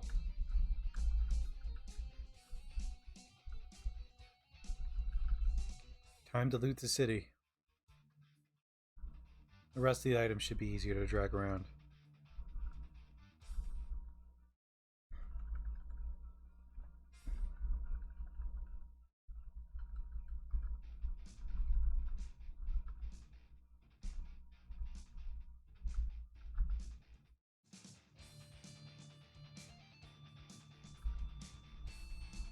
We lockpick the door.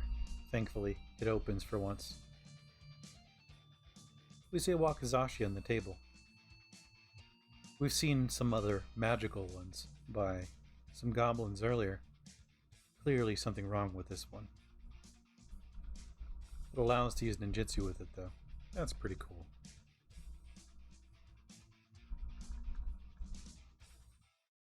We see a couple of dementias in here.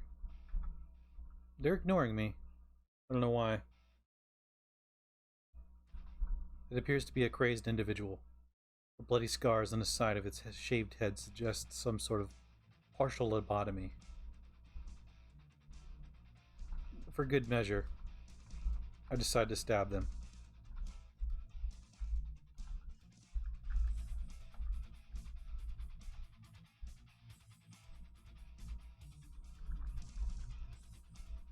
Unfortunately, nothing useful. Small relic on this one. Mike, I'll grab it.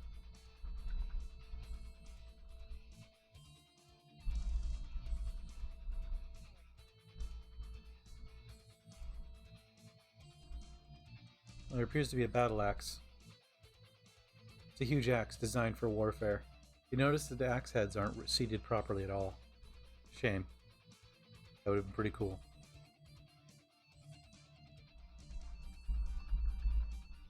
It is a pawn shop after all.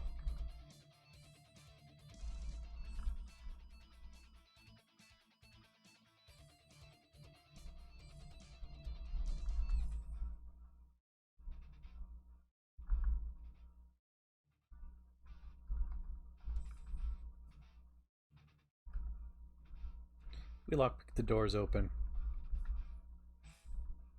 We noticed we came in here for some Smith and Wesson rounds.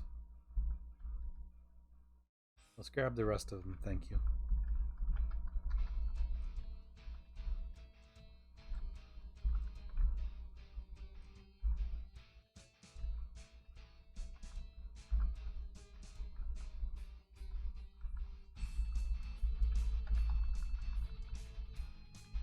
Pawn shop with nothing much in it, but in a desperate situation, could have been very useful. We note that nearby is a library. The more we learn, the easier it will be to make a helicopter in the future.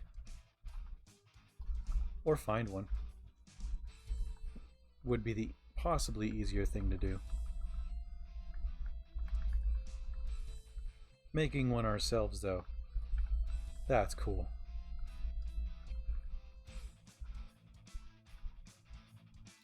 Useful books. Good.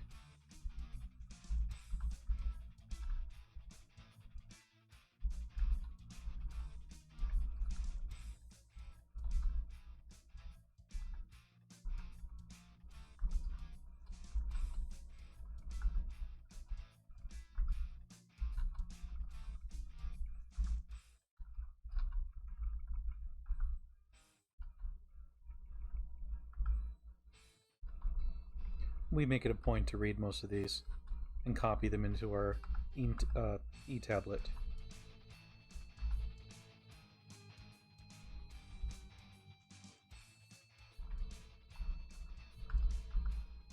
Copy them all over. Some of these are going to take some time.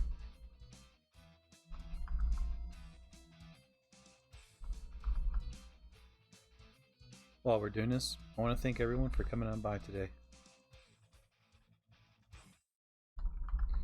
If you liked what you saw today, consider following the channel. If you really liked it, you know, there's a subscribe button. Some of you might have a Amazon Prime thing going on too. So, good stuff.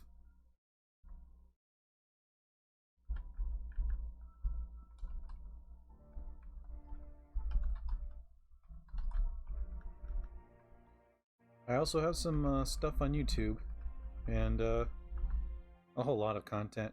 Any of these episodes you might miss will likely end up being onto YouTube.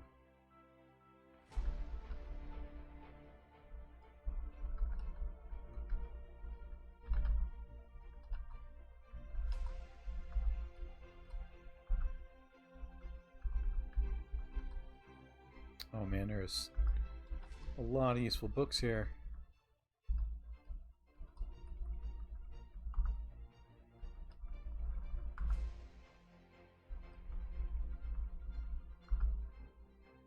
Oh, poison gas, I didn't notice that.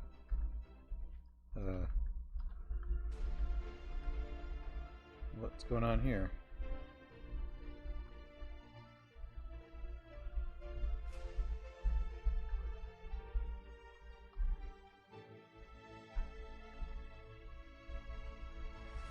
Huh. Interesting.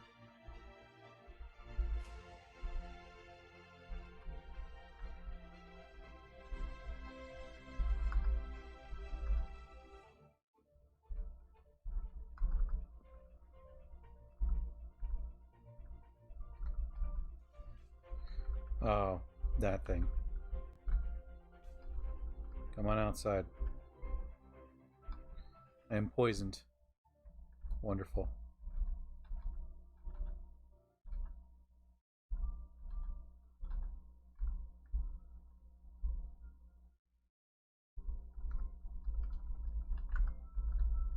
I lead it away from the spot.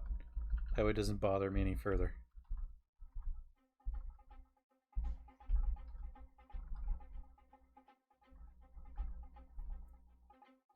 While it is close to dying, I am slightly poisoned. Yeah.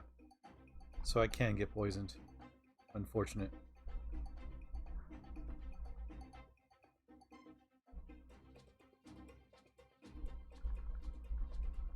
Looks like the Zoth died itself too. For good measure, I crush it. Jerk. I go back to copying books as I'm poisoned.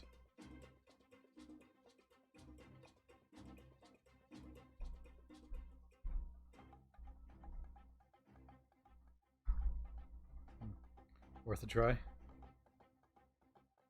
Eat the items that are going to expire first.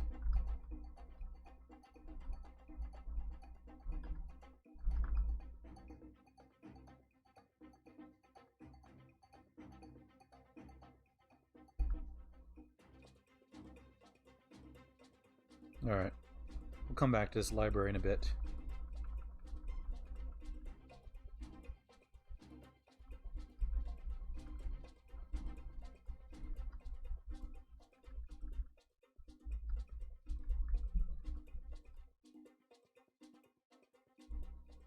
There's a nice couch down here. Why is there zombies?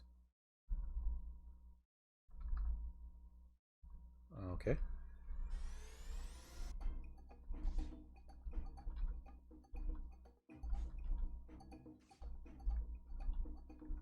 I still feel guilty about slaying some zombie children.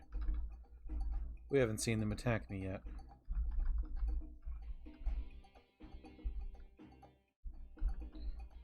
Well, for good measure, we'll pull out the zombies from the room.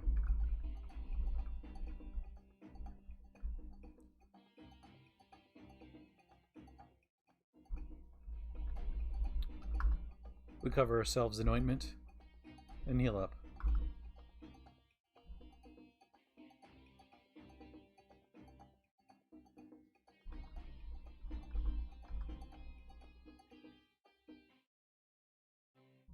Continue trying to sleep.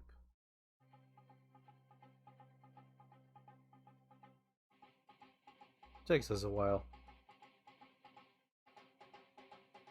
Couch isn't very comfortable. We're reminded that we're completely covered with blood, surrounded by blood. And we realize we had some s'mores, marshmallows, and other delicacies. We quickly passed to sleep.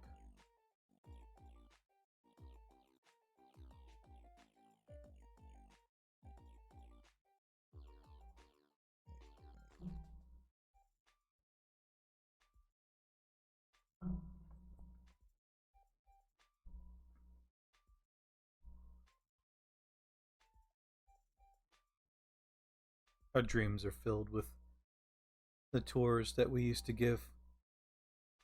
The other kind of tours where we were going into enemy warfare territories in a helicopter.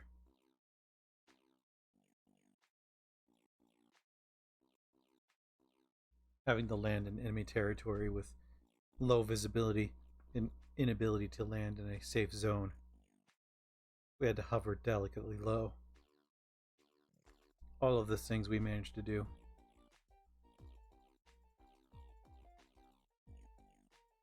We still try to recall what got us caught, put into the slave pits, mutated to what we are, biotic parts installed into us. We have flamethrowers in our hands. Why?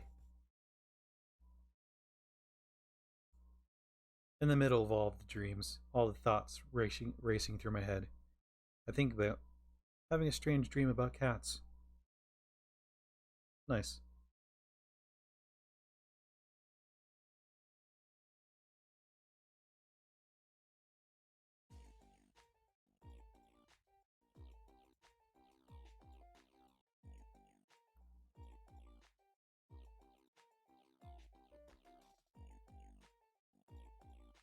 This is going on for a while.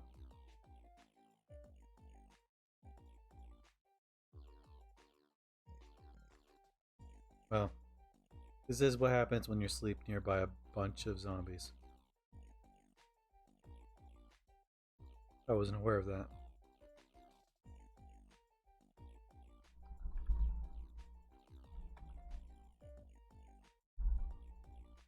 The fuck?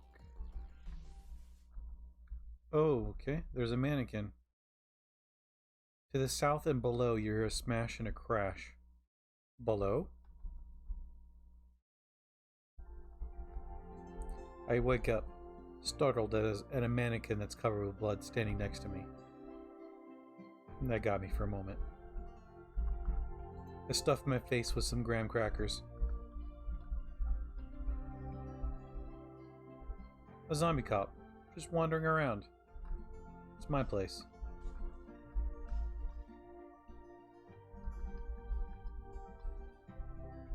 I don't know what I saw.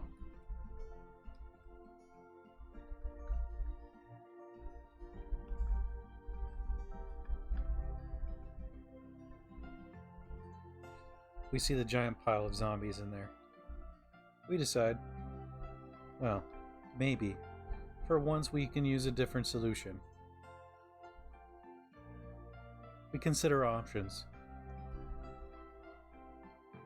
We decide to go for dual hand flamethrowers. And we almost light ourselves on fire. Huh.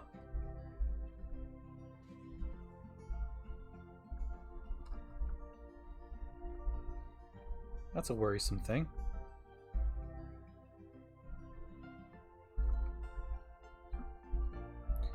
We start our metabolic interchange. We watch the zombies walk into the fire, willingly.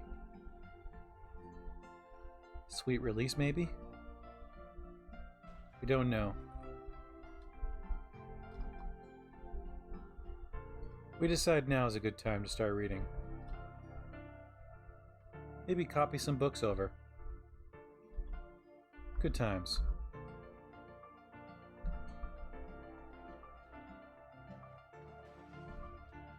Alright, we stop reading now. Or copying the books over just in case there's explosives involved. We take a healthy distance away. We continue watching though.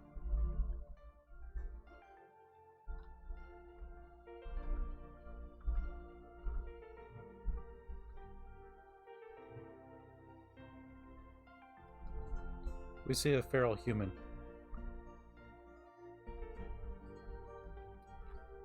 We crouch next to the bus, using it as cover.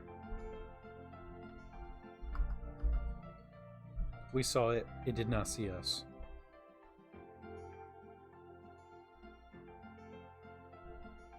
We watch as the building burns.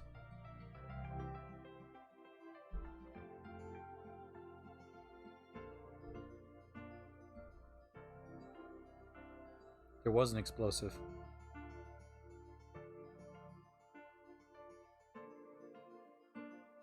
was probably that zombie, the Necro one. We continue copying more books. We note how tired we are once again.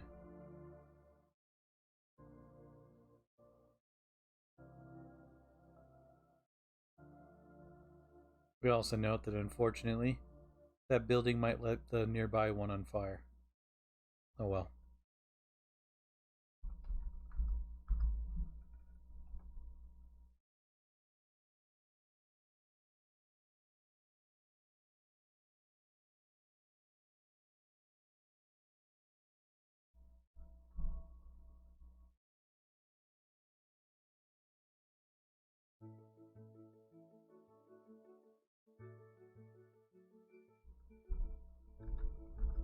We're almost done with these books.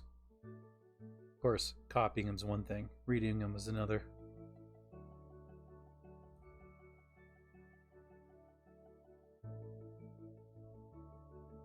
We can now drop all the books off, thankfully.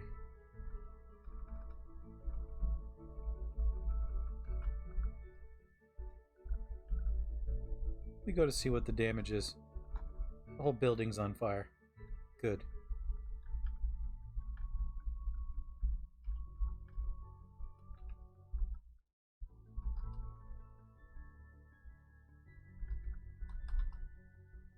Too dark to read.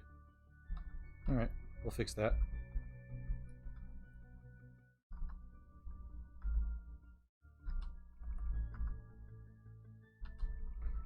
We once again grab every book we can. These will be useful in the attainment of knowledge.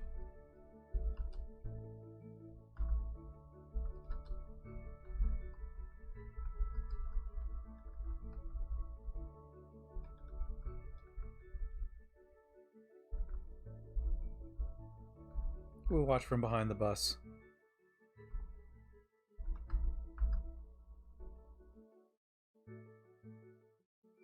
The flames are slowly dying out.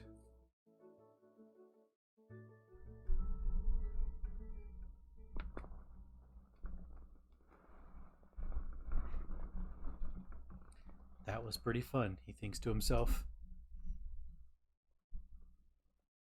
Kind of reminds him of having napalm on his missiles for his helicopter.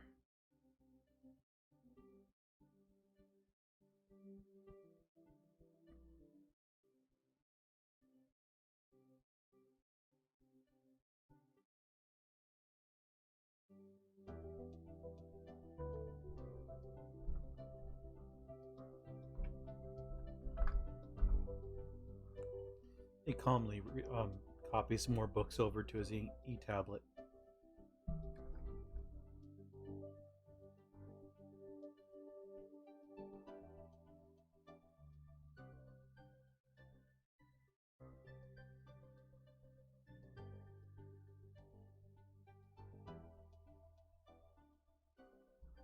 He just thinks, burn. Just burn.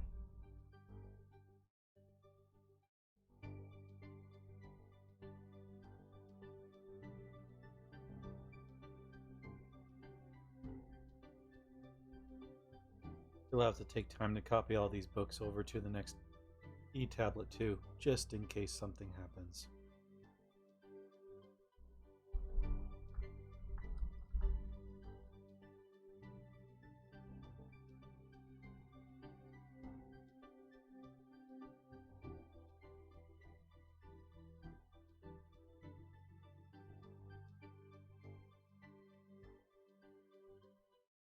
The fire rages on.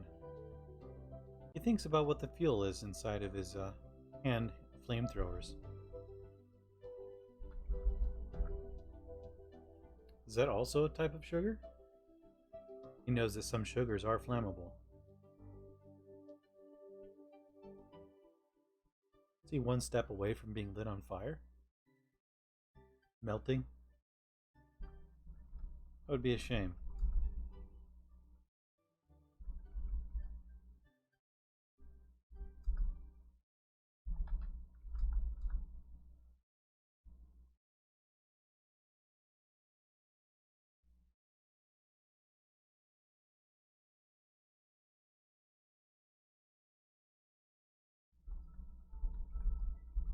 He knows how effective that house fire was.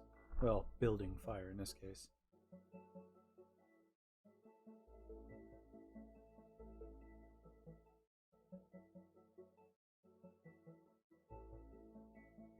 If all is well and good, there should be parts left behind. That is what he's hoping for.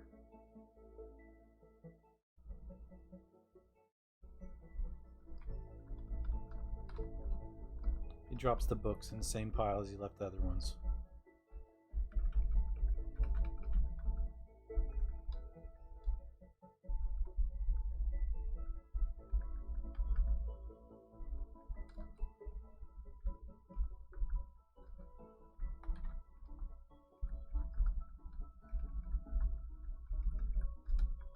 And this is how you carry a lot of books in one place.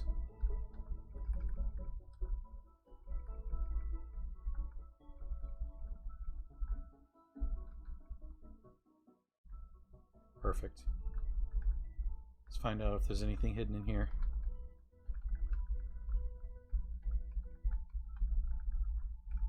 Appears to be nothing.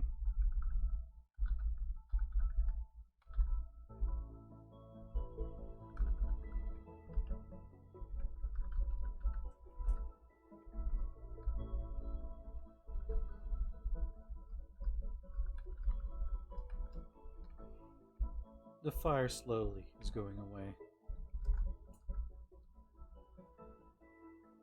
At least we have something to watch. Anything that'll explode should stop sometime soon. We turn off our flashlight, thankfully remembering. Don't want to use up all of our batteries.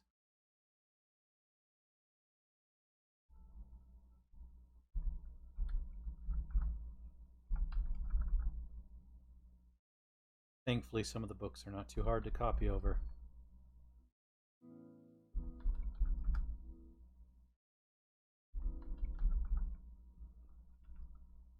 Apparently, I'm craving a fire, despite spending all the time nearby one.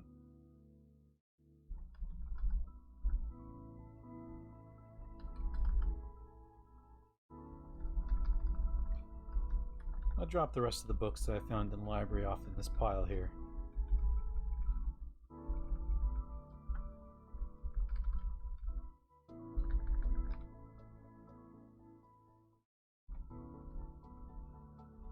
And that's the moment I realized I dropped off my spell. Somewhere. Great.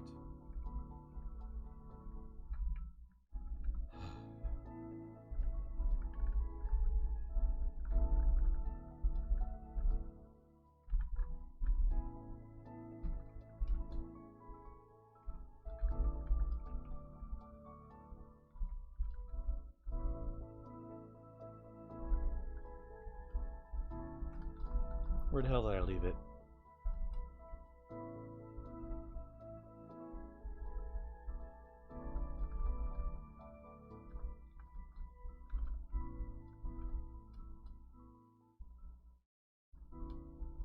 There's a lot of stuff here. Nails. Things like that.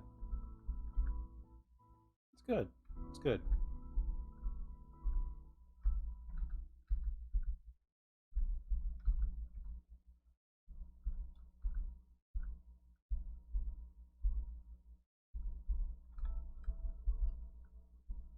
We walk through, hoping for something to pop out at us. Useful things.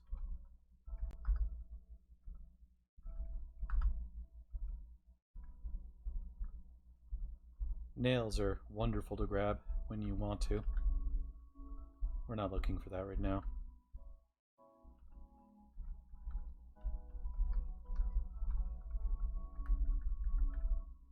I do find it odd that this did not light on fire.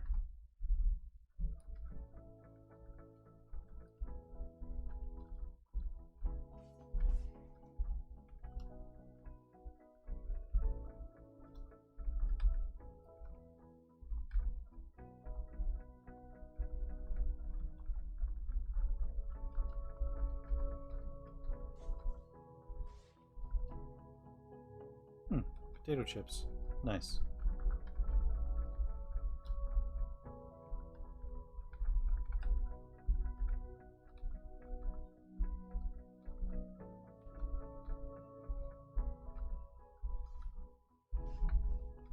I stabbed the zapper zombie. Keeping my distance, somehow my spear is not conductive.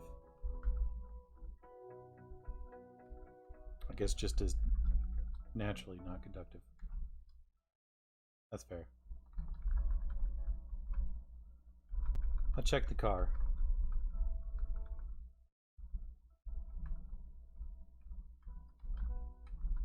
The spellbook's not here. I don't want to leave that behind.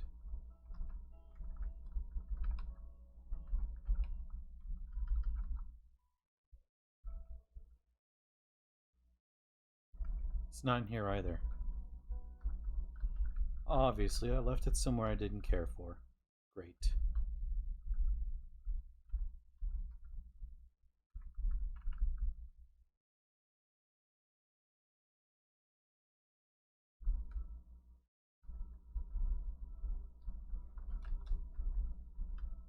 We could try this building.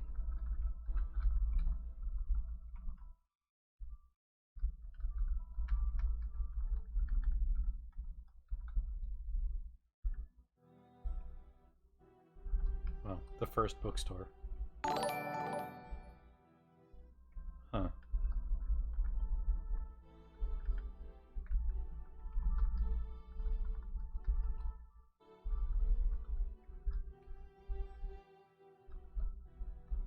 We didn't notice the essence on the crawler earlier.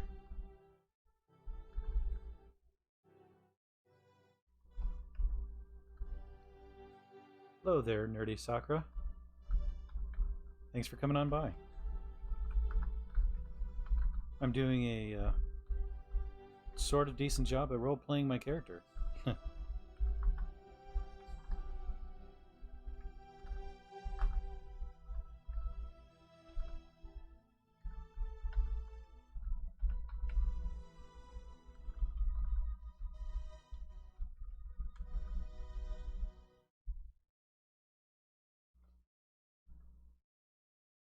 Wish I could survive a single bloody day in this game. Yeah. It's tough. At least to start with. Of course, the start is one of the hardest times to go with. Usually it's about having your skills decent enough to survive the first few zombies. But if you're having any issues, one of the earliest things you can end up doing is breaking some furniture nearby. And if you have a cutting tool of some sort, which is, you could generally find one by bashing furniture or just finding a knife or scissors, and you can make yourself a cudgel. I even have it just listed right there, even though I'm not going to make one. Actually, I'll make one right now. That'll bring my fabrication up. There we go. It looks like I already had fabrication. In any case, I don't have that recipe on my character. Most characters should have cudgel.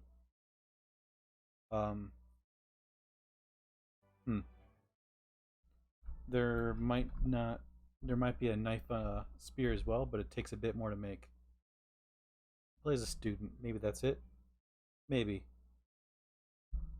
There's possibly a few other ones. A 2x sword. That one's okay. That one takes a while to make though. Failing that, a pointy stick.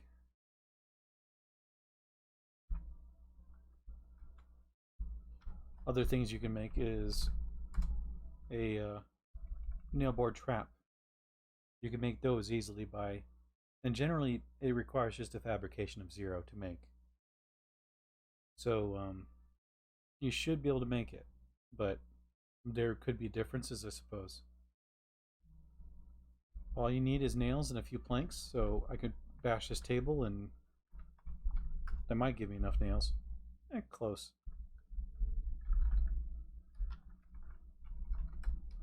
You know, I'm gonna favorite that. All right, and I can make a nailboard trap. I do evacuee student with very few skills. Um, hmm. Well, yeah, I don't know about the not being able to make a cudgel, but finding yourself a high accuracy weapon, and you'll see on the I actually pointed out right over here, plus to hit, because most starting characters have a very low skill in fighting. That's going to be significant, and the fact it does a variety of other skills too is nice. Um, Something else you can do is make choke points, so you can just block uh, walkways on purpose by grabbing furniture and moving it up there. So when you're moving around, your movement may not be the same as mine because my character's Mr. Crumbles is really fast. But you notice that I walk on that furniture, it goes up a bit. That happens the same thing for zombies. So if you set like a nail board trap here, and then it has to crawl through over the table, it's going to be really slow, allowing you a few rounds to swing at it. You might be able to finish it off before it does anything. Same deal with Windows. Windows, how do you check character sheet? You hold down Shift and press number 2, the @ symbol, and it'll show a variety of different stats. Your encumbrances, you never want your torso like I have it here. I just happen to be carrying 2 military duffel bags, and I'm usually fairly aware that I'm very encumbered. And you can check different variables on here, like your proficiencies, the fact you're unhappy. Oh, he wants to start a fire again. Alright. Let's start some music. And one of the important things as you move along is keeping your morale up. So, I like to carry MP3 players, or smartphones, and play music from it. It's multi-tool. Really good for playing music, though. You will not be learning way too much on the survival end from this fella. Only because, unless you're looking for tactics. It's, I'm playing a character that Mr. Crumbles is made of actual sugar. Zombies aren't interested in him. So, me wandering through the city is actually relatively safe. But what I can do is show you what I do in order to survive. Corrosive? No way. Wow. This is what? Week 59. So it's freaking 19 days? Huh. So you can see right here, these guys aren't interested in me. They're just ignoring me. They should be hostile. But I can pop them a little bit.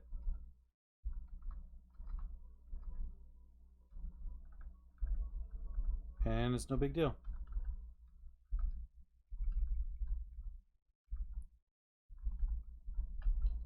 Mr. Crumbles is happy with that.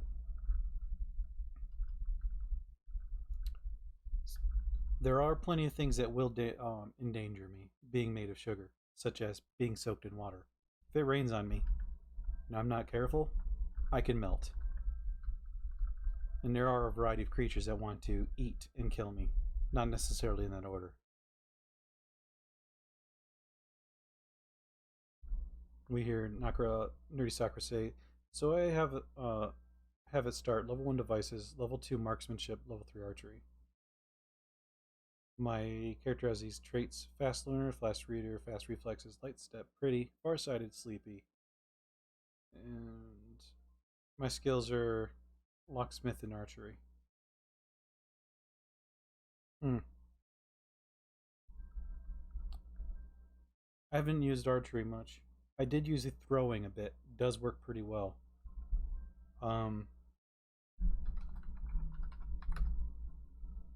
So So it looks like you can make arrows early on. You just need cutting tools. That's not bad.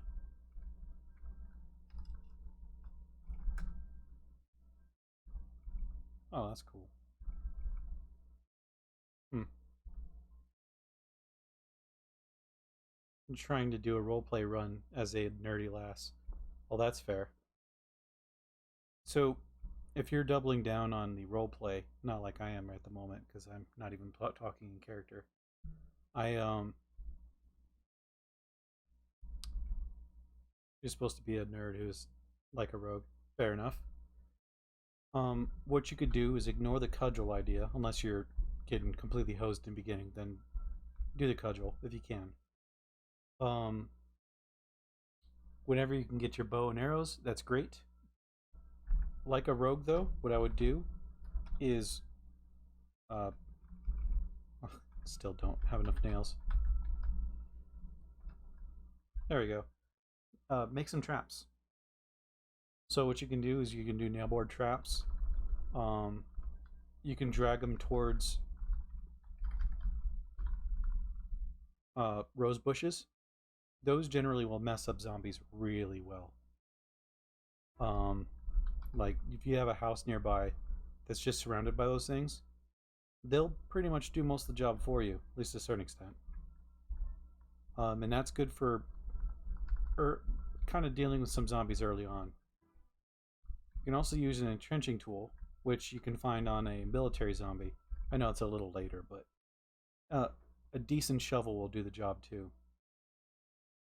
Yeah, I accidentally jumped on one. Ooh, yeah. Another tip is when you see a window and you're desperate, don't crawl through it even if you're desperate, unless you... I mean, if you're about to die, the window will probably finish you off. You could leave it like that and use it as a choke point, and the zombies might not bash it out. They might crawl through and it'll just cause them to bleed more. So if you dig some pits, you can cause the zombies to take a while to get to you, make them crawl through glass or whatnot, and by the time they reach you, they'll be almost bleeding out. For good measure, I'm just gonna... There you go. Break that window.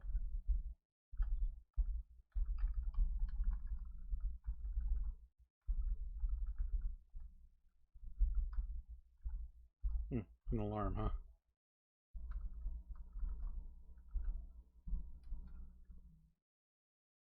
Oh, well. That was a fail. Being made of sugar, I am completely reliant on eating sugar.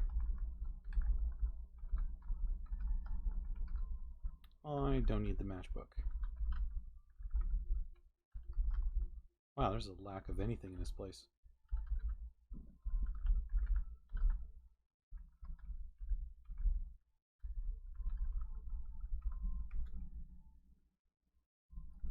That's a shame. Alright, near a house. There's another library down the way. We might as well hit the house up. I'll turn off the light. If you're carrying around a flashlight in the middle of the night, you can see a little further, but the zombies can definitely see you.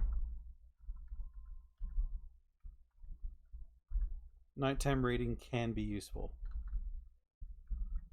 If you want to change the game so you start off in the night,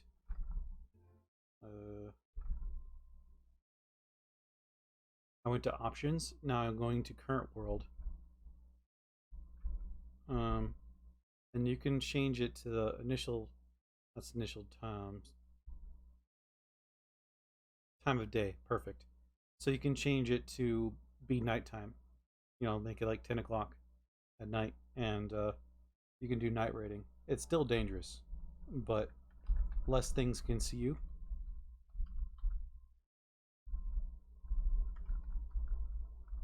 And you can also play off being a rogue easier.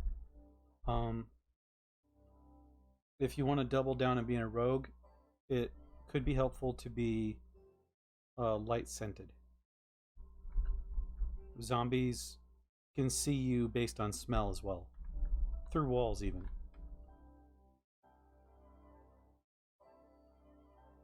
My company wants to live for 10 days before they'll let me join.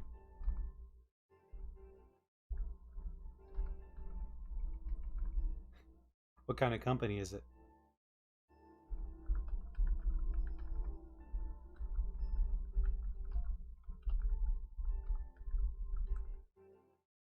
Oh, companion. Oh, yeah, that makes sense. Yeah, that's fair. All right, I'm gonna go back to the roleplay of Crumbles. I completely forgot what I'm doing there.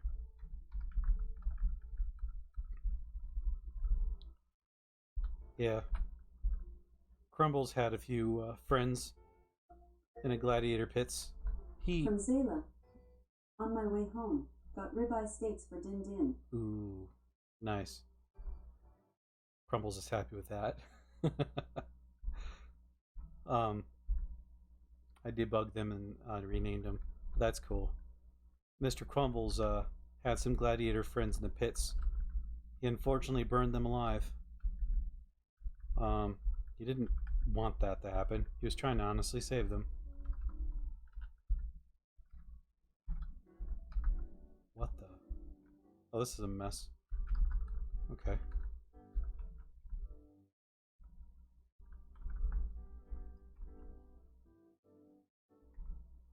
Now, where's that flashlight?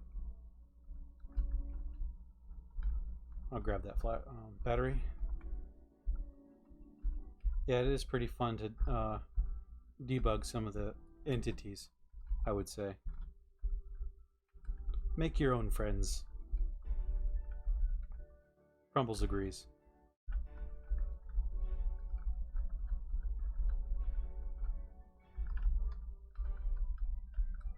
Once we get some people that have survived past a day, I was going to rename them and name them after chat, he thinks to himself. Some of the voices in his head.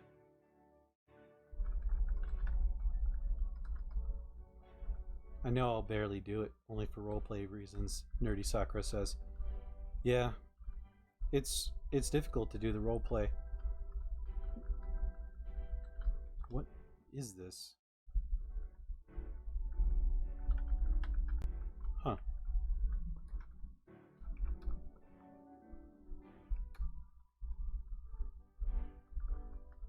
He climbs the roof. Something for a rogue to do? You can climb on rooftops. You can climb downspouts. They can be useful for surviving some of the Zeds out there. Be careful though. You can fall and it will do some significant damage to you. Crumbles understands what that's about. Crumbles pulls out his sledgehammer, ready to deal some business to this metal wall. He wails on it. It's not damaging the wall. He doesn't have a good enough sledgehammer. Damn. He was hoping that would do the job.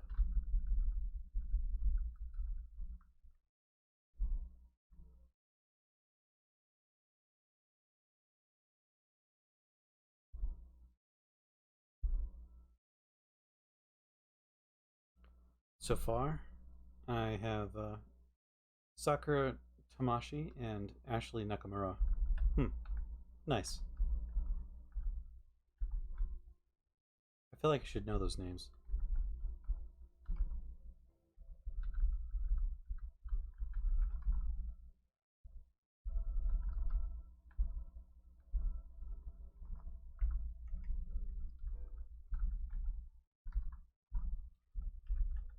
Crumbles thinks to himself, what is my world like? He decides to show everyone in his mind what's going on. Here's the mods that we're playing with. I'm going to go through them quickly. Sekernam, you have to download this separately, I believe. It basically makes new types of zombies and a new type of plague that happened. You still have the original zombies, but some of them are different. It's a very interesting mod so far. I still don't know everything about it. Magicalism and Arcana magic items. Adds magic to the game. I like it. adds spells as well. It's a nice spice. Blaze Industries adds vehicles and other creatures. More creatures, and some fighting styles and some equipment. These are pretty self-explanatory. Except for that one. I honestly forgot what that did.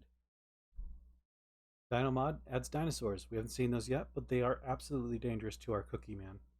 Unless they're zombies, which they'll ignore me.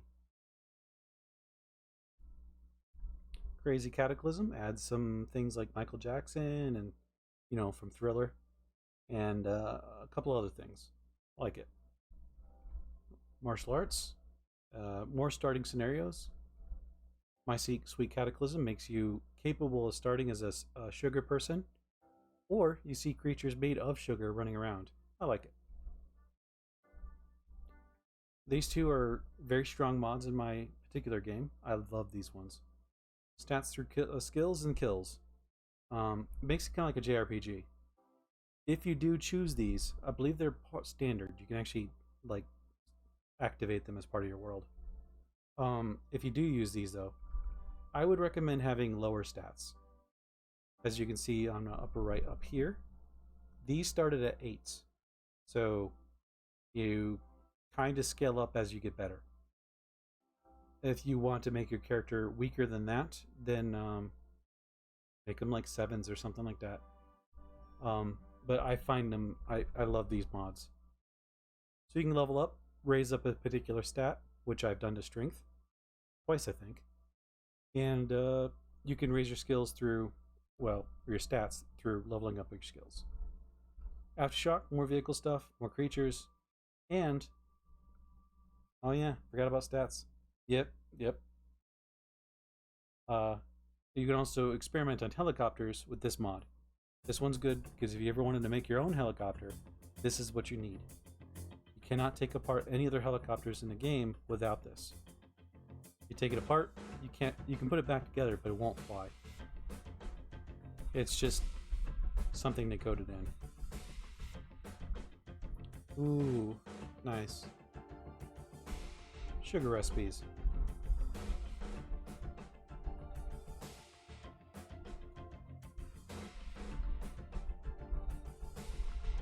It's a nice reading room.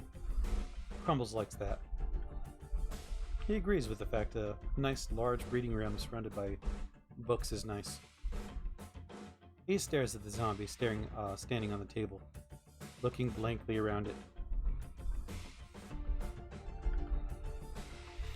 Doesn't seem to recognize where it's at. Unsurprising. Strength 6, Dex 9, Intelligence 10, Perception 6. That is a difficult character. The unfortunate part is, for strength, it doesn't just govern how much you can carry, it governs how many hit points you have too. So, yeah, you're dipping into the difficult terrain, which is perfectly fine. But if you're ever wondering why your survivability is a little lower, it's a bit of that.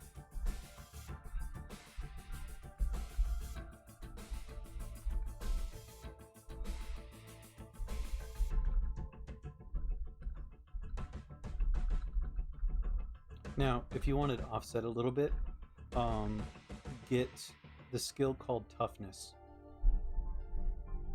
or trait. I just wanted to make her slightly weaker than average.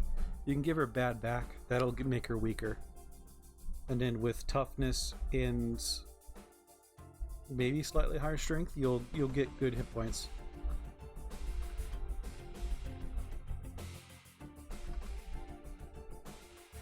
Oh, this room's a mess.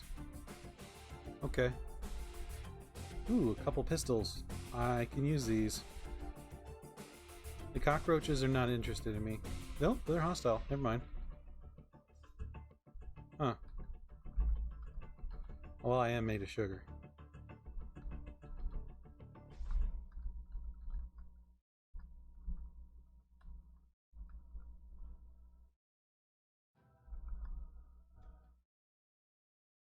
I'm not going to read most of these pistols. I'm just looking at them real quick. See what's what. I don't remember if I have 10 millimeter. Oh, wait, that's, yeah. Handgun, handgun.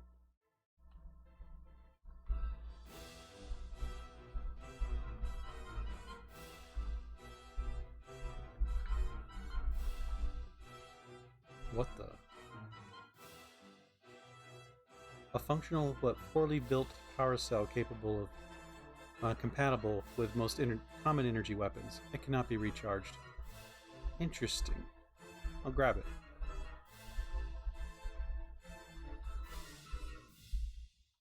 Skittering plagues have no interest in me. They fighting? Will they fight? No.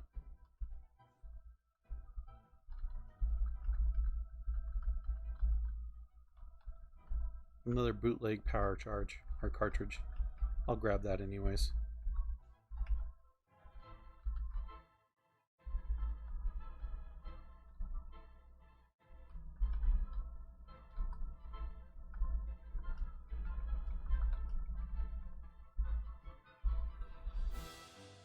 We go through some more stuff. Personal message card, huh? A glossy image of flowers and funeral statuary. I'm sorry for your loss. Evie was an excellent grandparent, and we hate for you that he was infected with moxphoria and wandered into the wastes. Oh, damn. Pretty sure that could have been worded better, but... well, I don't run a morgue.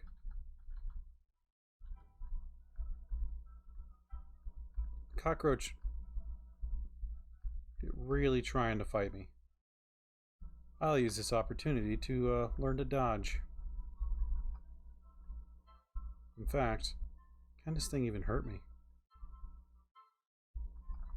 No, can't. So...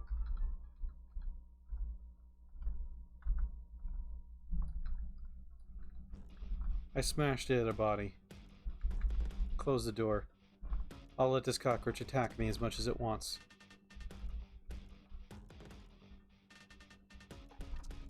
I'm clearly learning quite a bit. Huh. I wait for 5 more minutes. It manages to hurt me. It damages something on me. Ah, my armor.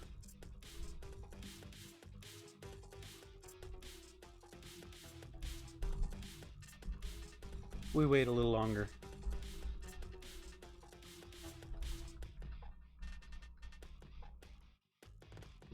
Leather arm guards are dented. Is there a way to check hit points? Yes. Go to, hold down shift, press number 2, as in the @ symbol. Go to strength up here, and you'll see base hit points. They no longer have the option to show your hit points overall on the different parts. So you have to go off this. Thankfully, it does work.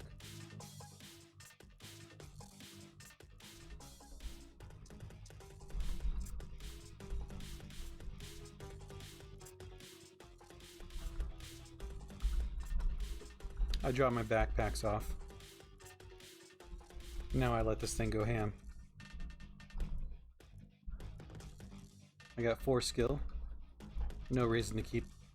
well... ooh. It's absolutely hurting my bracer. I think that was enough of that. Realization I'm not carrying my spear around. It broke my spear.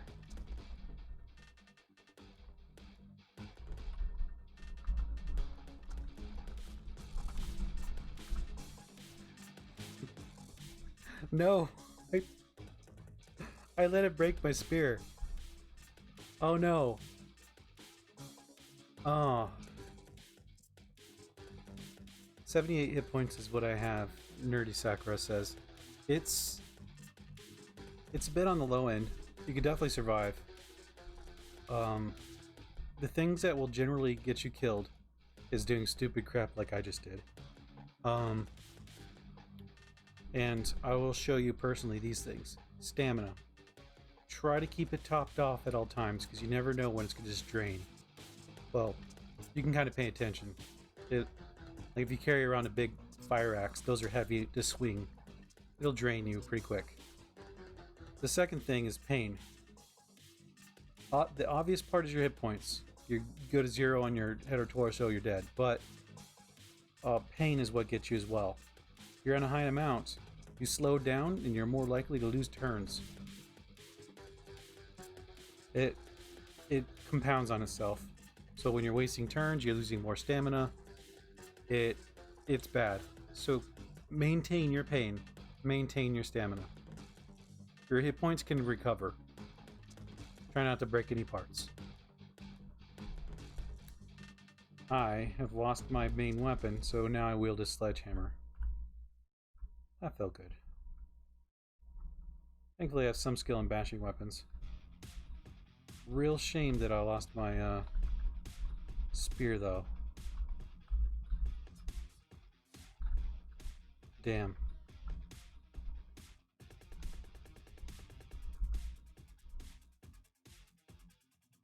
Oh, it doesn't even have a magazine? Oh, I'm not carrying that. Where's my pistol? Oh, there it is. Duh. Man, that sucks.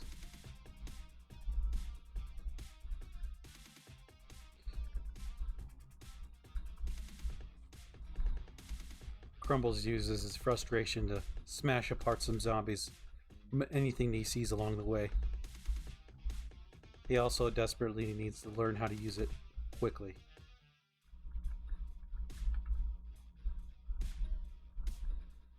Don't use any mods. I want to learn how to play first, but the magic mods look so fun.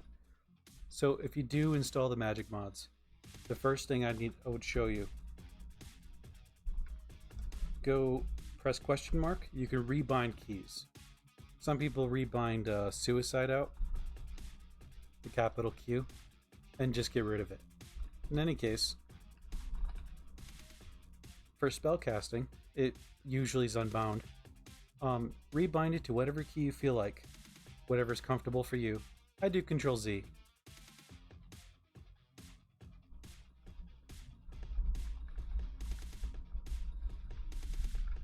Other than that, go ham. It's a learning experience. If you want any tips or tricks, just ask me when it comes to magicalism or whatever.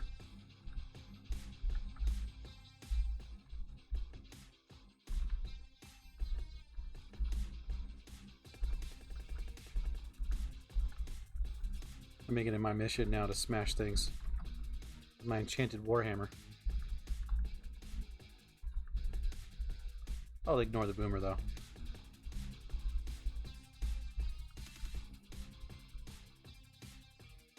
So tough zombies are those that killed me 99% of the time. Hey, I got an achievement. Nice. Okay, cool. I thought I'd disabled achievement somehow. If you wish a trick for surviving early on for a character build, this trait right here is very big. Get fleet-footed, makes you run faster on sure footing, which is honestly most roads and whatnot.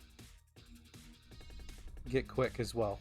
You'll be quicker than most zombies, so you can just run away. Being able to run away just means you can survive.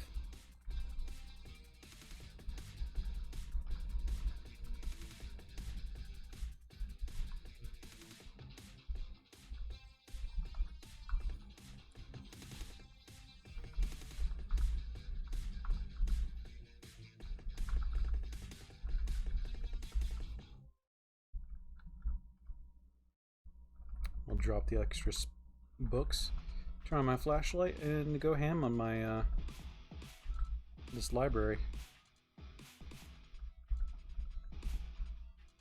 Now, one of the problems if you get to a longer lived character, you'll find that carrying around a ton of books is a pain. You can get yourself one of these. the e-ink tablet. Smartphones can also save books, but these can be recharged easier. They will carry all your books for you, and it doesn't take too long to scan the books into it. Very much worth it.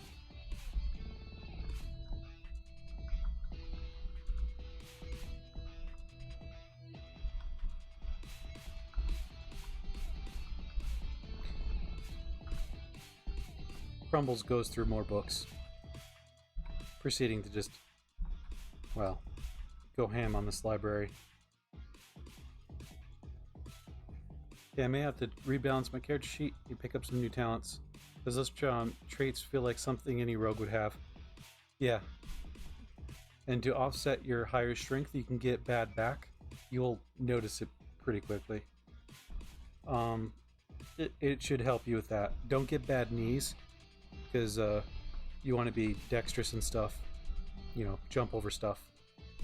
You can also pick up a trait called Parkour Expert that allows you to do what I did, jump over counters and stuff with little issue. It's very fun. I like it.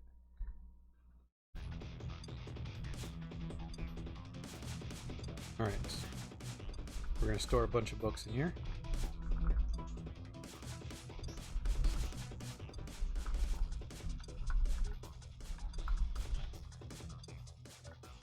Alright. We got all of our spell or stuff.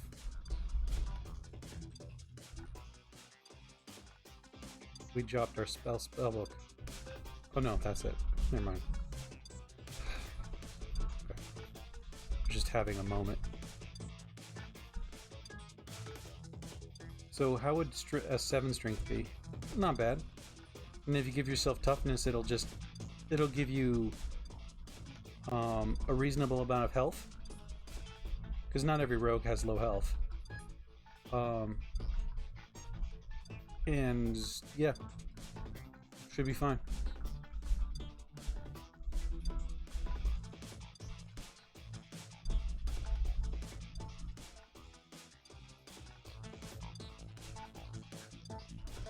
Ooh, this armored vest is about to fall apart. Okay.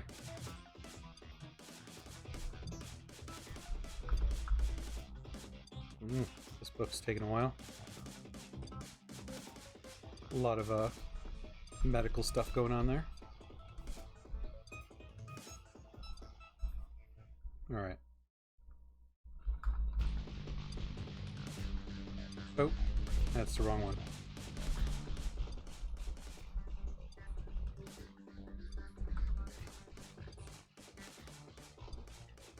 Toughness doesn't mean carry weight strength, it just means you're hard to top. It gives you a flat 20% extra health. Doesn't give you any more carry. Now, hit points are good, but usually the things that get you killed are pain and stamina. Or, yeah.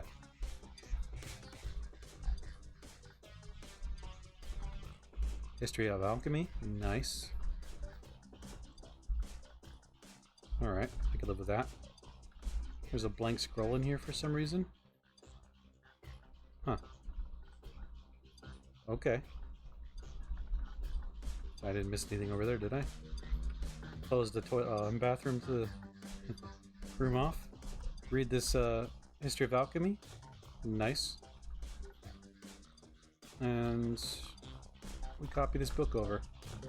I'm going to carry this book this time.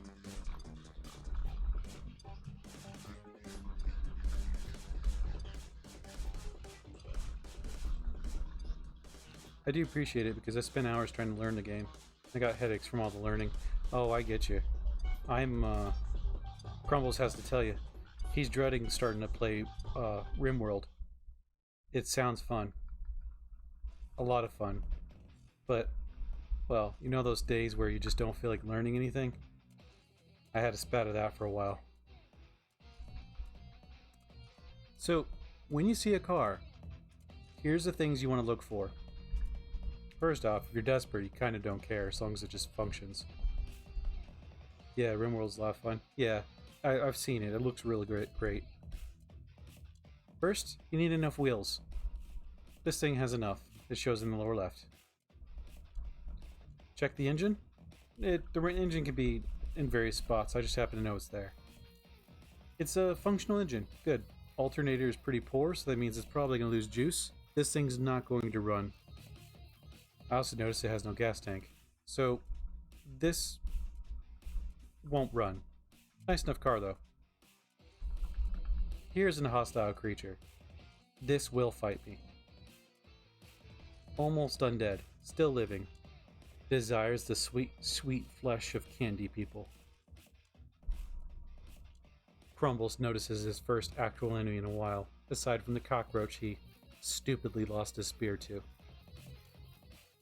This feral human's eyes look more focused, its movements steadier than others of their kind. They're carrying a crude spear, and have assembled some basic armor from scavenged clothing from bits of riot armor. Though you can see several gaps. Despite these signs of greater intelligence, this creature is still a few steps away from being a zombie itself.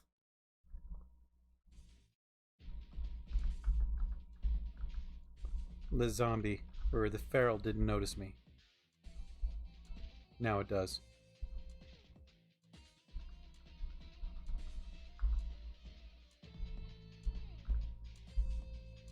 I swing at it. It tries to stab at me, past my head. Stabs at me again, past my waist. I swing at it wildly, and I miss.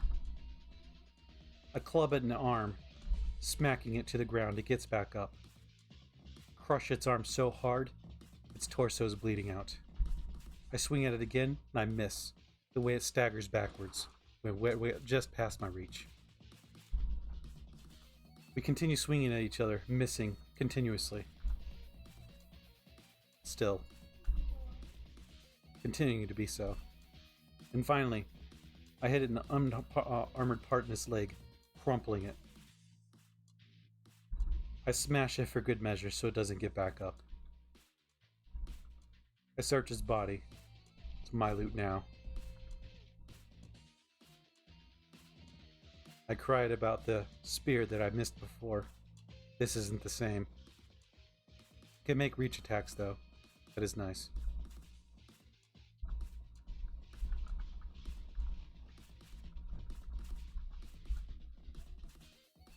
You'll note, because of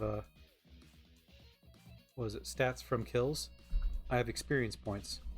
You can spend it between any of the 4 stats. I'm going to use it on strength mostly. Previous character was strictly intelligence and dexterity. It got kinda silly.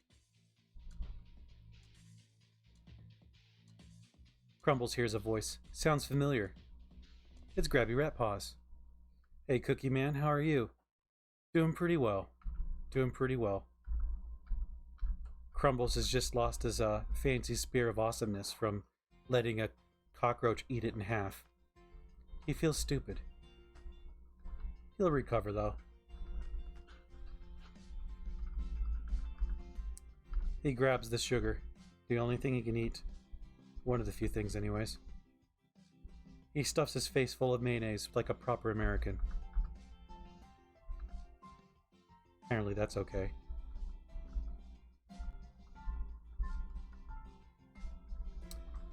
How about some cheese spread? It's not even real cheese. That's why I can eat it.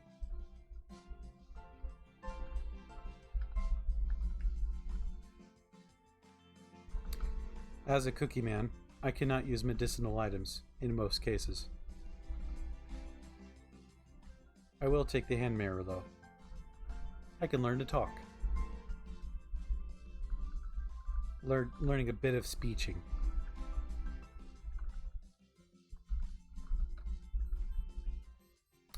Character's getting tired. Crumbles. Decides, now's a good time to go to bed. He kisses his warhammer, covered in blood. Then again, so is he. He hasn't had a proper bath in a long time. He decides, after turning off his smartphone, the game thankfully tells him about, he goes to sleep.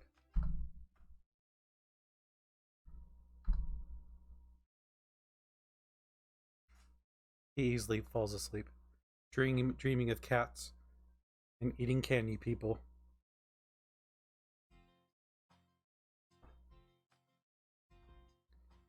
He's still not sure if that's cannibalism, despite the other voice telling him clearly it's more than likely not.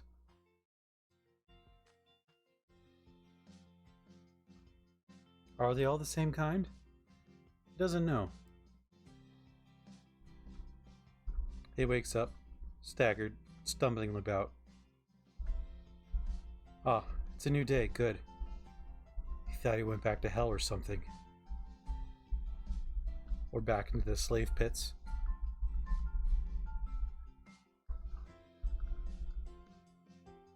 Huh.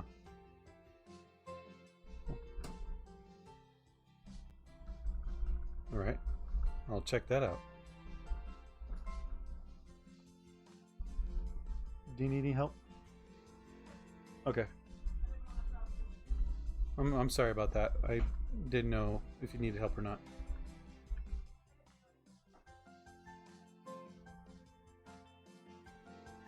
He hears a familiar voice say, "Can Crumbles even bathe at this point? Wouldn't that kill him?" He's sure a cookie bath might work. But water, yes, would kill him. His feet almost fell off from his feet being soaked in water at one point. He now carries 3 sets of towels. Just to make sure. Sure, that's mildly encumbering, but water can kill him. He proceeds to carry on, go towards the natural springs.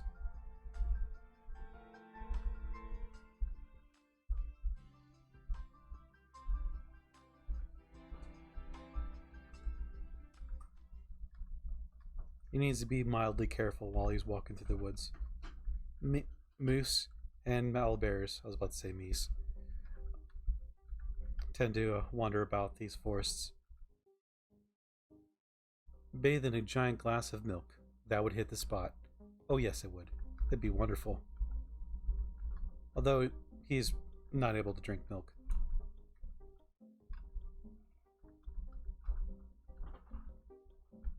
Or a giant cup of tea if he wants to end things. I'm not sure if Crumbles can have tea.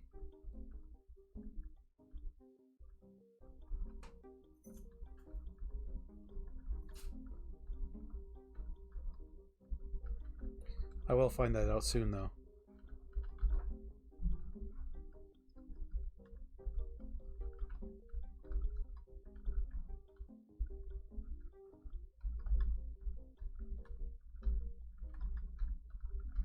I'm purposely looking through the bushes. Oh, this is the natural spring. Okay. Huh. That's nice. Crumbles is happy to know that there's some untainted parts of the world still.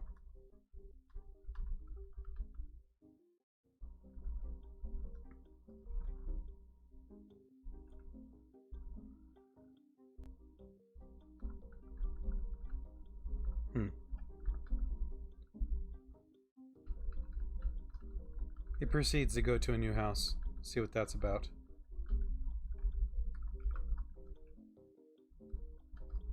Appears to be a bar.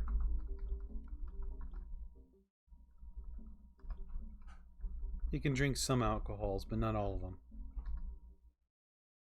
Such as, whatever this is. A Kelly Moxto? He's a recovering, well, everything. Alcoholic is one of them. It's probably best he doesn't. Crispy cranberry, though, can be done. He gulps that down.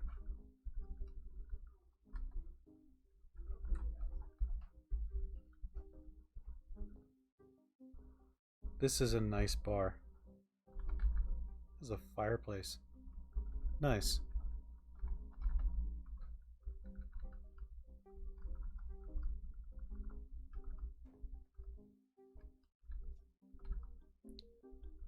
Crumbles destroys the zombie that tries to reach through the door. Wasn't reaching for him. It was reaching for something. He starts bashing at the zombie predator, still mad about losing his spear, despite it being entirely his fault. He thinks to himself, it was the cockroach, not me.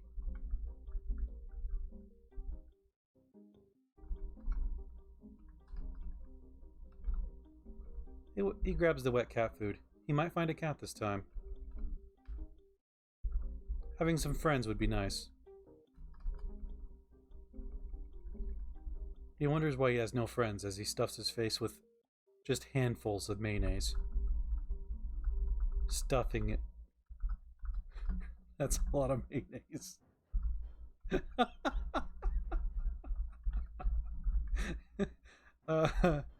Alright.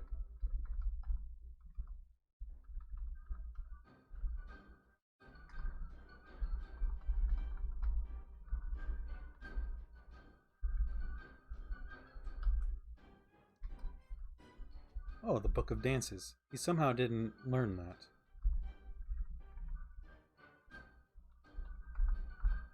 He copies the book into his e-tablet, but he still holds on to it. He can learn something from that book.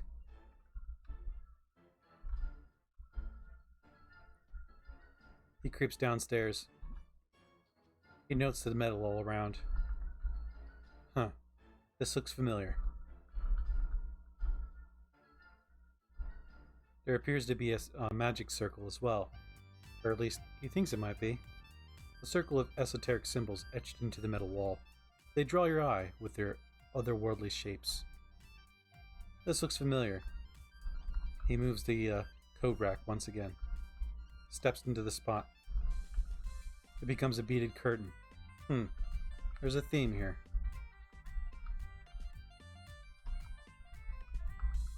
He reads the beauty magazine. He knows that's going to be useful.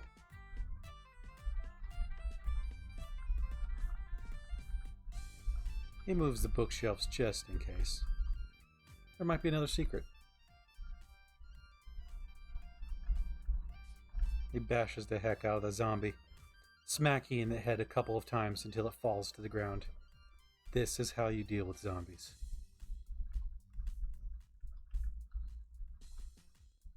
And maybe bad neighbors.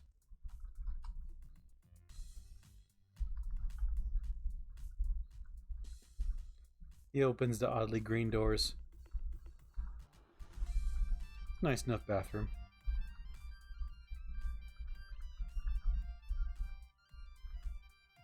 He reaches through their beaded curtain, seeing into this magic room. He finds a bag of infinite throwing knives. Whoa, cool.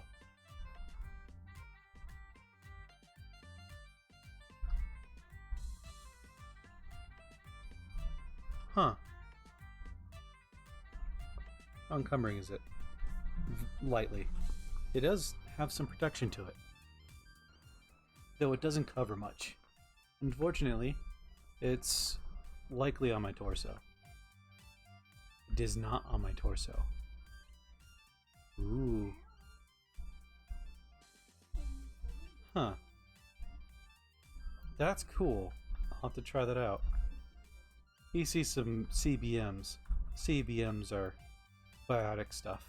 Things like bionics and robotics that you attach to your character through surgical tables. Very hard to install. He already has some, and he can no longer have any further ones.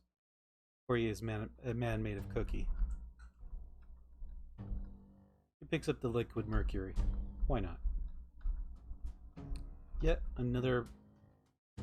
Huh. Another book. Just like the other one. He decides now's a good time to read. He starts a fire.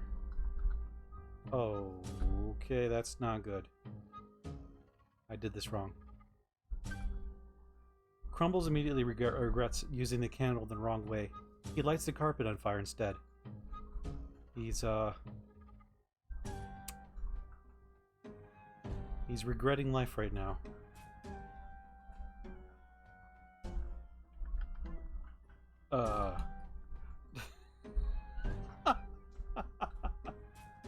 Whoops. Yeah.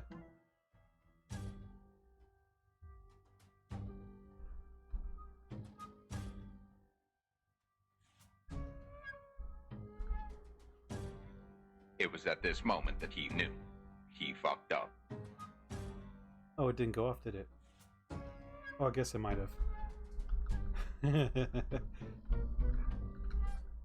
He crushes some zombies in frustration. He forgot how to use a candle. But he swears up and down that he can fly helicopters.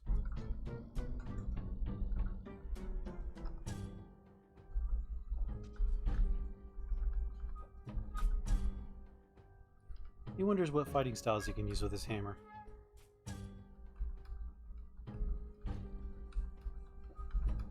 Huh. There's a few of them.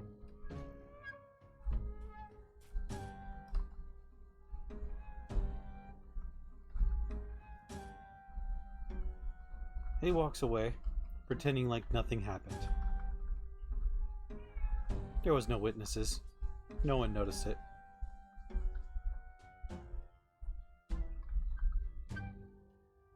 This is an almost brand new car.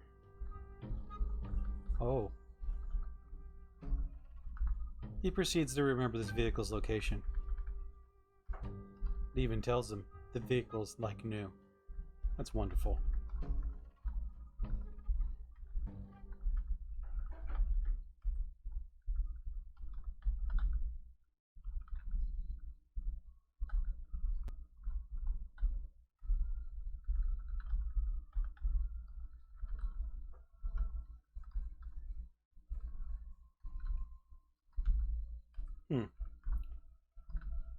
He buys the chocolate cattles.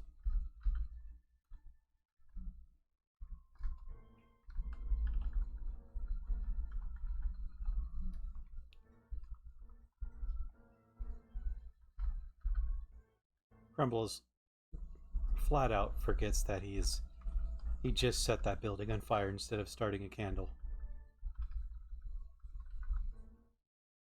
Ooh, a scooter, he says to himself. The scooter starts up with little issue.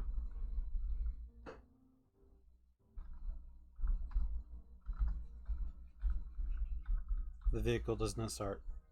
Takes control of the scooter again.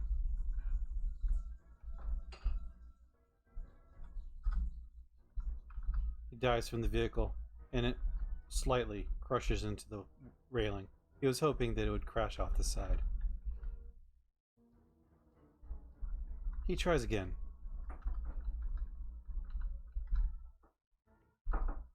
Reinforced glass. Well, we'll see about that.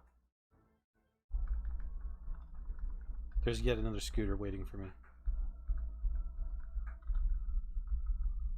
Oops.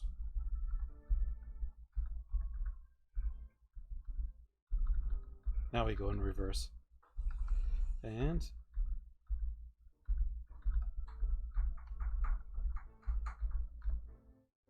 now he jumps off. And it's not enough to crash that. Wow. Okay. It continues to try, but struggle as it may, it'll do nothing against the reinforced glass. That was all for nothing.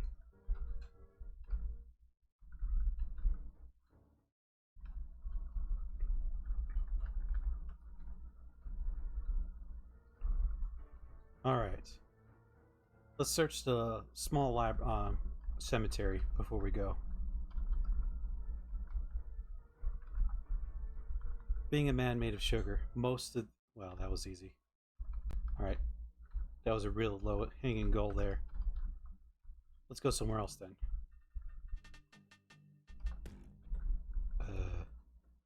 Guess a garage would be good.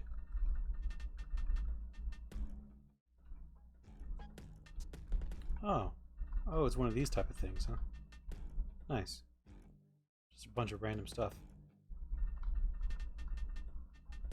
Crumbles used to go to dollar stores all the time.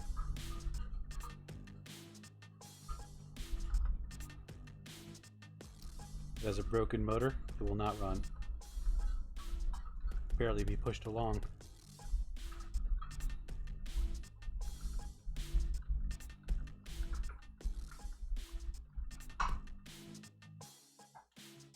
He sees what's around. Despite the distance, he's able to read the note, even though it's almost out of actual visible range. G, move only after dark. I saw lights in the distance. I think there might be someone living around here. I wish I had my radio right now.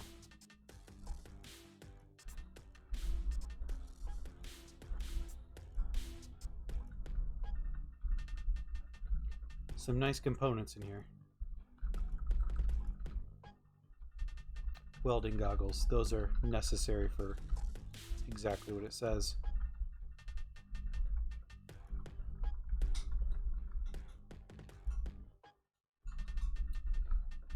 With that said, alright. Roleplay done. I want to thank everyone for coming on by today and checking out the stream. If you liked what you saw today, please consider following the channel. Also, thank you very much, Nerdy Sakura, for following the channel. Looks like my notifications still aren't working. I highly appreciate everyone coming on by. If you like what you saw today, also, if you really liked it, consider subscribing. Some of you folks have Amazon Prime, and from what I understand, it's good to mention every once in a while, so I'm doing that. We have a YouTube channel that has a shed load of content, and if you wanted to miss or catch up on any episodes you might have missed, feel free to go on over there and check that out. It is unedited though, so it's a little bit of a mess. It's just what it is. And I also have Discord.